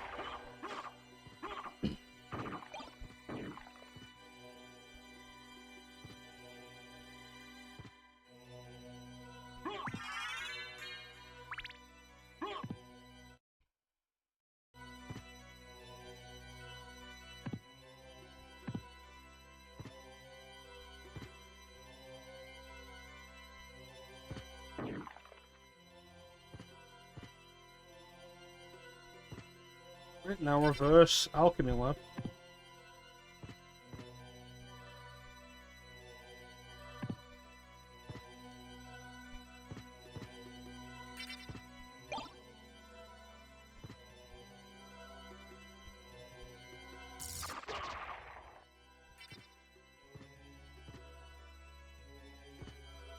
This one's a little more awkward because there's the path just here outside the alchemy lab that leads up through the marble gallery, which is a complete detour, and there's also the detour that leads around where you fight Slogger and Gaibon.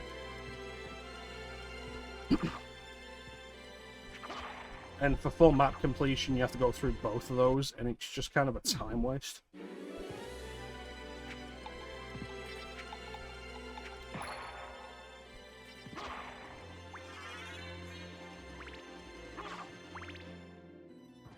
But then complete map completion in this is just only a time waste anyway.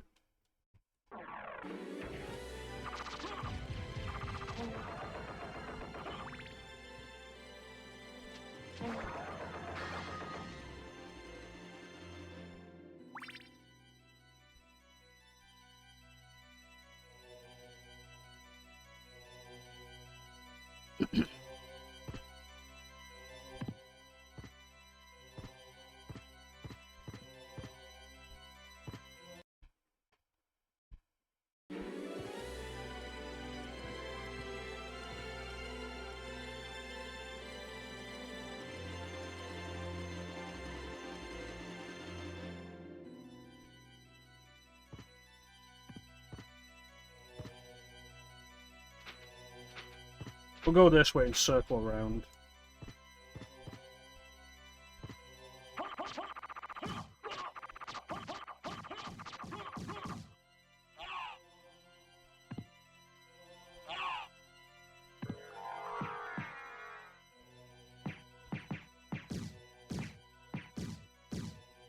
Imps, one of the more annoying enemies in the game.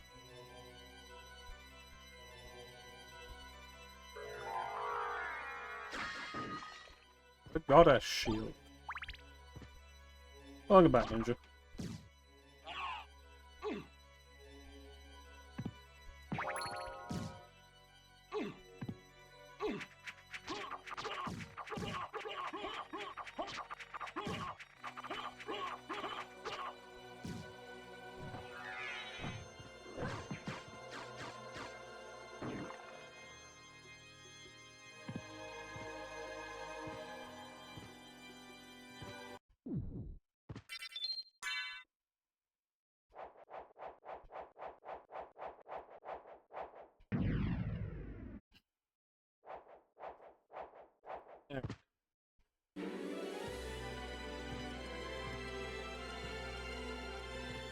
Now Beelzebub, one of the more frustrating enemies to just fight.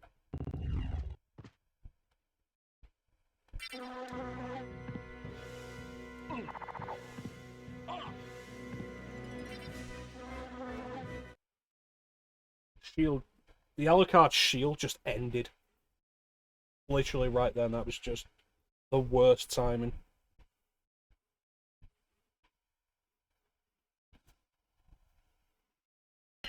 Fortunately, having gone to Galamoth first, I have Gas Cloud, so I can literally just do this.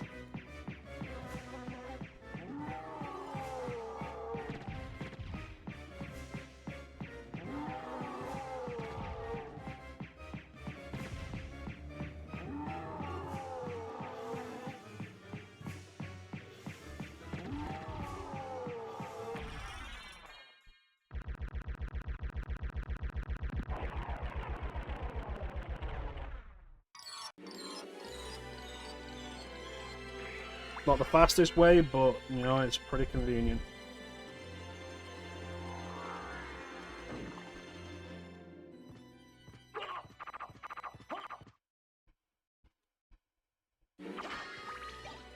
Ring of Arcana.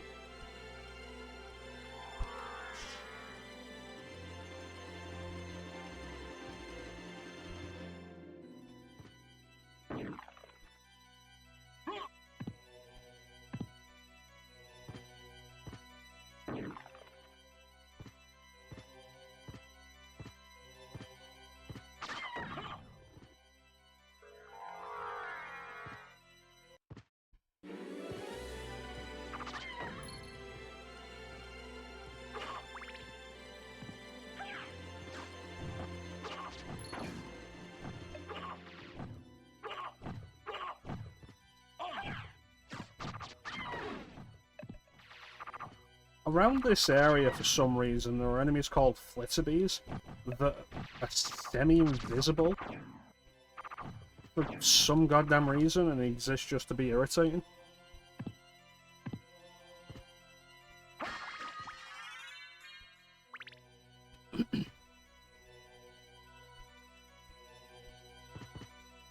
Not really much else to them. They'll catch you off guard because you won't see them.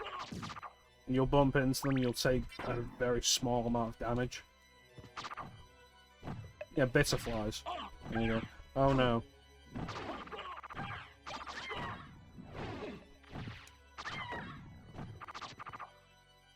I'm not sure if they ever reappear.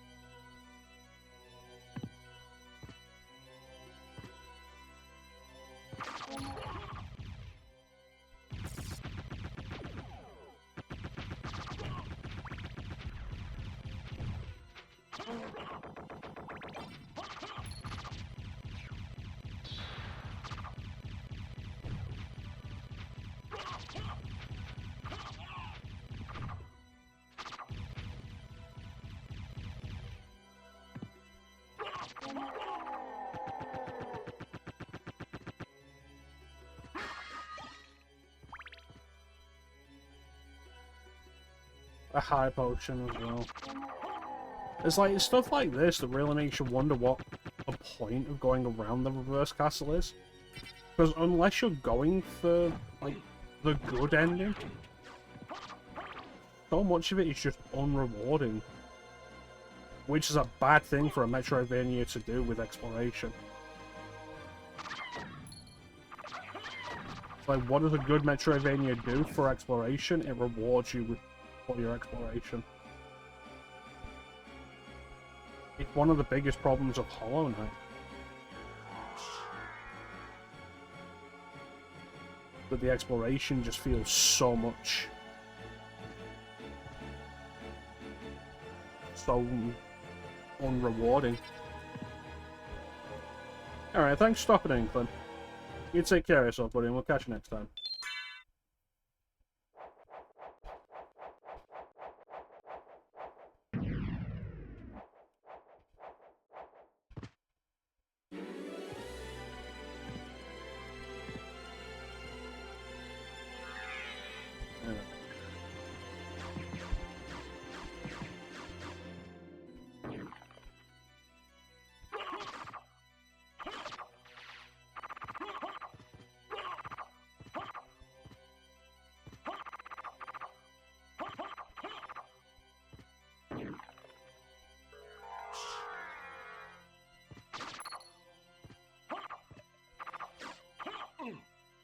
Yeah, there's worse places I could be.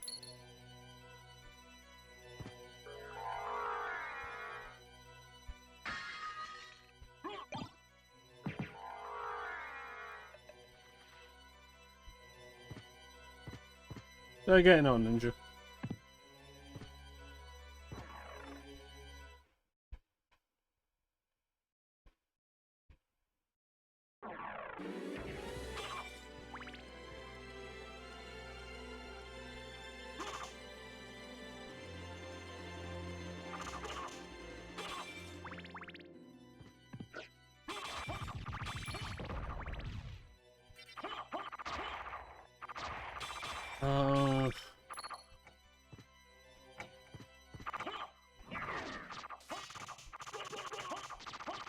Thank you, Ninja.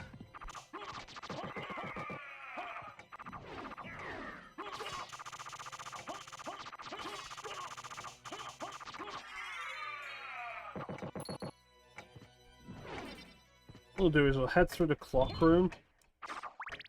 We'll circle through that backtrack in the marble gallery back to the entrance. And then we'll head through the Royal Chapel. Generally anything over 20, I think.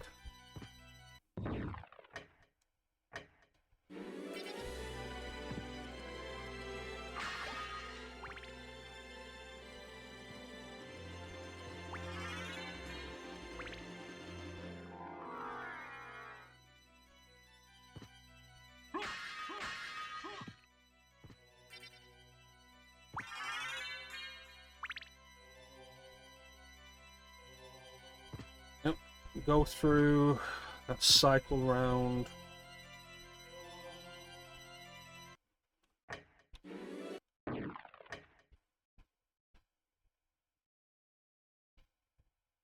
If I connect that passage here, then I can come back here through the reverse Orrock quarters.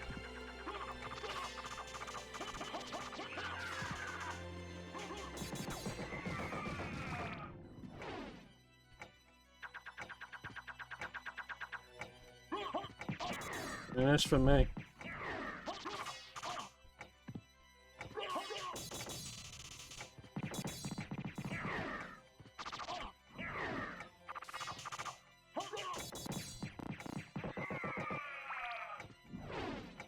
Those guys are just frustrating to deal with as Richter.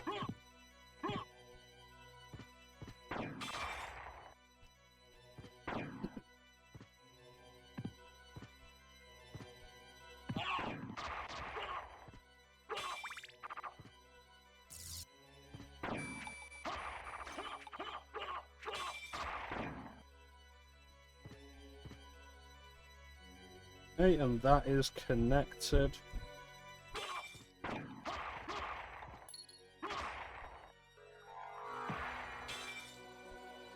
Now we head back up.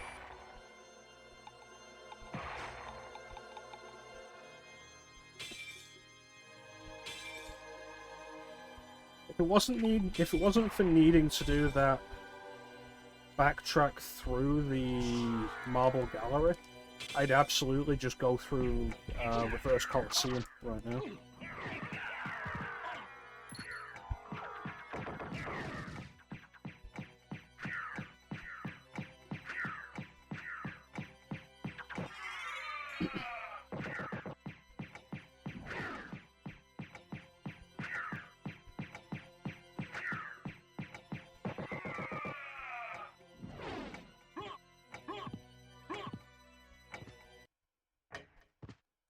As it is, unlocking the teleporter won't really do anything for me because I'll have to circle round anyway.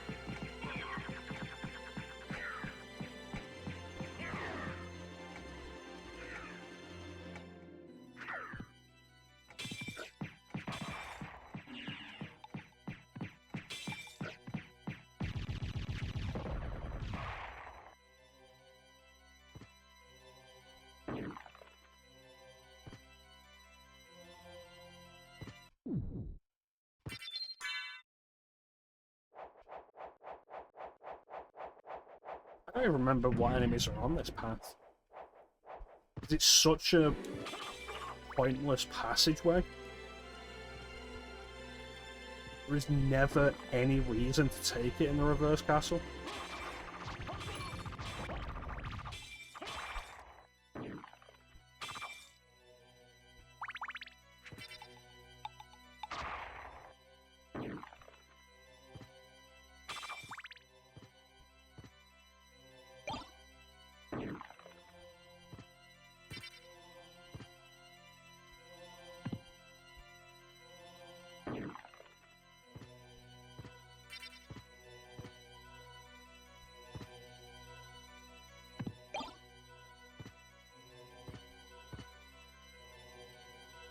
Is it worth going through the Royal Chapel, or would it be better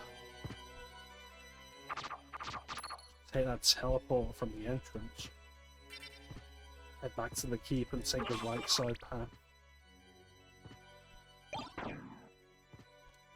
4.5 hours.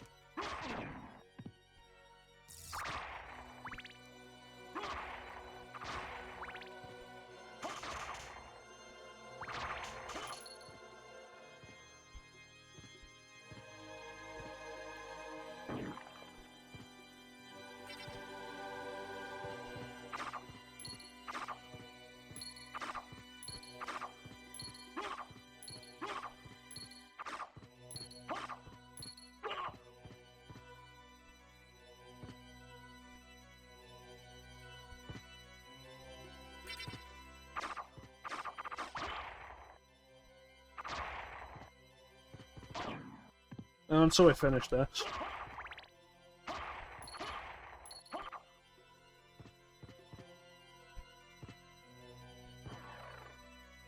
Not a huge amount left to go, though.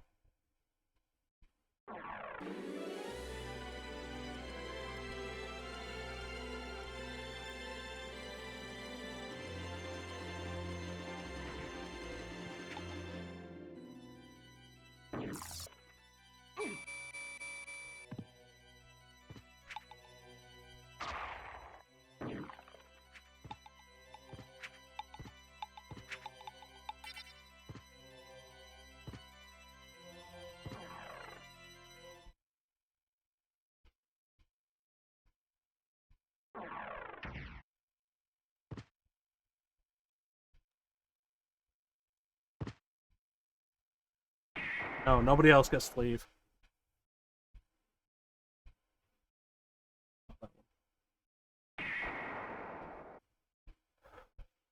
Scorpion, yes.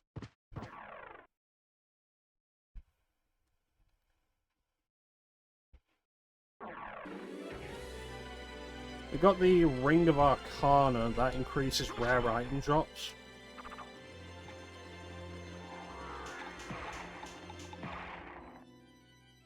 It's actually kind of an interesting thing with the Ring of Arcana. It doesn't increase your luck at all. What it does is specifically increase the chances of rare items dropping.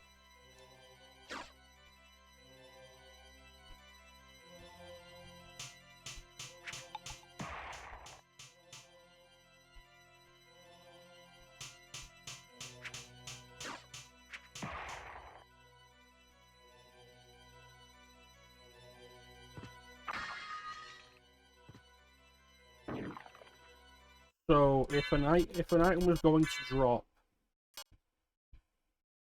the Ring of Arcana increases the chances that it would be the rare item the enemy is holding.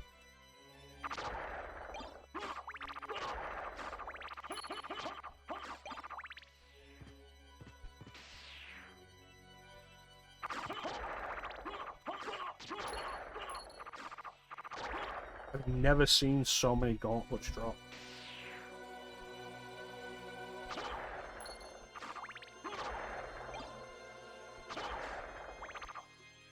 Absolutely insane.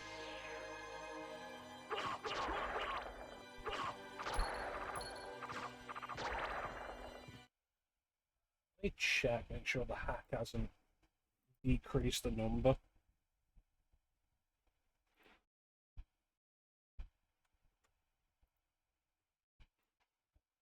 Or changed it in any way.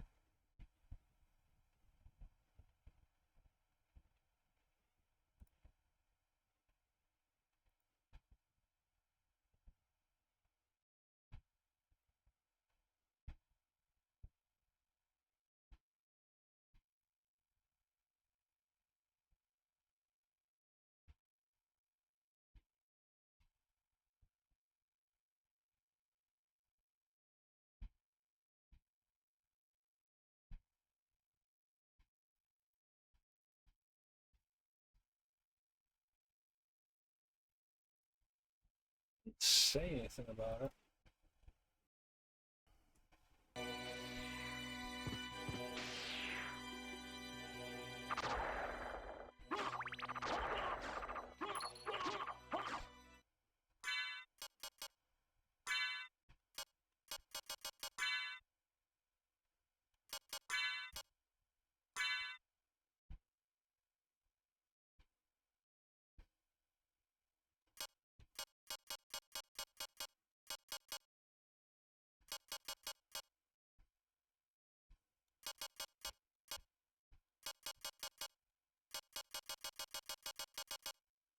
Is this the highest luck we can have?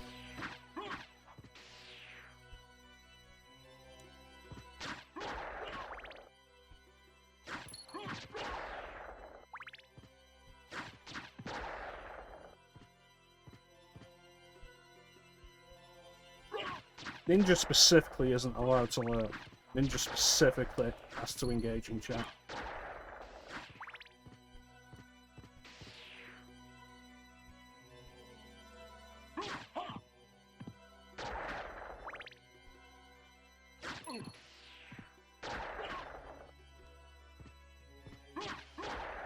Can't believe I'm not getting any Vardas here.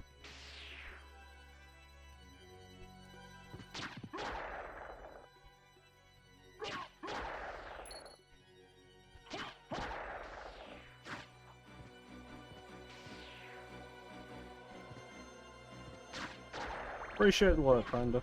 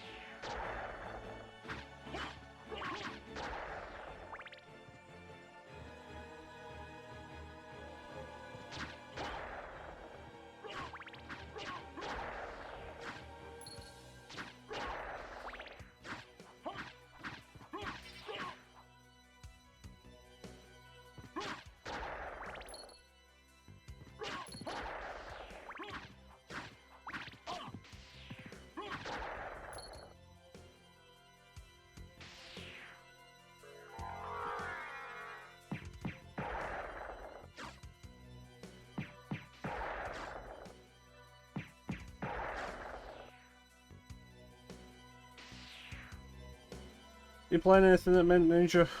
Going back through Mass Effect again?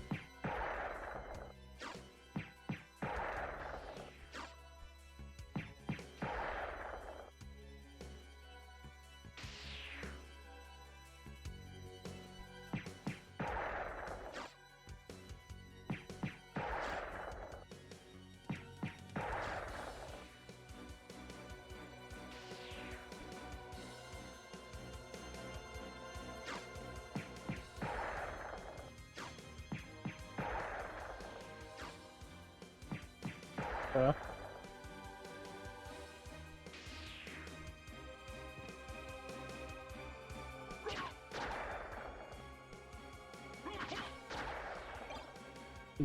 Finally, Christ.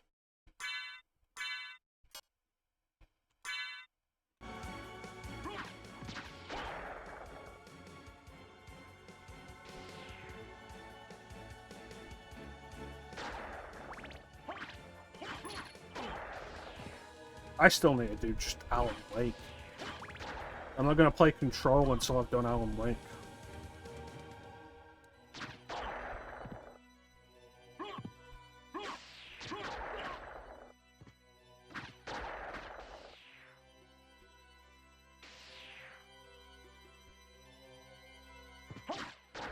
Alan Wake's been on the backlog for a long time now. I beat Portal for the first time yesterday. Never actually beaten it. I've set up a portable monitor above my bed so I can play games in bed now. Or like just play games laying down. Sitting at my desk all the time isn't super comfortable. My knee's not been doing great. I'm being bent all the time and I can't really stretch it out. You might have seen me recently every now and then just turning and stretching my knee out.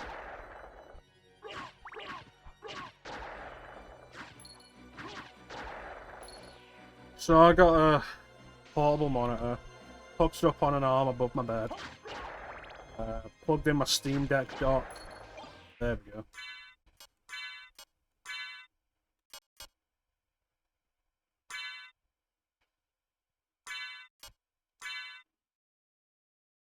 Plugged in my Steam Deck dock. And I was trying out the viability of it for gaming sessions that last longer than 20 minutes.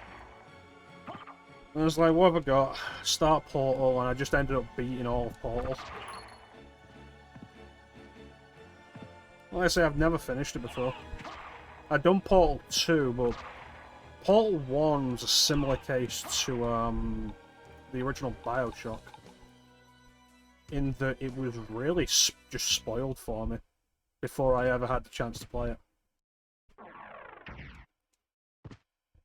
And so I tried it, and it didn't really grab me.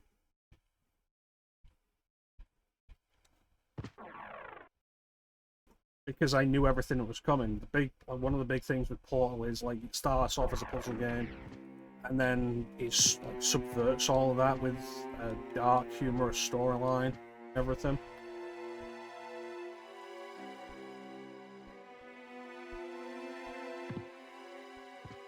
And I'm playing it and I'm thinking, wow, I can see the DNA of so many indie first-person puzzle games from like the last 15 years in this. That was kind of interesting. But like overall, it was a pretty enjoyable game. Pretty enjoyable to get done. Took me less than 2 hours to beat it. That was nice.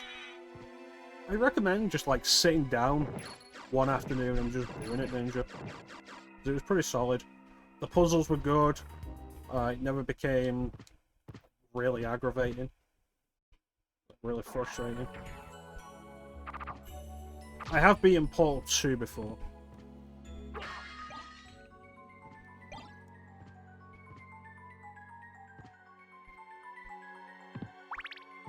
I also have them both on Steam. I assume I bought them at some point.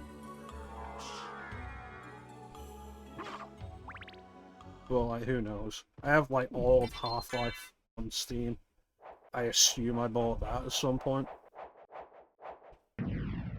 When I say all of Half-Life, I mean, like, original Half-Life, Half-Life Source, Half-Life Counter-Strike, Half-Life Deathmatch, all of it.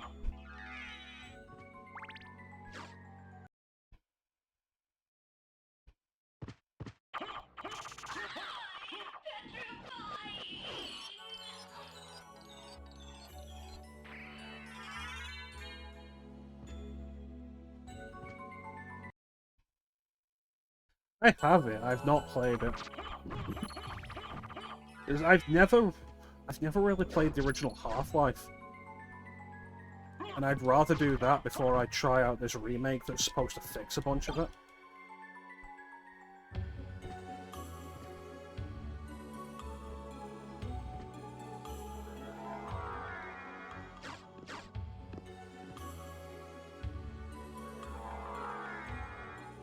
So it's just there.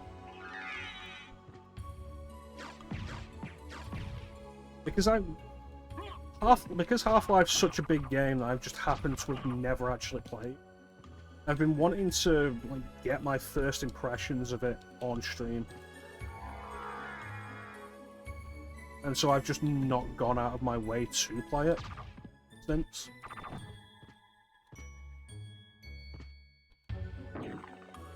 It's like, oh, how many of these bona fide, genuine classics, these most beloved games ever, have I not actually played?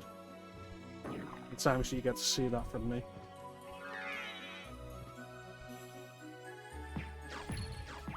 My intention was to do the PS2 release, PS2 version, because if I was going to play any version growing up, it would have been the console version. But for the 25th anniversary last year, Valve updated the Steam version. Like, not even Source, they updated the original release on Steam. With like full controller support and like a bunch of extra stuff. So if I'm gonna do it now, it might as well be that version.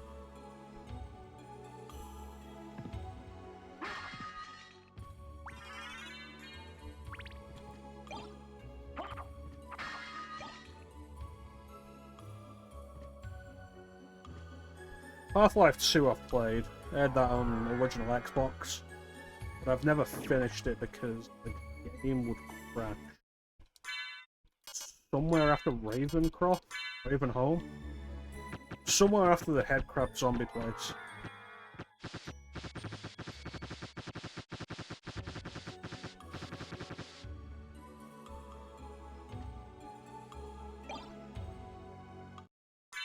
Oh, say goodbye to the green cloak.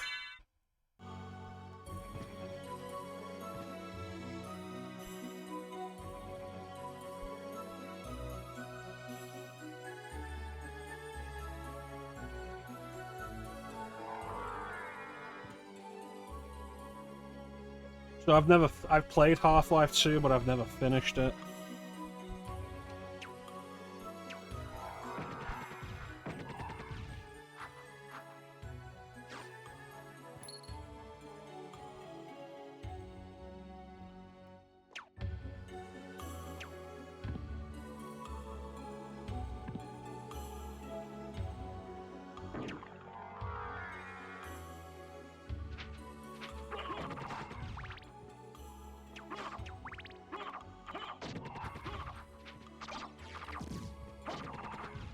remember it being really interesting when I originally played it on Xbox, but a lot of that has to do with the unbroken first-person perspective narrative, which was super uncommon at the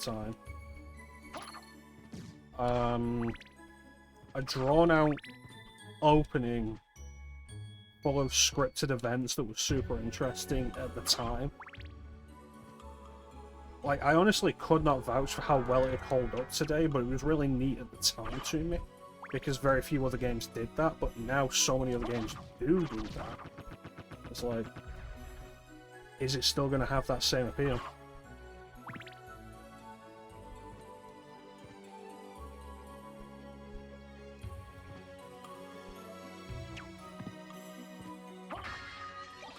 Probably not.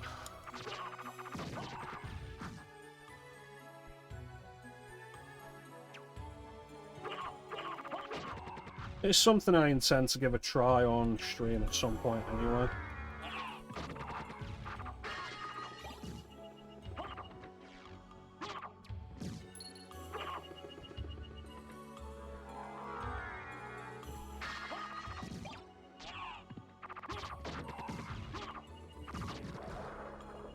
Well, I mean, there's plenty of people who go around and say that some games that are considered the best games of all time are just actively bad. So you turn around and say Half-Life is alright isn't going to be the worst thing ever.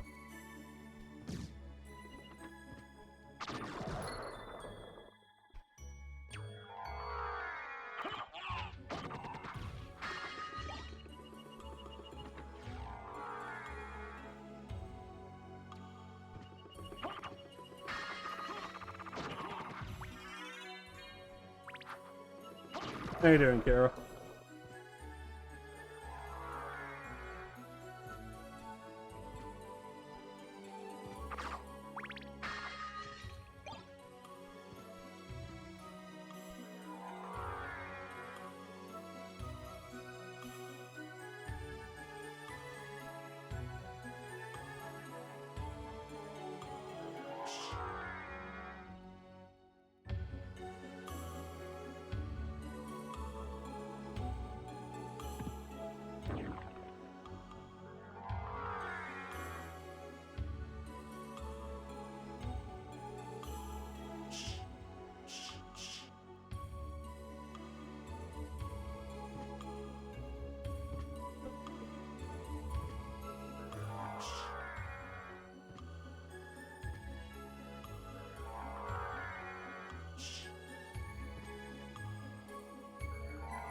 I mean, something like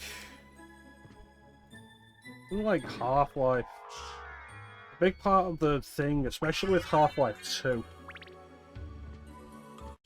things in private. Interesting. That didn't sound right. But yeah, like one of the things, especially with Half-Life 2, and I've heard it's part of the reason why they've been so hesitant on even trying to make Half-Life 3, is Valve feels like Half-Life has to be created to show off some kind of new technology in some way or form. Like with Half-Life 2 it was the physics engine, Half-Life Alyx it was all about VR.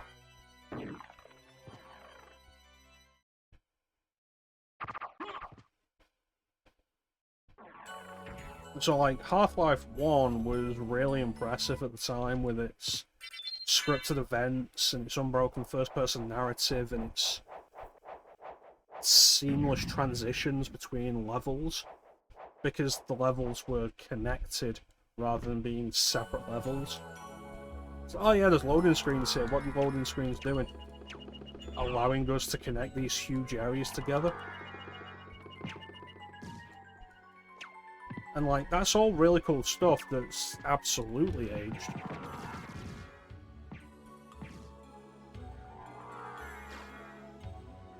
And doesn't hold the same appeal that it used to.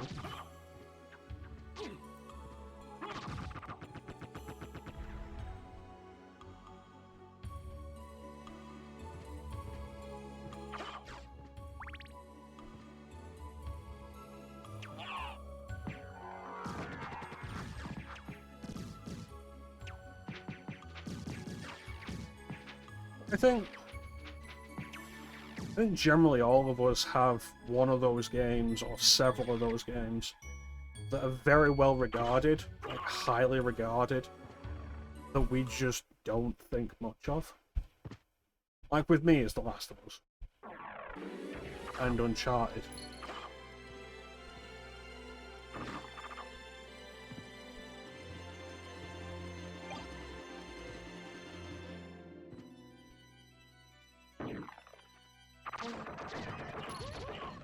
Thanks for popping in, Kira.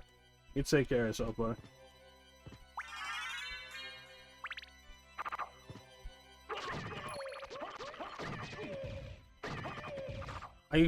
I want to give The Last of Us another chance, like give it a chance on stream and see what I think of it, but everything I played of it said it's really fucking generic. His gameplay mechanics aren't great, and people... I've said this before, I think it's a testament to the lack of respect video games have as an industry, a form of media.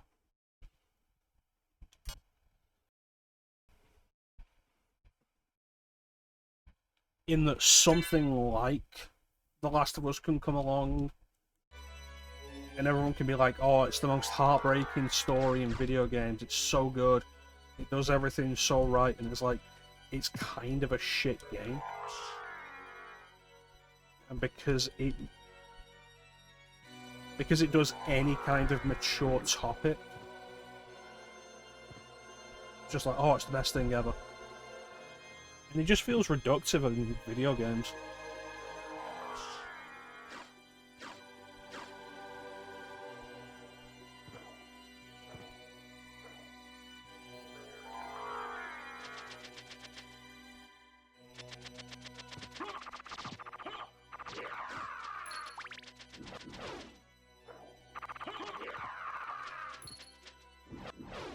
About the story and then the gameplay.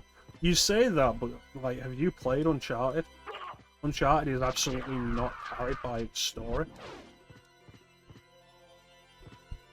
And then when they did try and carry it with the story, everyone was like, oh, Uncharted 4 is such a good send-off, it's such an emotional closer for the series, and like Nathan Drake gets the ending he deserved. And it's like, I played all the previous Uncharted games, Nathan Drake was never a character I cared about. And then Uncharted 4, I played Uncharted 4, and its big focus on Nathan Drake as a character and his family, with his brother. And, like, I spent so much of that game wishing they would shut up. They never stop talking, and they have no more personality than they used to. What's the personality? Snark.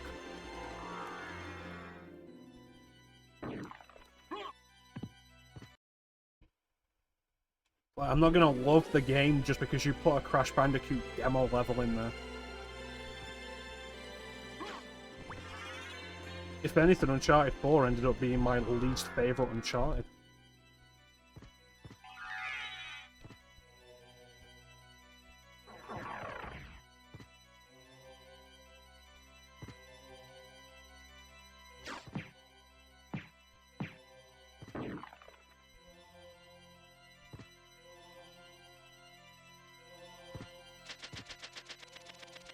Two was absolutely overhyped. So I remember 2 being labelled as the best game on PS3. And I played the first one to get to the second one, and I didn't think much of it. I thought it looked good, but I've always been in the camp of, like, a game needs to stand up on its gameplay, not its graphics. And the gameplay of Uncharted is very standard. Just cover shooter platformer.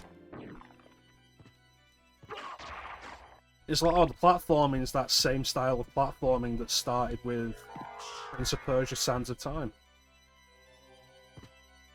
The gameplay is the same kind of the gunplay is the same kind of gunplay that began with Gears of War. So it's not doing anything particularly new, and it's not doing anything that it does particularly amazingly. It's serviceable. And that's kind of it. Yeah, Uncharted 2 introduces stealth sections and then doesn't really let you stealth.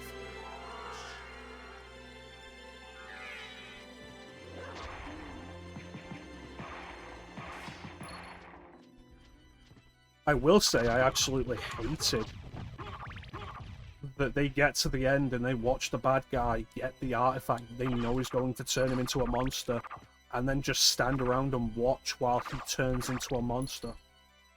And then after he's turned into a monster, they decide, maybe we should shoot him.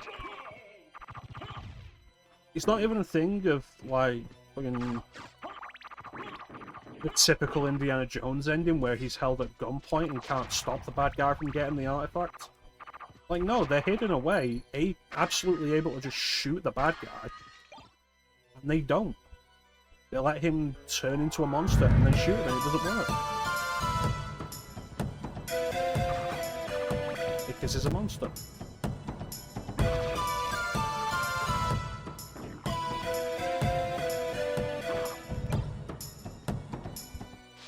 Hey, thanks, man.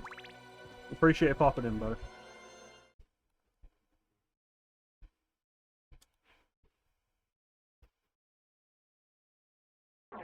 Close to finishing this now as well. First Coliseum is the last section.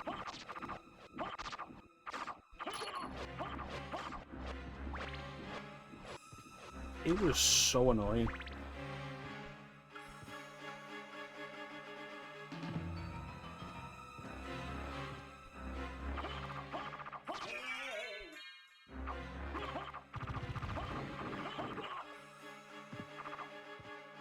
I will say, like, surprisingly, I did quite enjoy Uncharted 3. Though Uncharted 3 had its own problems.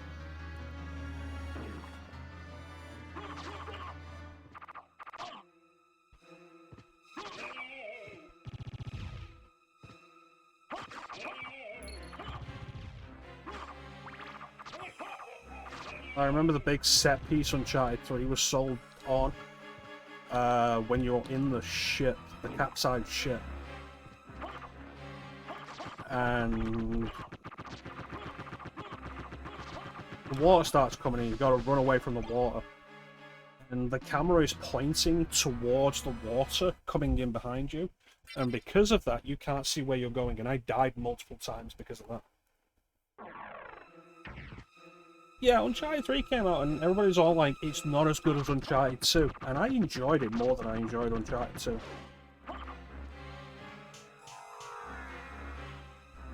But people also really shit on Golden Abyss, the Vita one. I quite enjoyed that.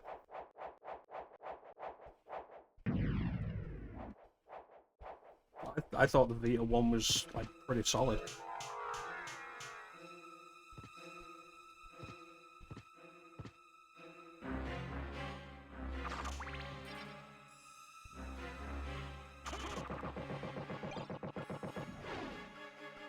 Zircon. Again, this gets into the whole thing I was saying earlier of exploration in the reverse castle just being so unrewarding. You go past 3 stone skulls to get there, which means you've got to take it a little slower because you can't do anything to them. And what's your reward for it? After killing a white dragon? The cheapest jewel. Oh, Buffalo Star.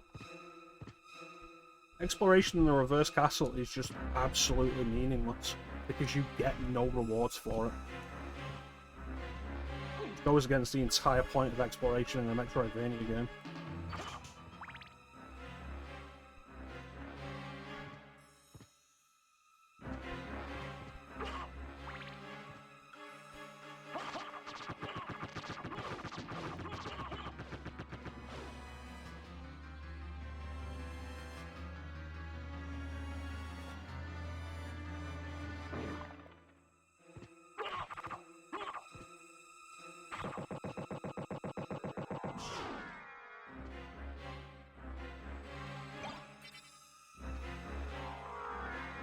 A new sword. Is it a sword I'm going to use? No, but it's a new sword. It's something. Yeah, Golden Abyss was fine. It's smaller scale. Like, they don't travel through multiple countries or anything. Like, it's not a globe-trotting adventure. I'm not entirely sure if Sully's even in it. I know Elena's not in it. I don't think Chloe Frazier's in it either. Like, as its own little standalone adventure, it was pretty enjoyable, and having that on the Vita, especially at the time, was kind of crazy. Like, graphics absolutely are not the most important part of gameplay, but like, if there was a game to sell you on just how impressive a handheld could be, graphically, that was that.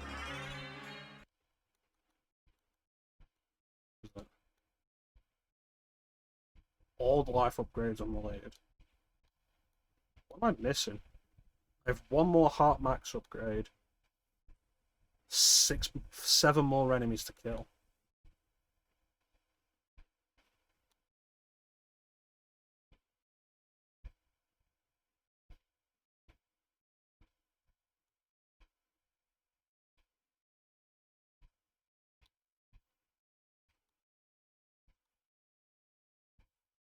That's a waste of time. Waste of time. Yeah.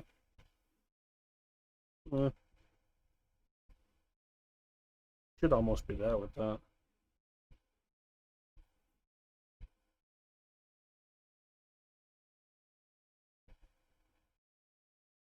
Yeah, I'm not doing that. Nope.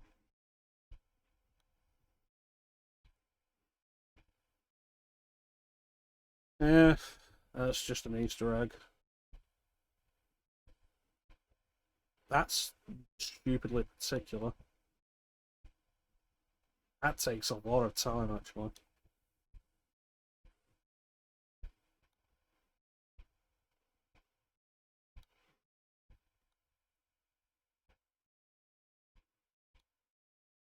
This was actually a trophy in the PS4 version. Absolutely pointless.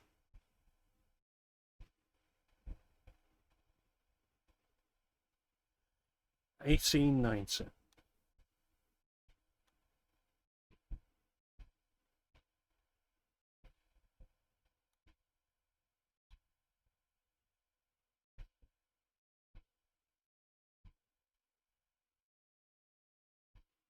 See, this is why, like, retro achievements are a neat little thing, but this kind of thing is exactly why I will not actually bother getting all of the retro achievements in any given game.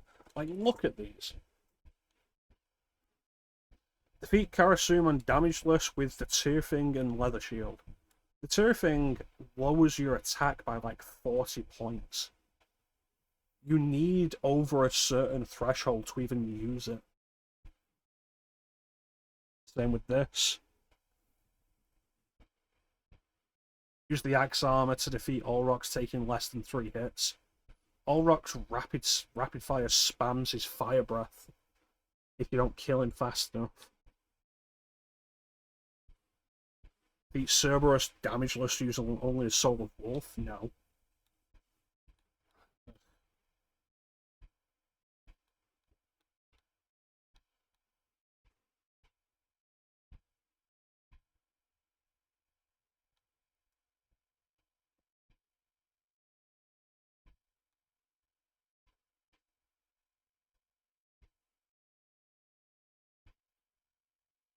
Defeat all the bosses as Richter without using save points to refill your health.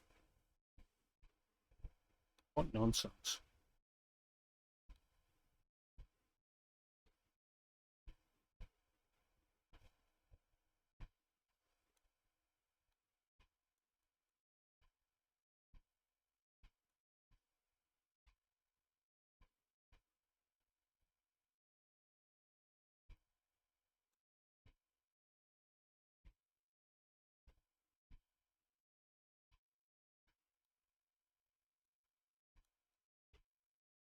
So it was 1890 rooms. We have 1868.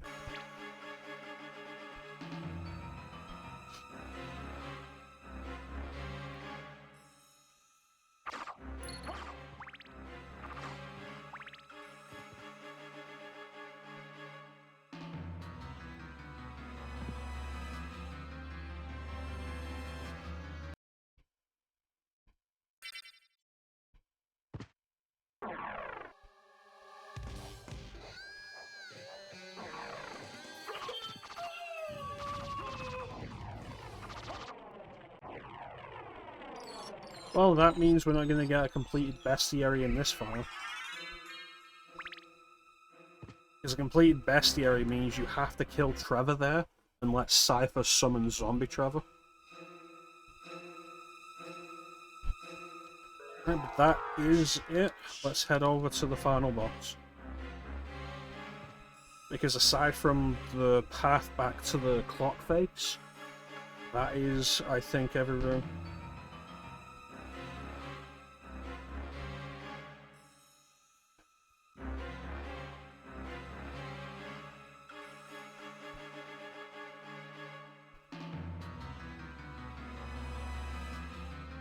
I didn't go far enough in the reverse silver ring room, and corner of it is missing off.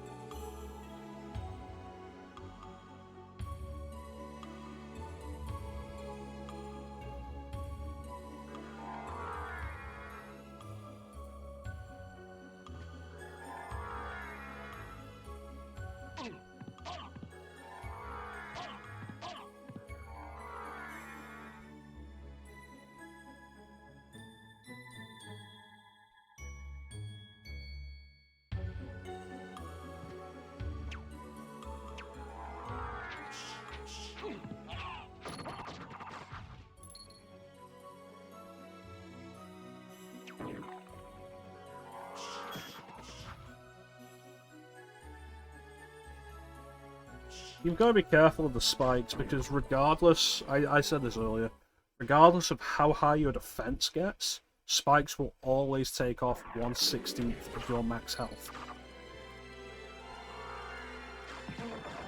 So spikes will always be dangerous.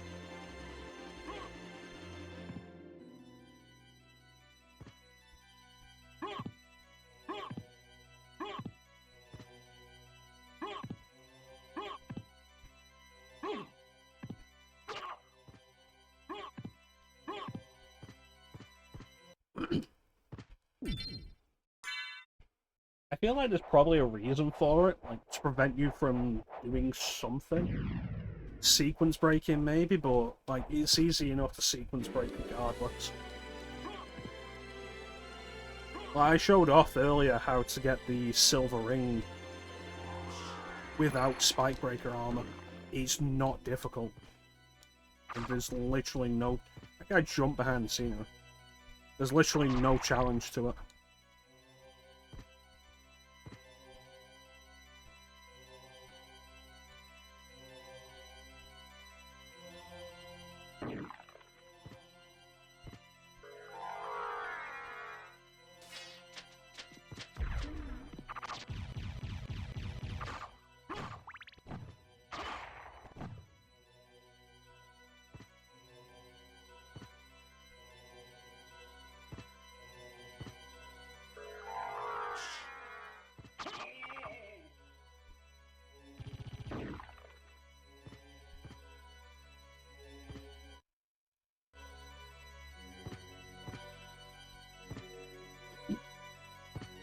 When it says rooms, what it means is number of tiles on that.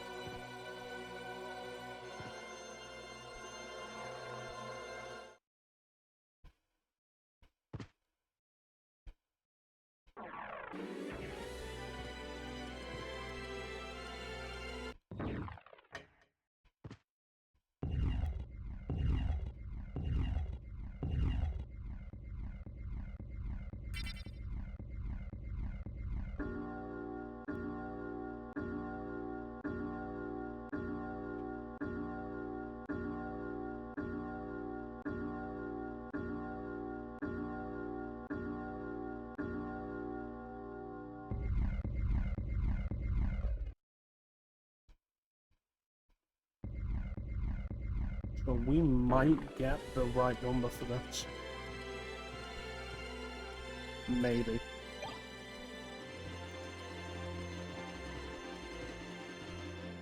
I say that, but the game says I'm missing one heart max up.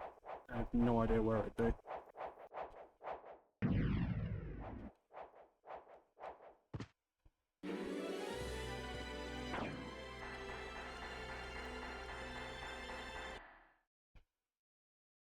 To get all of them, I'll have to go up one half of this area, and then go back down and go up the other half. Because once you cross the middle, you're in the final boss.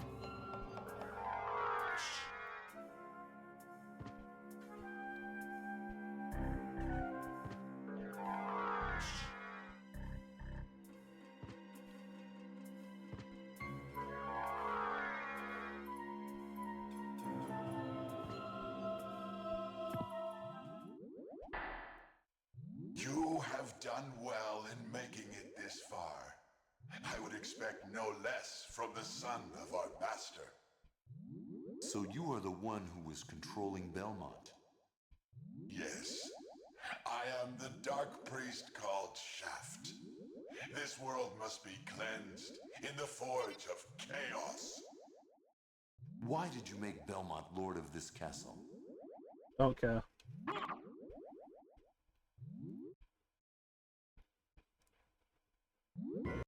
$18.94.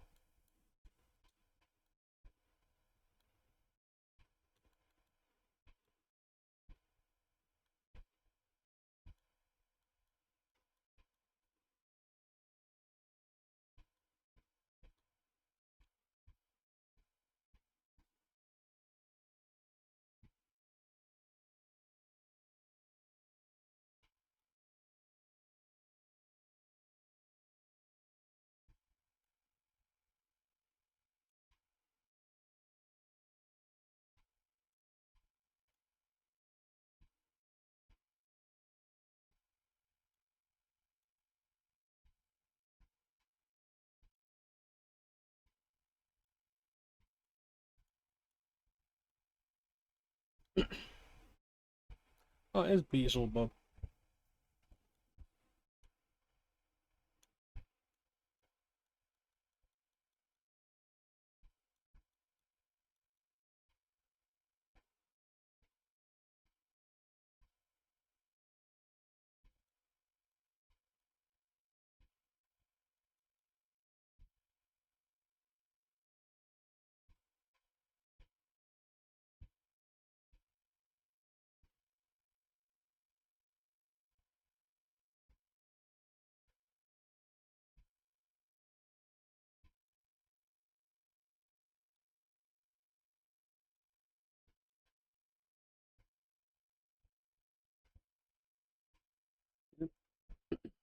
Saying I haven't gotten all of them.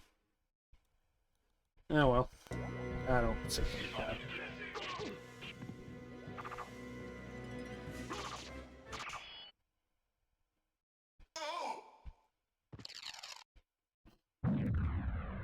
I feel like Shaft's death is better that way. No long running monologue, just oh, and then he's dead.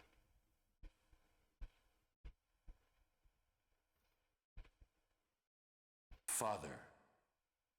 Well met, my son. It's been a long time. I was hoping we would not see each other again. I can't allow you to leave here, Father. You have ever been the ally of humans. Have you forgotten what they did to your mother? Think you I would forget such a thing? No, but neither do I seek revenge against them. Still uttering the same nonsense.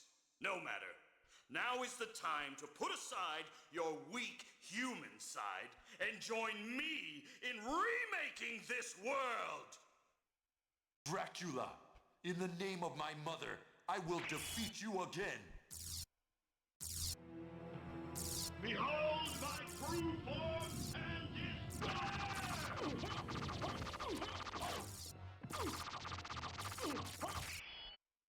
Bitch. Go back whence you came. Trouble the soul of my mother no more. How? How is it that I've been so defeated? You have been doomed ever since you lost the ability to love.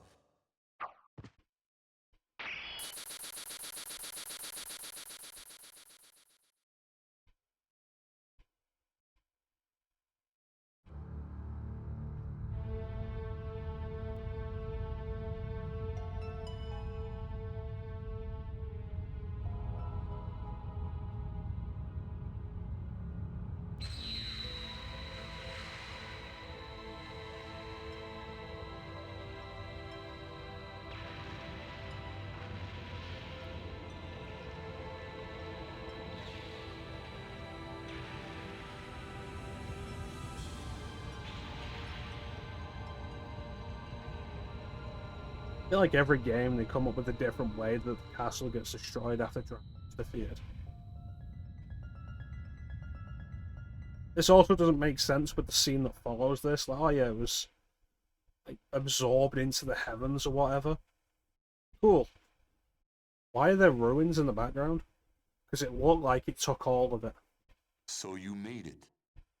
Alucard, I'm glad you're all right. I'm sorry. 'Tis my fault you had to fight your own father. Fear Yes. not. I had my own reasons for destroying him. It must have been painful for you. Indeed.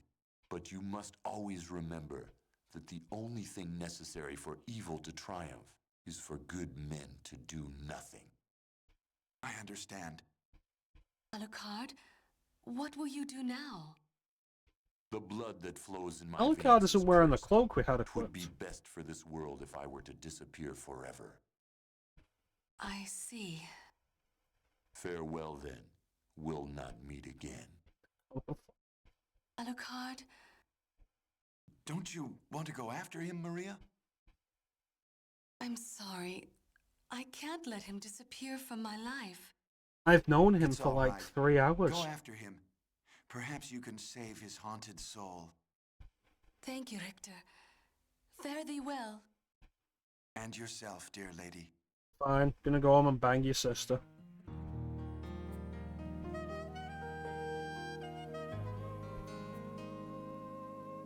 It sounds crass, but like, Maria is the sister of Richter's love. So it's not wrong.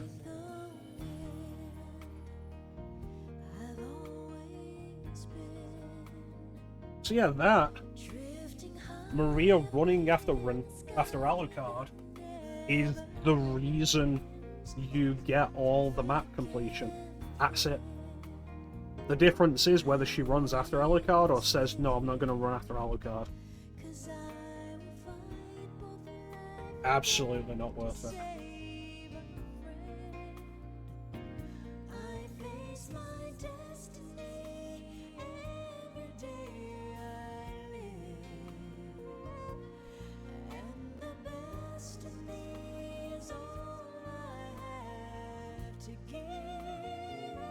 Just like the sun,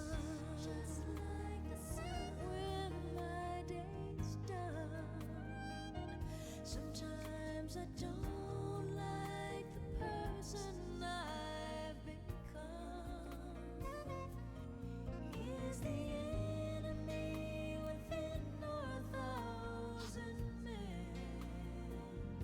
Yeah, that is Castlevania Symphony of the Night.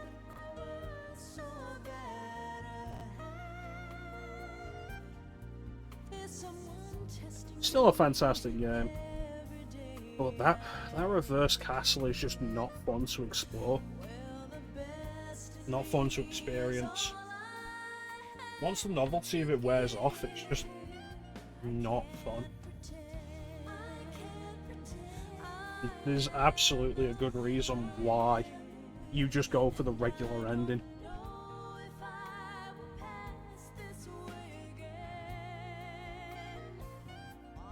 Like I've been saying throughout this stream, it is something the series gets better with as it goes on.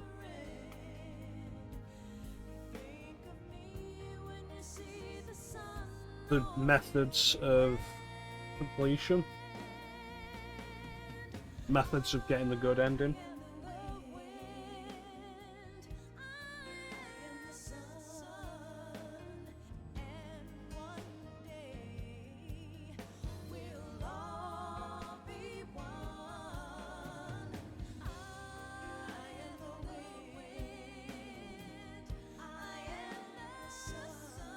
It is worth playing.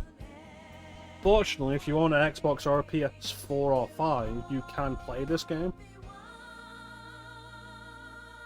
It is available. Via backwards compatibility on Xbox, you can play the Xbox 360 version, which is based on the original PlayStation version. It's just missing the FMVs, which don't really matter, honestly. Or the version on PS4 as part of the Castlevania Requiem collection, which comes with Rondo of Blood, is the PSP version that was included with Castlevania Dracula X Chronicles. Just without Dracula X Chronicles for some reason.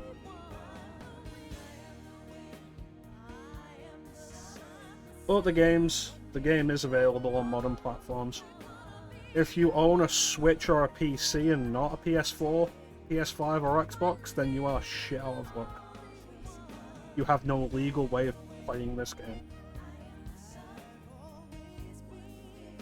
So emulate it.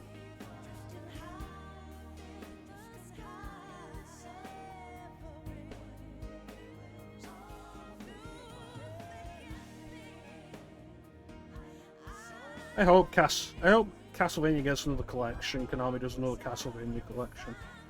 Because it'd be nice to get the DS games in a collection, and then also like Symphony Night and Rondo of Blood on something other than PS4.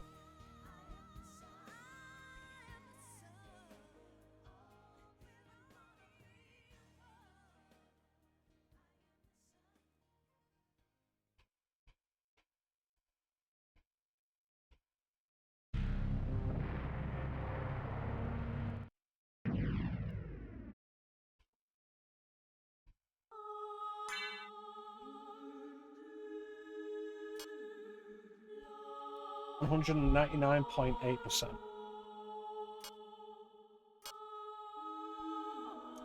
4.5 hours.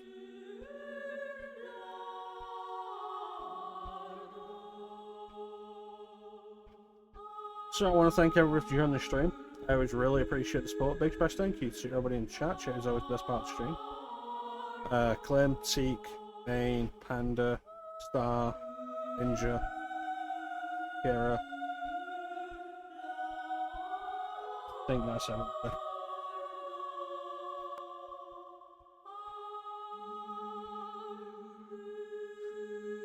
Thank you to Teak for jumping on the Discord with me. Thank you to everybody for the birthday wishes.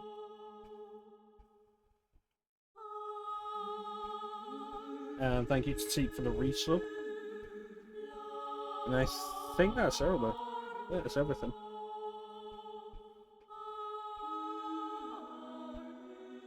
When we return, we'll be continuing Final Fantasy Tactics. We'll give that another solid shot.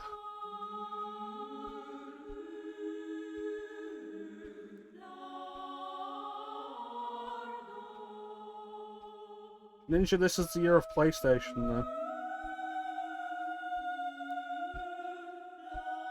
Maybe next year will be the year of Hot Tub.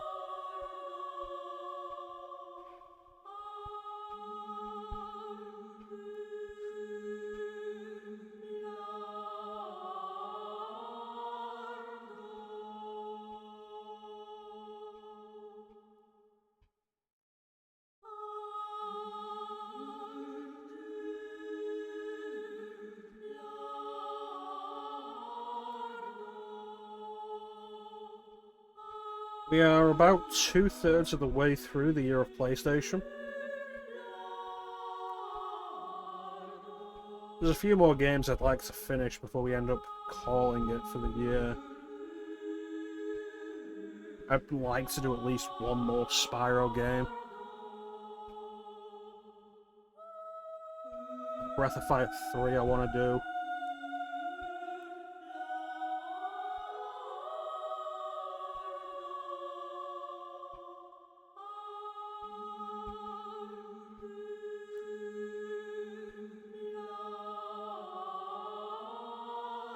I have said I'll do Dino Crisis before the end of the year.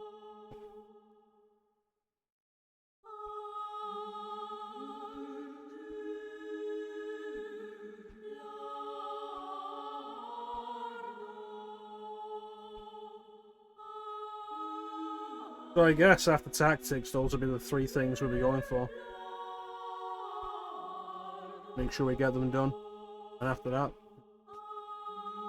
Soul Reaver, I don't know. I don't know whether we'll get to Soul Reaver this year. If we don't, then we'd be doing Dreamcast Soul Reaver. I'm not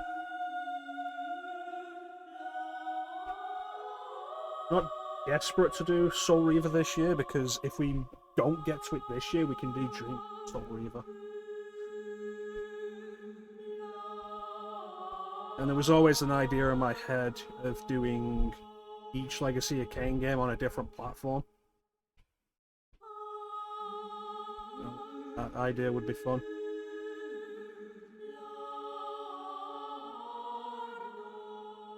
There's like PS1 Blood Omen, Dreamcast Soul Reaver, PC Soul Reaver 2, GameCube Blood Omen 2, PS2 Defiant. That could work. The chances are, based on how things are at the minute with the playability of them, we could do Blood Omen 2 and Soul Reaver 2 on PC, very likely. And Defiance would end up having to be on PS2.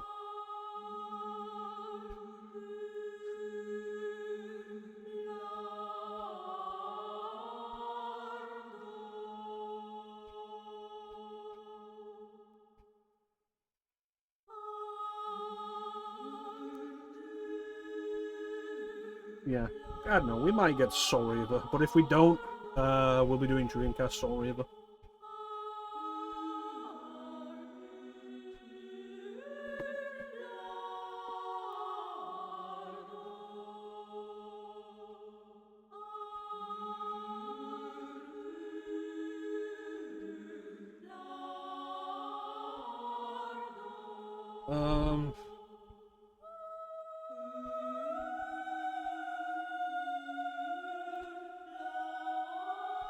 There's a few other things, but like a bunch of it.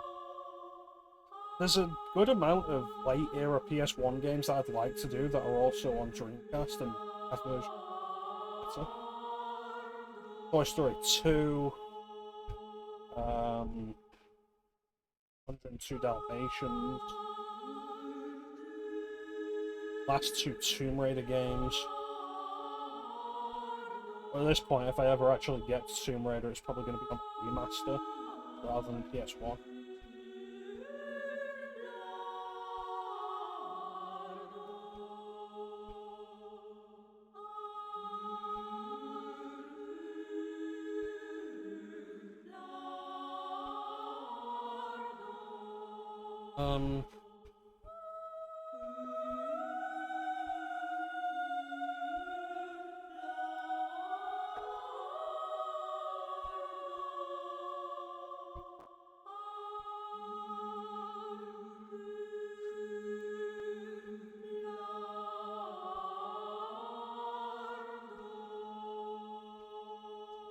Bond games we can get to if I ever actually do that marathon. Ape Escape can be done generally whenever. Apocalypse is one I wouldn't mind getting to this year, because God knows when I'd get to it any other time.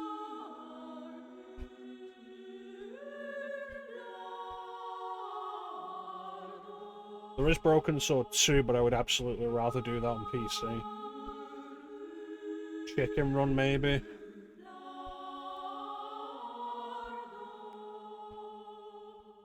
That one I am actually going to do on a special occasion I have planned.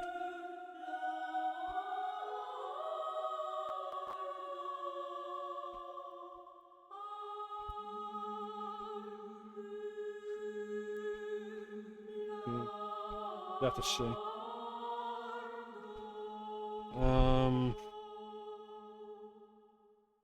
Echo Knights, maybe. I can promise you I would not finish The Grinch. 40 Winks, though. 40 Winks could be something. Gex 3D.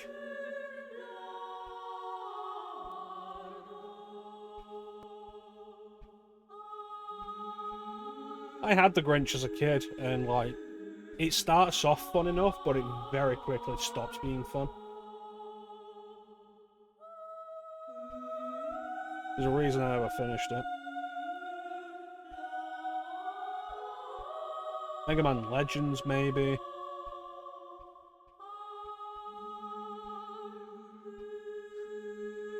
Nightmare Creatures was a possibility. Like, there's a few things here we could do for a potential Horrorween.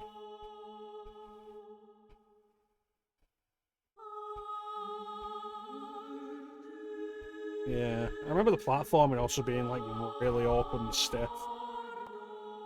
This one is going to be a surprise stream at some point.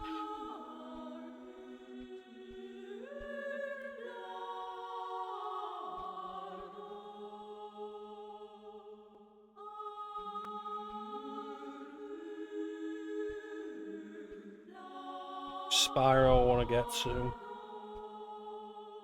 We've still not gone back to Suikoden. Frustrating that I lost the save file for that, we have to restart it.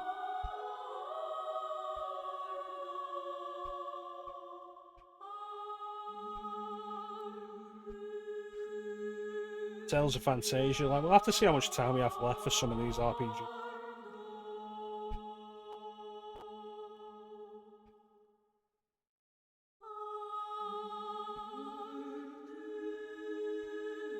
And then next year, like, we've got the whole idea set out. We want to do the DLC for games that we've not finished. DLC for games that we've finished but not done the DLC for. The Castlevania Day and a day for Super Nintendo stuff. So next year we could end up starting off with something like The City That Never Sleeps for Spider-Man.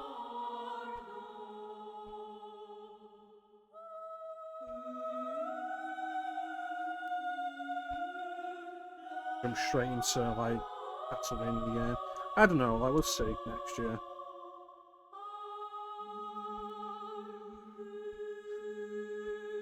Yeah, we've still got time. See how long Final Fantasy Tactics takes at this point, looking at it. See how long it takes me to drop Final Fantasy Tactics.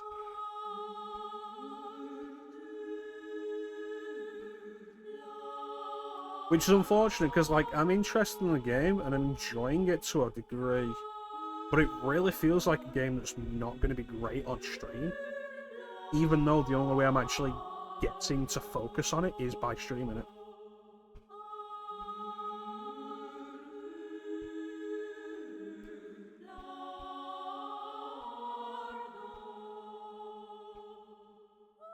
We'll see how that goes. But anyway, that's pretty much it for me today. Once again, I want to thank everyone for joining the stream. I always really appreciate support. If you've enjoyed the tactic streams, excellent. I've also mostly enjoyed them, and I'd rather not stop them. Maybe that if we do end up stopping them, we'll have to come back at some point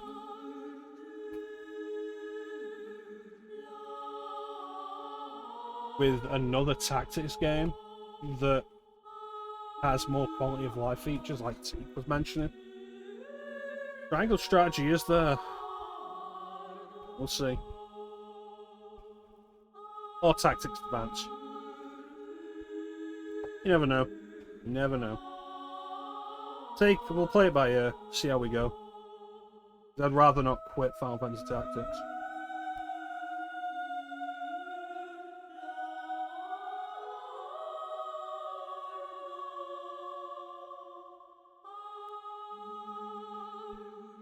But yeah, that's going to be pretty much it.